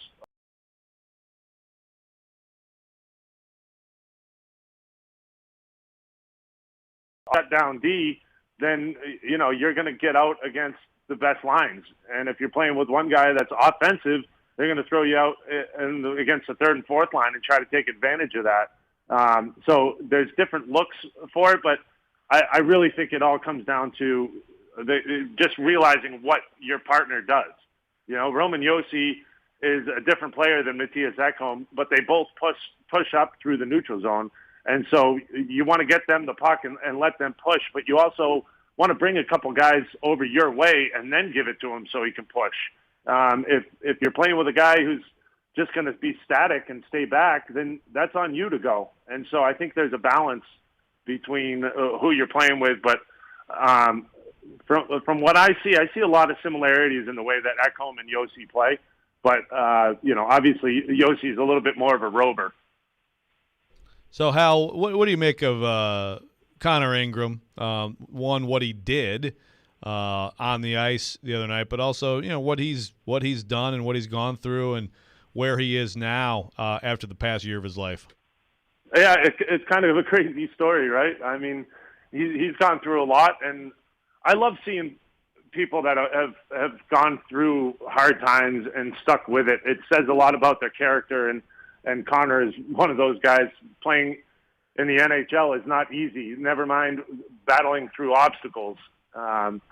it just says a lot about. And then the honesty that he has to say, hey, I had problems and I had to take care of it, and mental health came first, and he took care of himself. And you talk to John Hines, you talk to anyone on the team, and they'll tell you he's changed his lifestyle around, and he's living a whole new lifestyle, and that's not easy to do. And then never mind being in the best league in the world and winning. It's really a remarkable story, and it makes you feel proud to be around the Preds organization when stuff like that happens. And I'm super happy for him that he got to play and played as well as he did. He looked calm, right? I mean, like, you watch that game, and he was never in a panic, never out of position. Just I feel like he just really enjoyed, and he was at peace with it. And I think that's what was the fun part to watch, is that someone belongs in the league, not just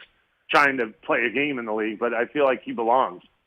Preds radio analyst Hal Gill on the line with us, driven by WilsonCountyHyundai.com. And Hal, we had John Hines on with us a little bit earlier in the show talking about Ryan Johansen, and basically he said, he's moving his feet more, he's making quicker decisions with the puck, not trying to slow the game down as much and just reacting out there.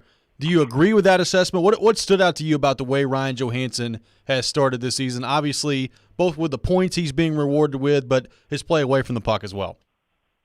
Yeah, I think he's playing a grittier game. He's battling. You could see shades of physicality, kind of like we always talk about playoff Ryan Johansen as a different player. Well, he's playing that way right now. He's got an edge to him.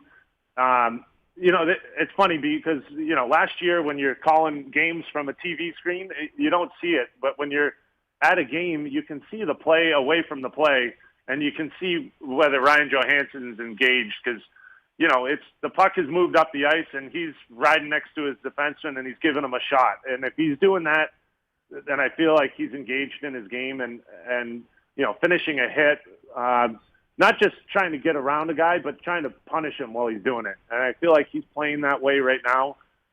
He's a big, huge body. He's tough to move. And so I feel like on that bumper position where he's battling for pucks in the crease and in the high slot, I feel like that's where he can be strong, and he's played well there. So, I'm encouraged. I'm encouraged where his game is going. I think to a large degree, a lot of players are going to follow him if he plays that edgy game.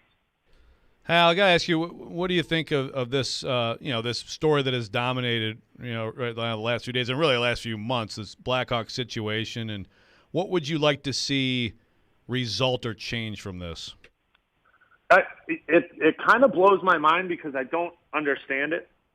If someone comes up and says they have a problem, and I feel like in the NHL, when guys have a problem, it's heard, and I don't understand how it just got left behind. Obviously, there was a problem, and it needed to be addressed, and I don't know how that got swept under the rug, and so many people have been hurt by the fact that it wasn't taken care of, and it seems like a simple thing. And I know they're in a playoff run, the Blackhawks, and you say, okay, we don't want distractions. Well, get the distractions out of the locker room. Get them out, away from, pull them out. And this guy should have been yanked out, and you don't even have to ask questions. Just pull him out, get him away, and we'll deal with it.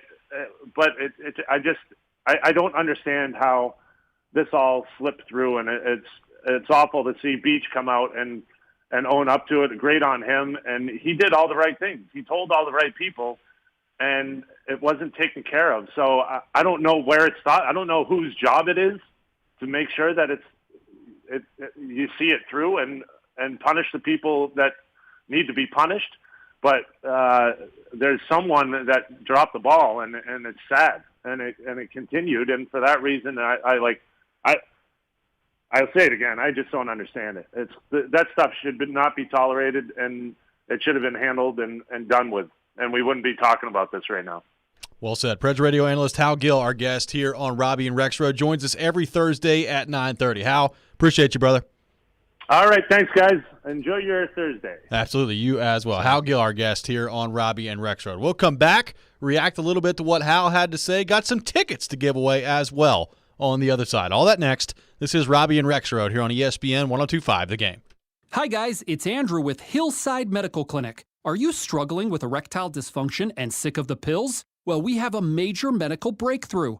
The Wave technology at Hillside Medical Clinic was tested by Cambridge University and the Cleveland Clinic, and the results are in. It's proven to increase blood flow by repairing blood vessels. No pills and no side effects. If you're ready to put a stop to your ED by treating the root cause, call us now. And not only will the assessment and blood flow ultrasound be free, we'll also include something unique that produces powerful results in the bedroom. I don't think I've ever seen it fail. This is a $600 value, free to those that call in the next 2 minutes. 615-576-5000. That's 615-576-5000. Guys, put a stop to your erectile dysfunction and get your love life back.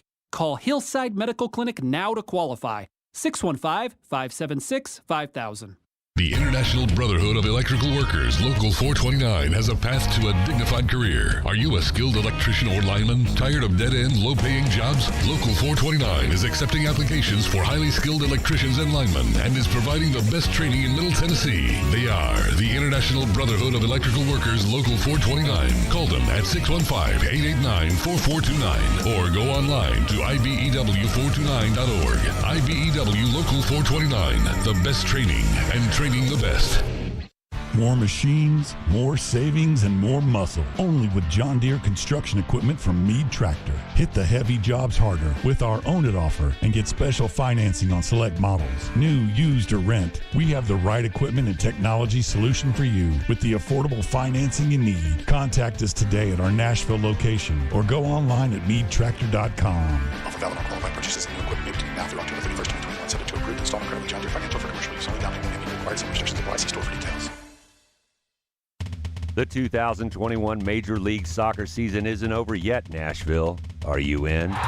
There's just one regular season home match remaining as we make our final push for a playoff spot. Don't miss the action on Sunday, November 7th at 2:30 p.m. against New York Red Bulls at Nissan Stadium. Come be a part of the most unique sports experience in Nashville. Tickets are on sale now from just $22 at NashvilleSC.com.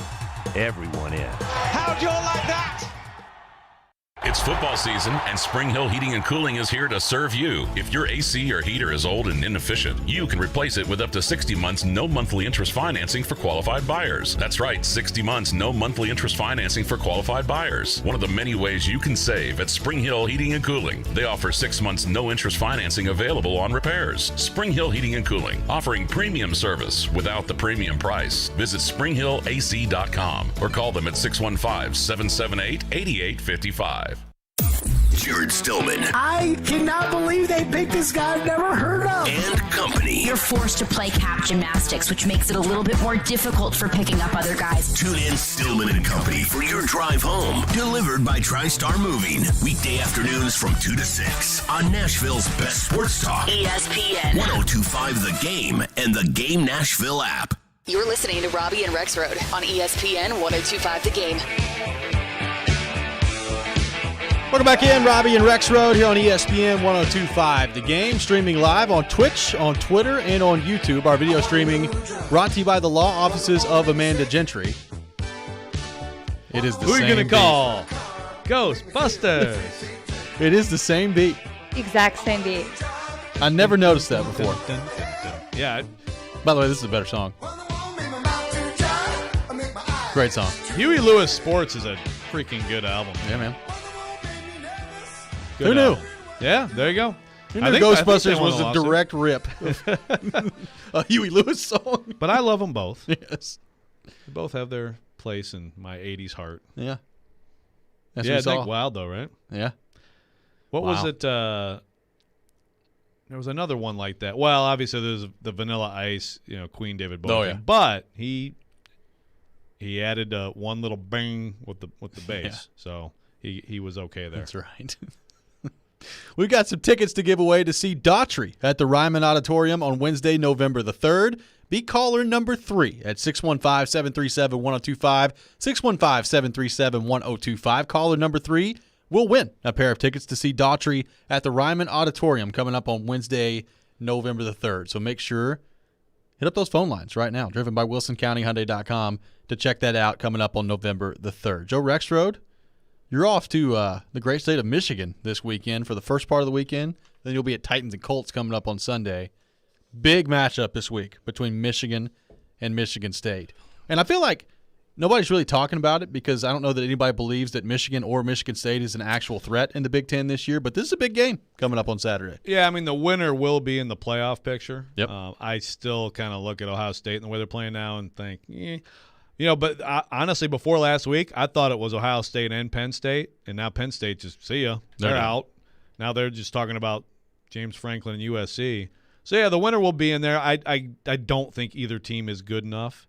But if you get into a one-game situation, they're both going to have a one-game – or not both. The winner is going to have a one-game situation against Ohio State. And if you somehow find some magic on that day, you might actually be in the playoff picture. Yes, we have tickets. And by the way, I will be wearing my Nolensville High School football sweatshirt. Will not be rooting 1 second for Michigan State. There you go. But I've got some family members who may be a little too rowdy. One in particular, we got to keep him under wraps here. Yes.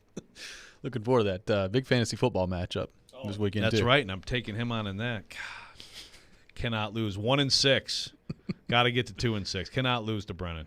Cannot lose to him. We began the show by this, but what a performance last night by Nashville SC. They hang up 6 goals last night against Cincinnati. They get it done 6-3, coming back from trailing in that game to win 6-3 and punch their ticket to the playoffs for the second consecutive season. So you're sitting here talking about, a team that's an expansion franchise.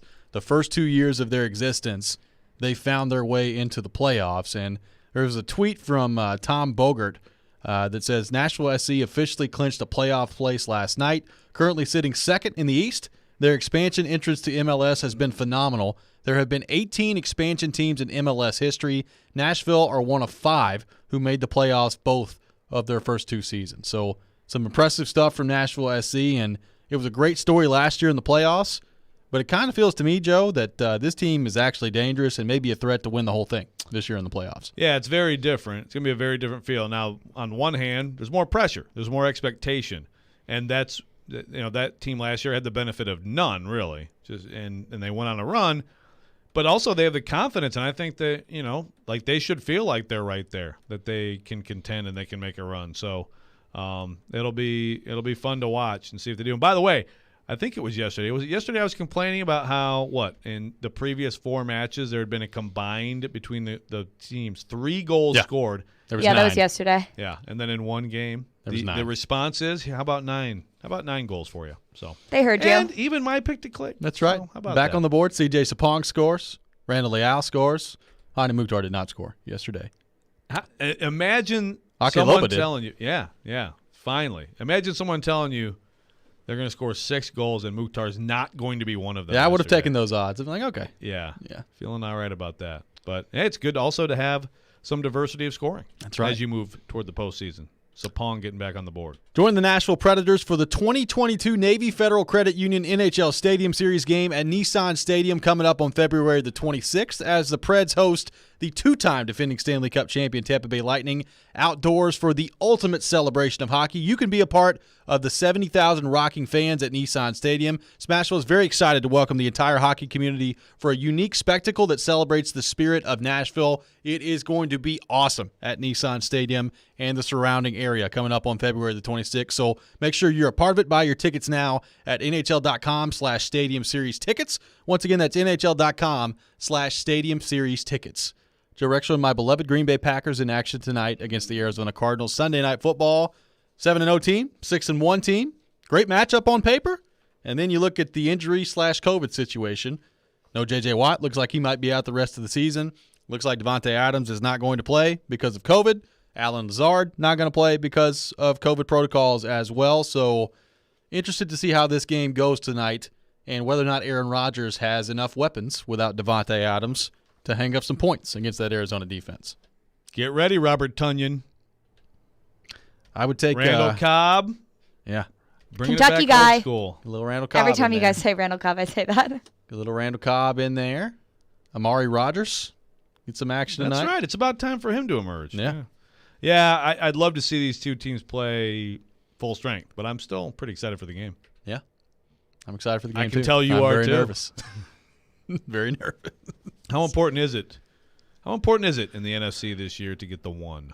I think it's pretty important. A lot of contenders. A lot of contenders for that one. Well, I mean, it's basically it's a playoff game that you've won, essentially, if you get the 1 seed. So, I mean, it's pretty crucial. Now, just a piece of advice, I would imagine they're going to use Aaron Jones in a variety of ways tonight. With no Devontae Adams, he'll be in the backfield. They'll probably line him up in the slot. Aaron Jones probably going to be getting the ball a lot tonight, would be my guess. Yeah. A.J. Dillon probably going to get a lot of carries. And then Dillon probably too, right? Yep. If they can possess the ball like that, then I'm sure they'd love to do that. Yeah, it's the Cardinals have kind of had this charmed existence, but now the J.J. Watt news, that's tough. And it's kind of brings me back, all the way back to the spring when there were some Titans fans who badly wanted them to go pay him, and it's like he's gets hurt a lot. going to get hurt. Yeah. DeAndre Hopkins, questionable for tonight as well. So in a game that may, when they're full strength, feature the two absolute best wide receivers in football with DeAndre Hopkins and Devontae Adams, maybe neither one of them tonight. I kind of feel like Hopkins will play, but we'll see. That would stink, Yeah. Too much of that in this league, but I guess that's what happens when you play a sport that is controlled violence. Very Packers, Aaron Rodgers, very vocal about the Thursday night football games this week. Oh, yeah? Not a fan of them. Yeah. Not a fan of them. Which Maybe I don't think he'll he's own alone them there. too. You've heard less of that in the last few years, I feel like. Because it was a very but again, it's like I agree, but these things are collectively bargained. Yeah. Exactly. So you gotta go play, man. You agreed to do these things. That's right. I agree that it's ridiculous. That does it for us today here on Robby and Rexrode. We will be back 6 a.m. tomorrow. Darren Donick and Chase is up next. This is ESPN 102.5 The Game. Keyshawn, J. Will, and Max. Weekday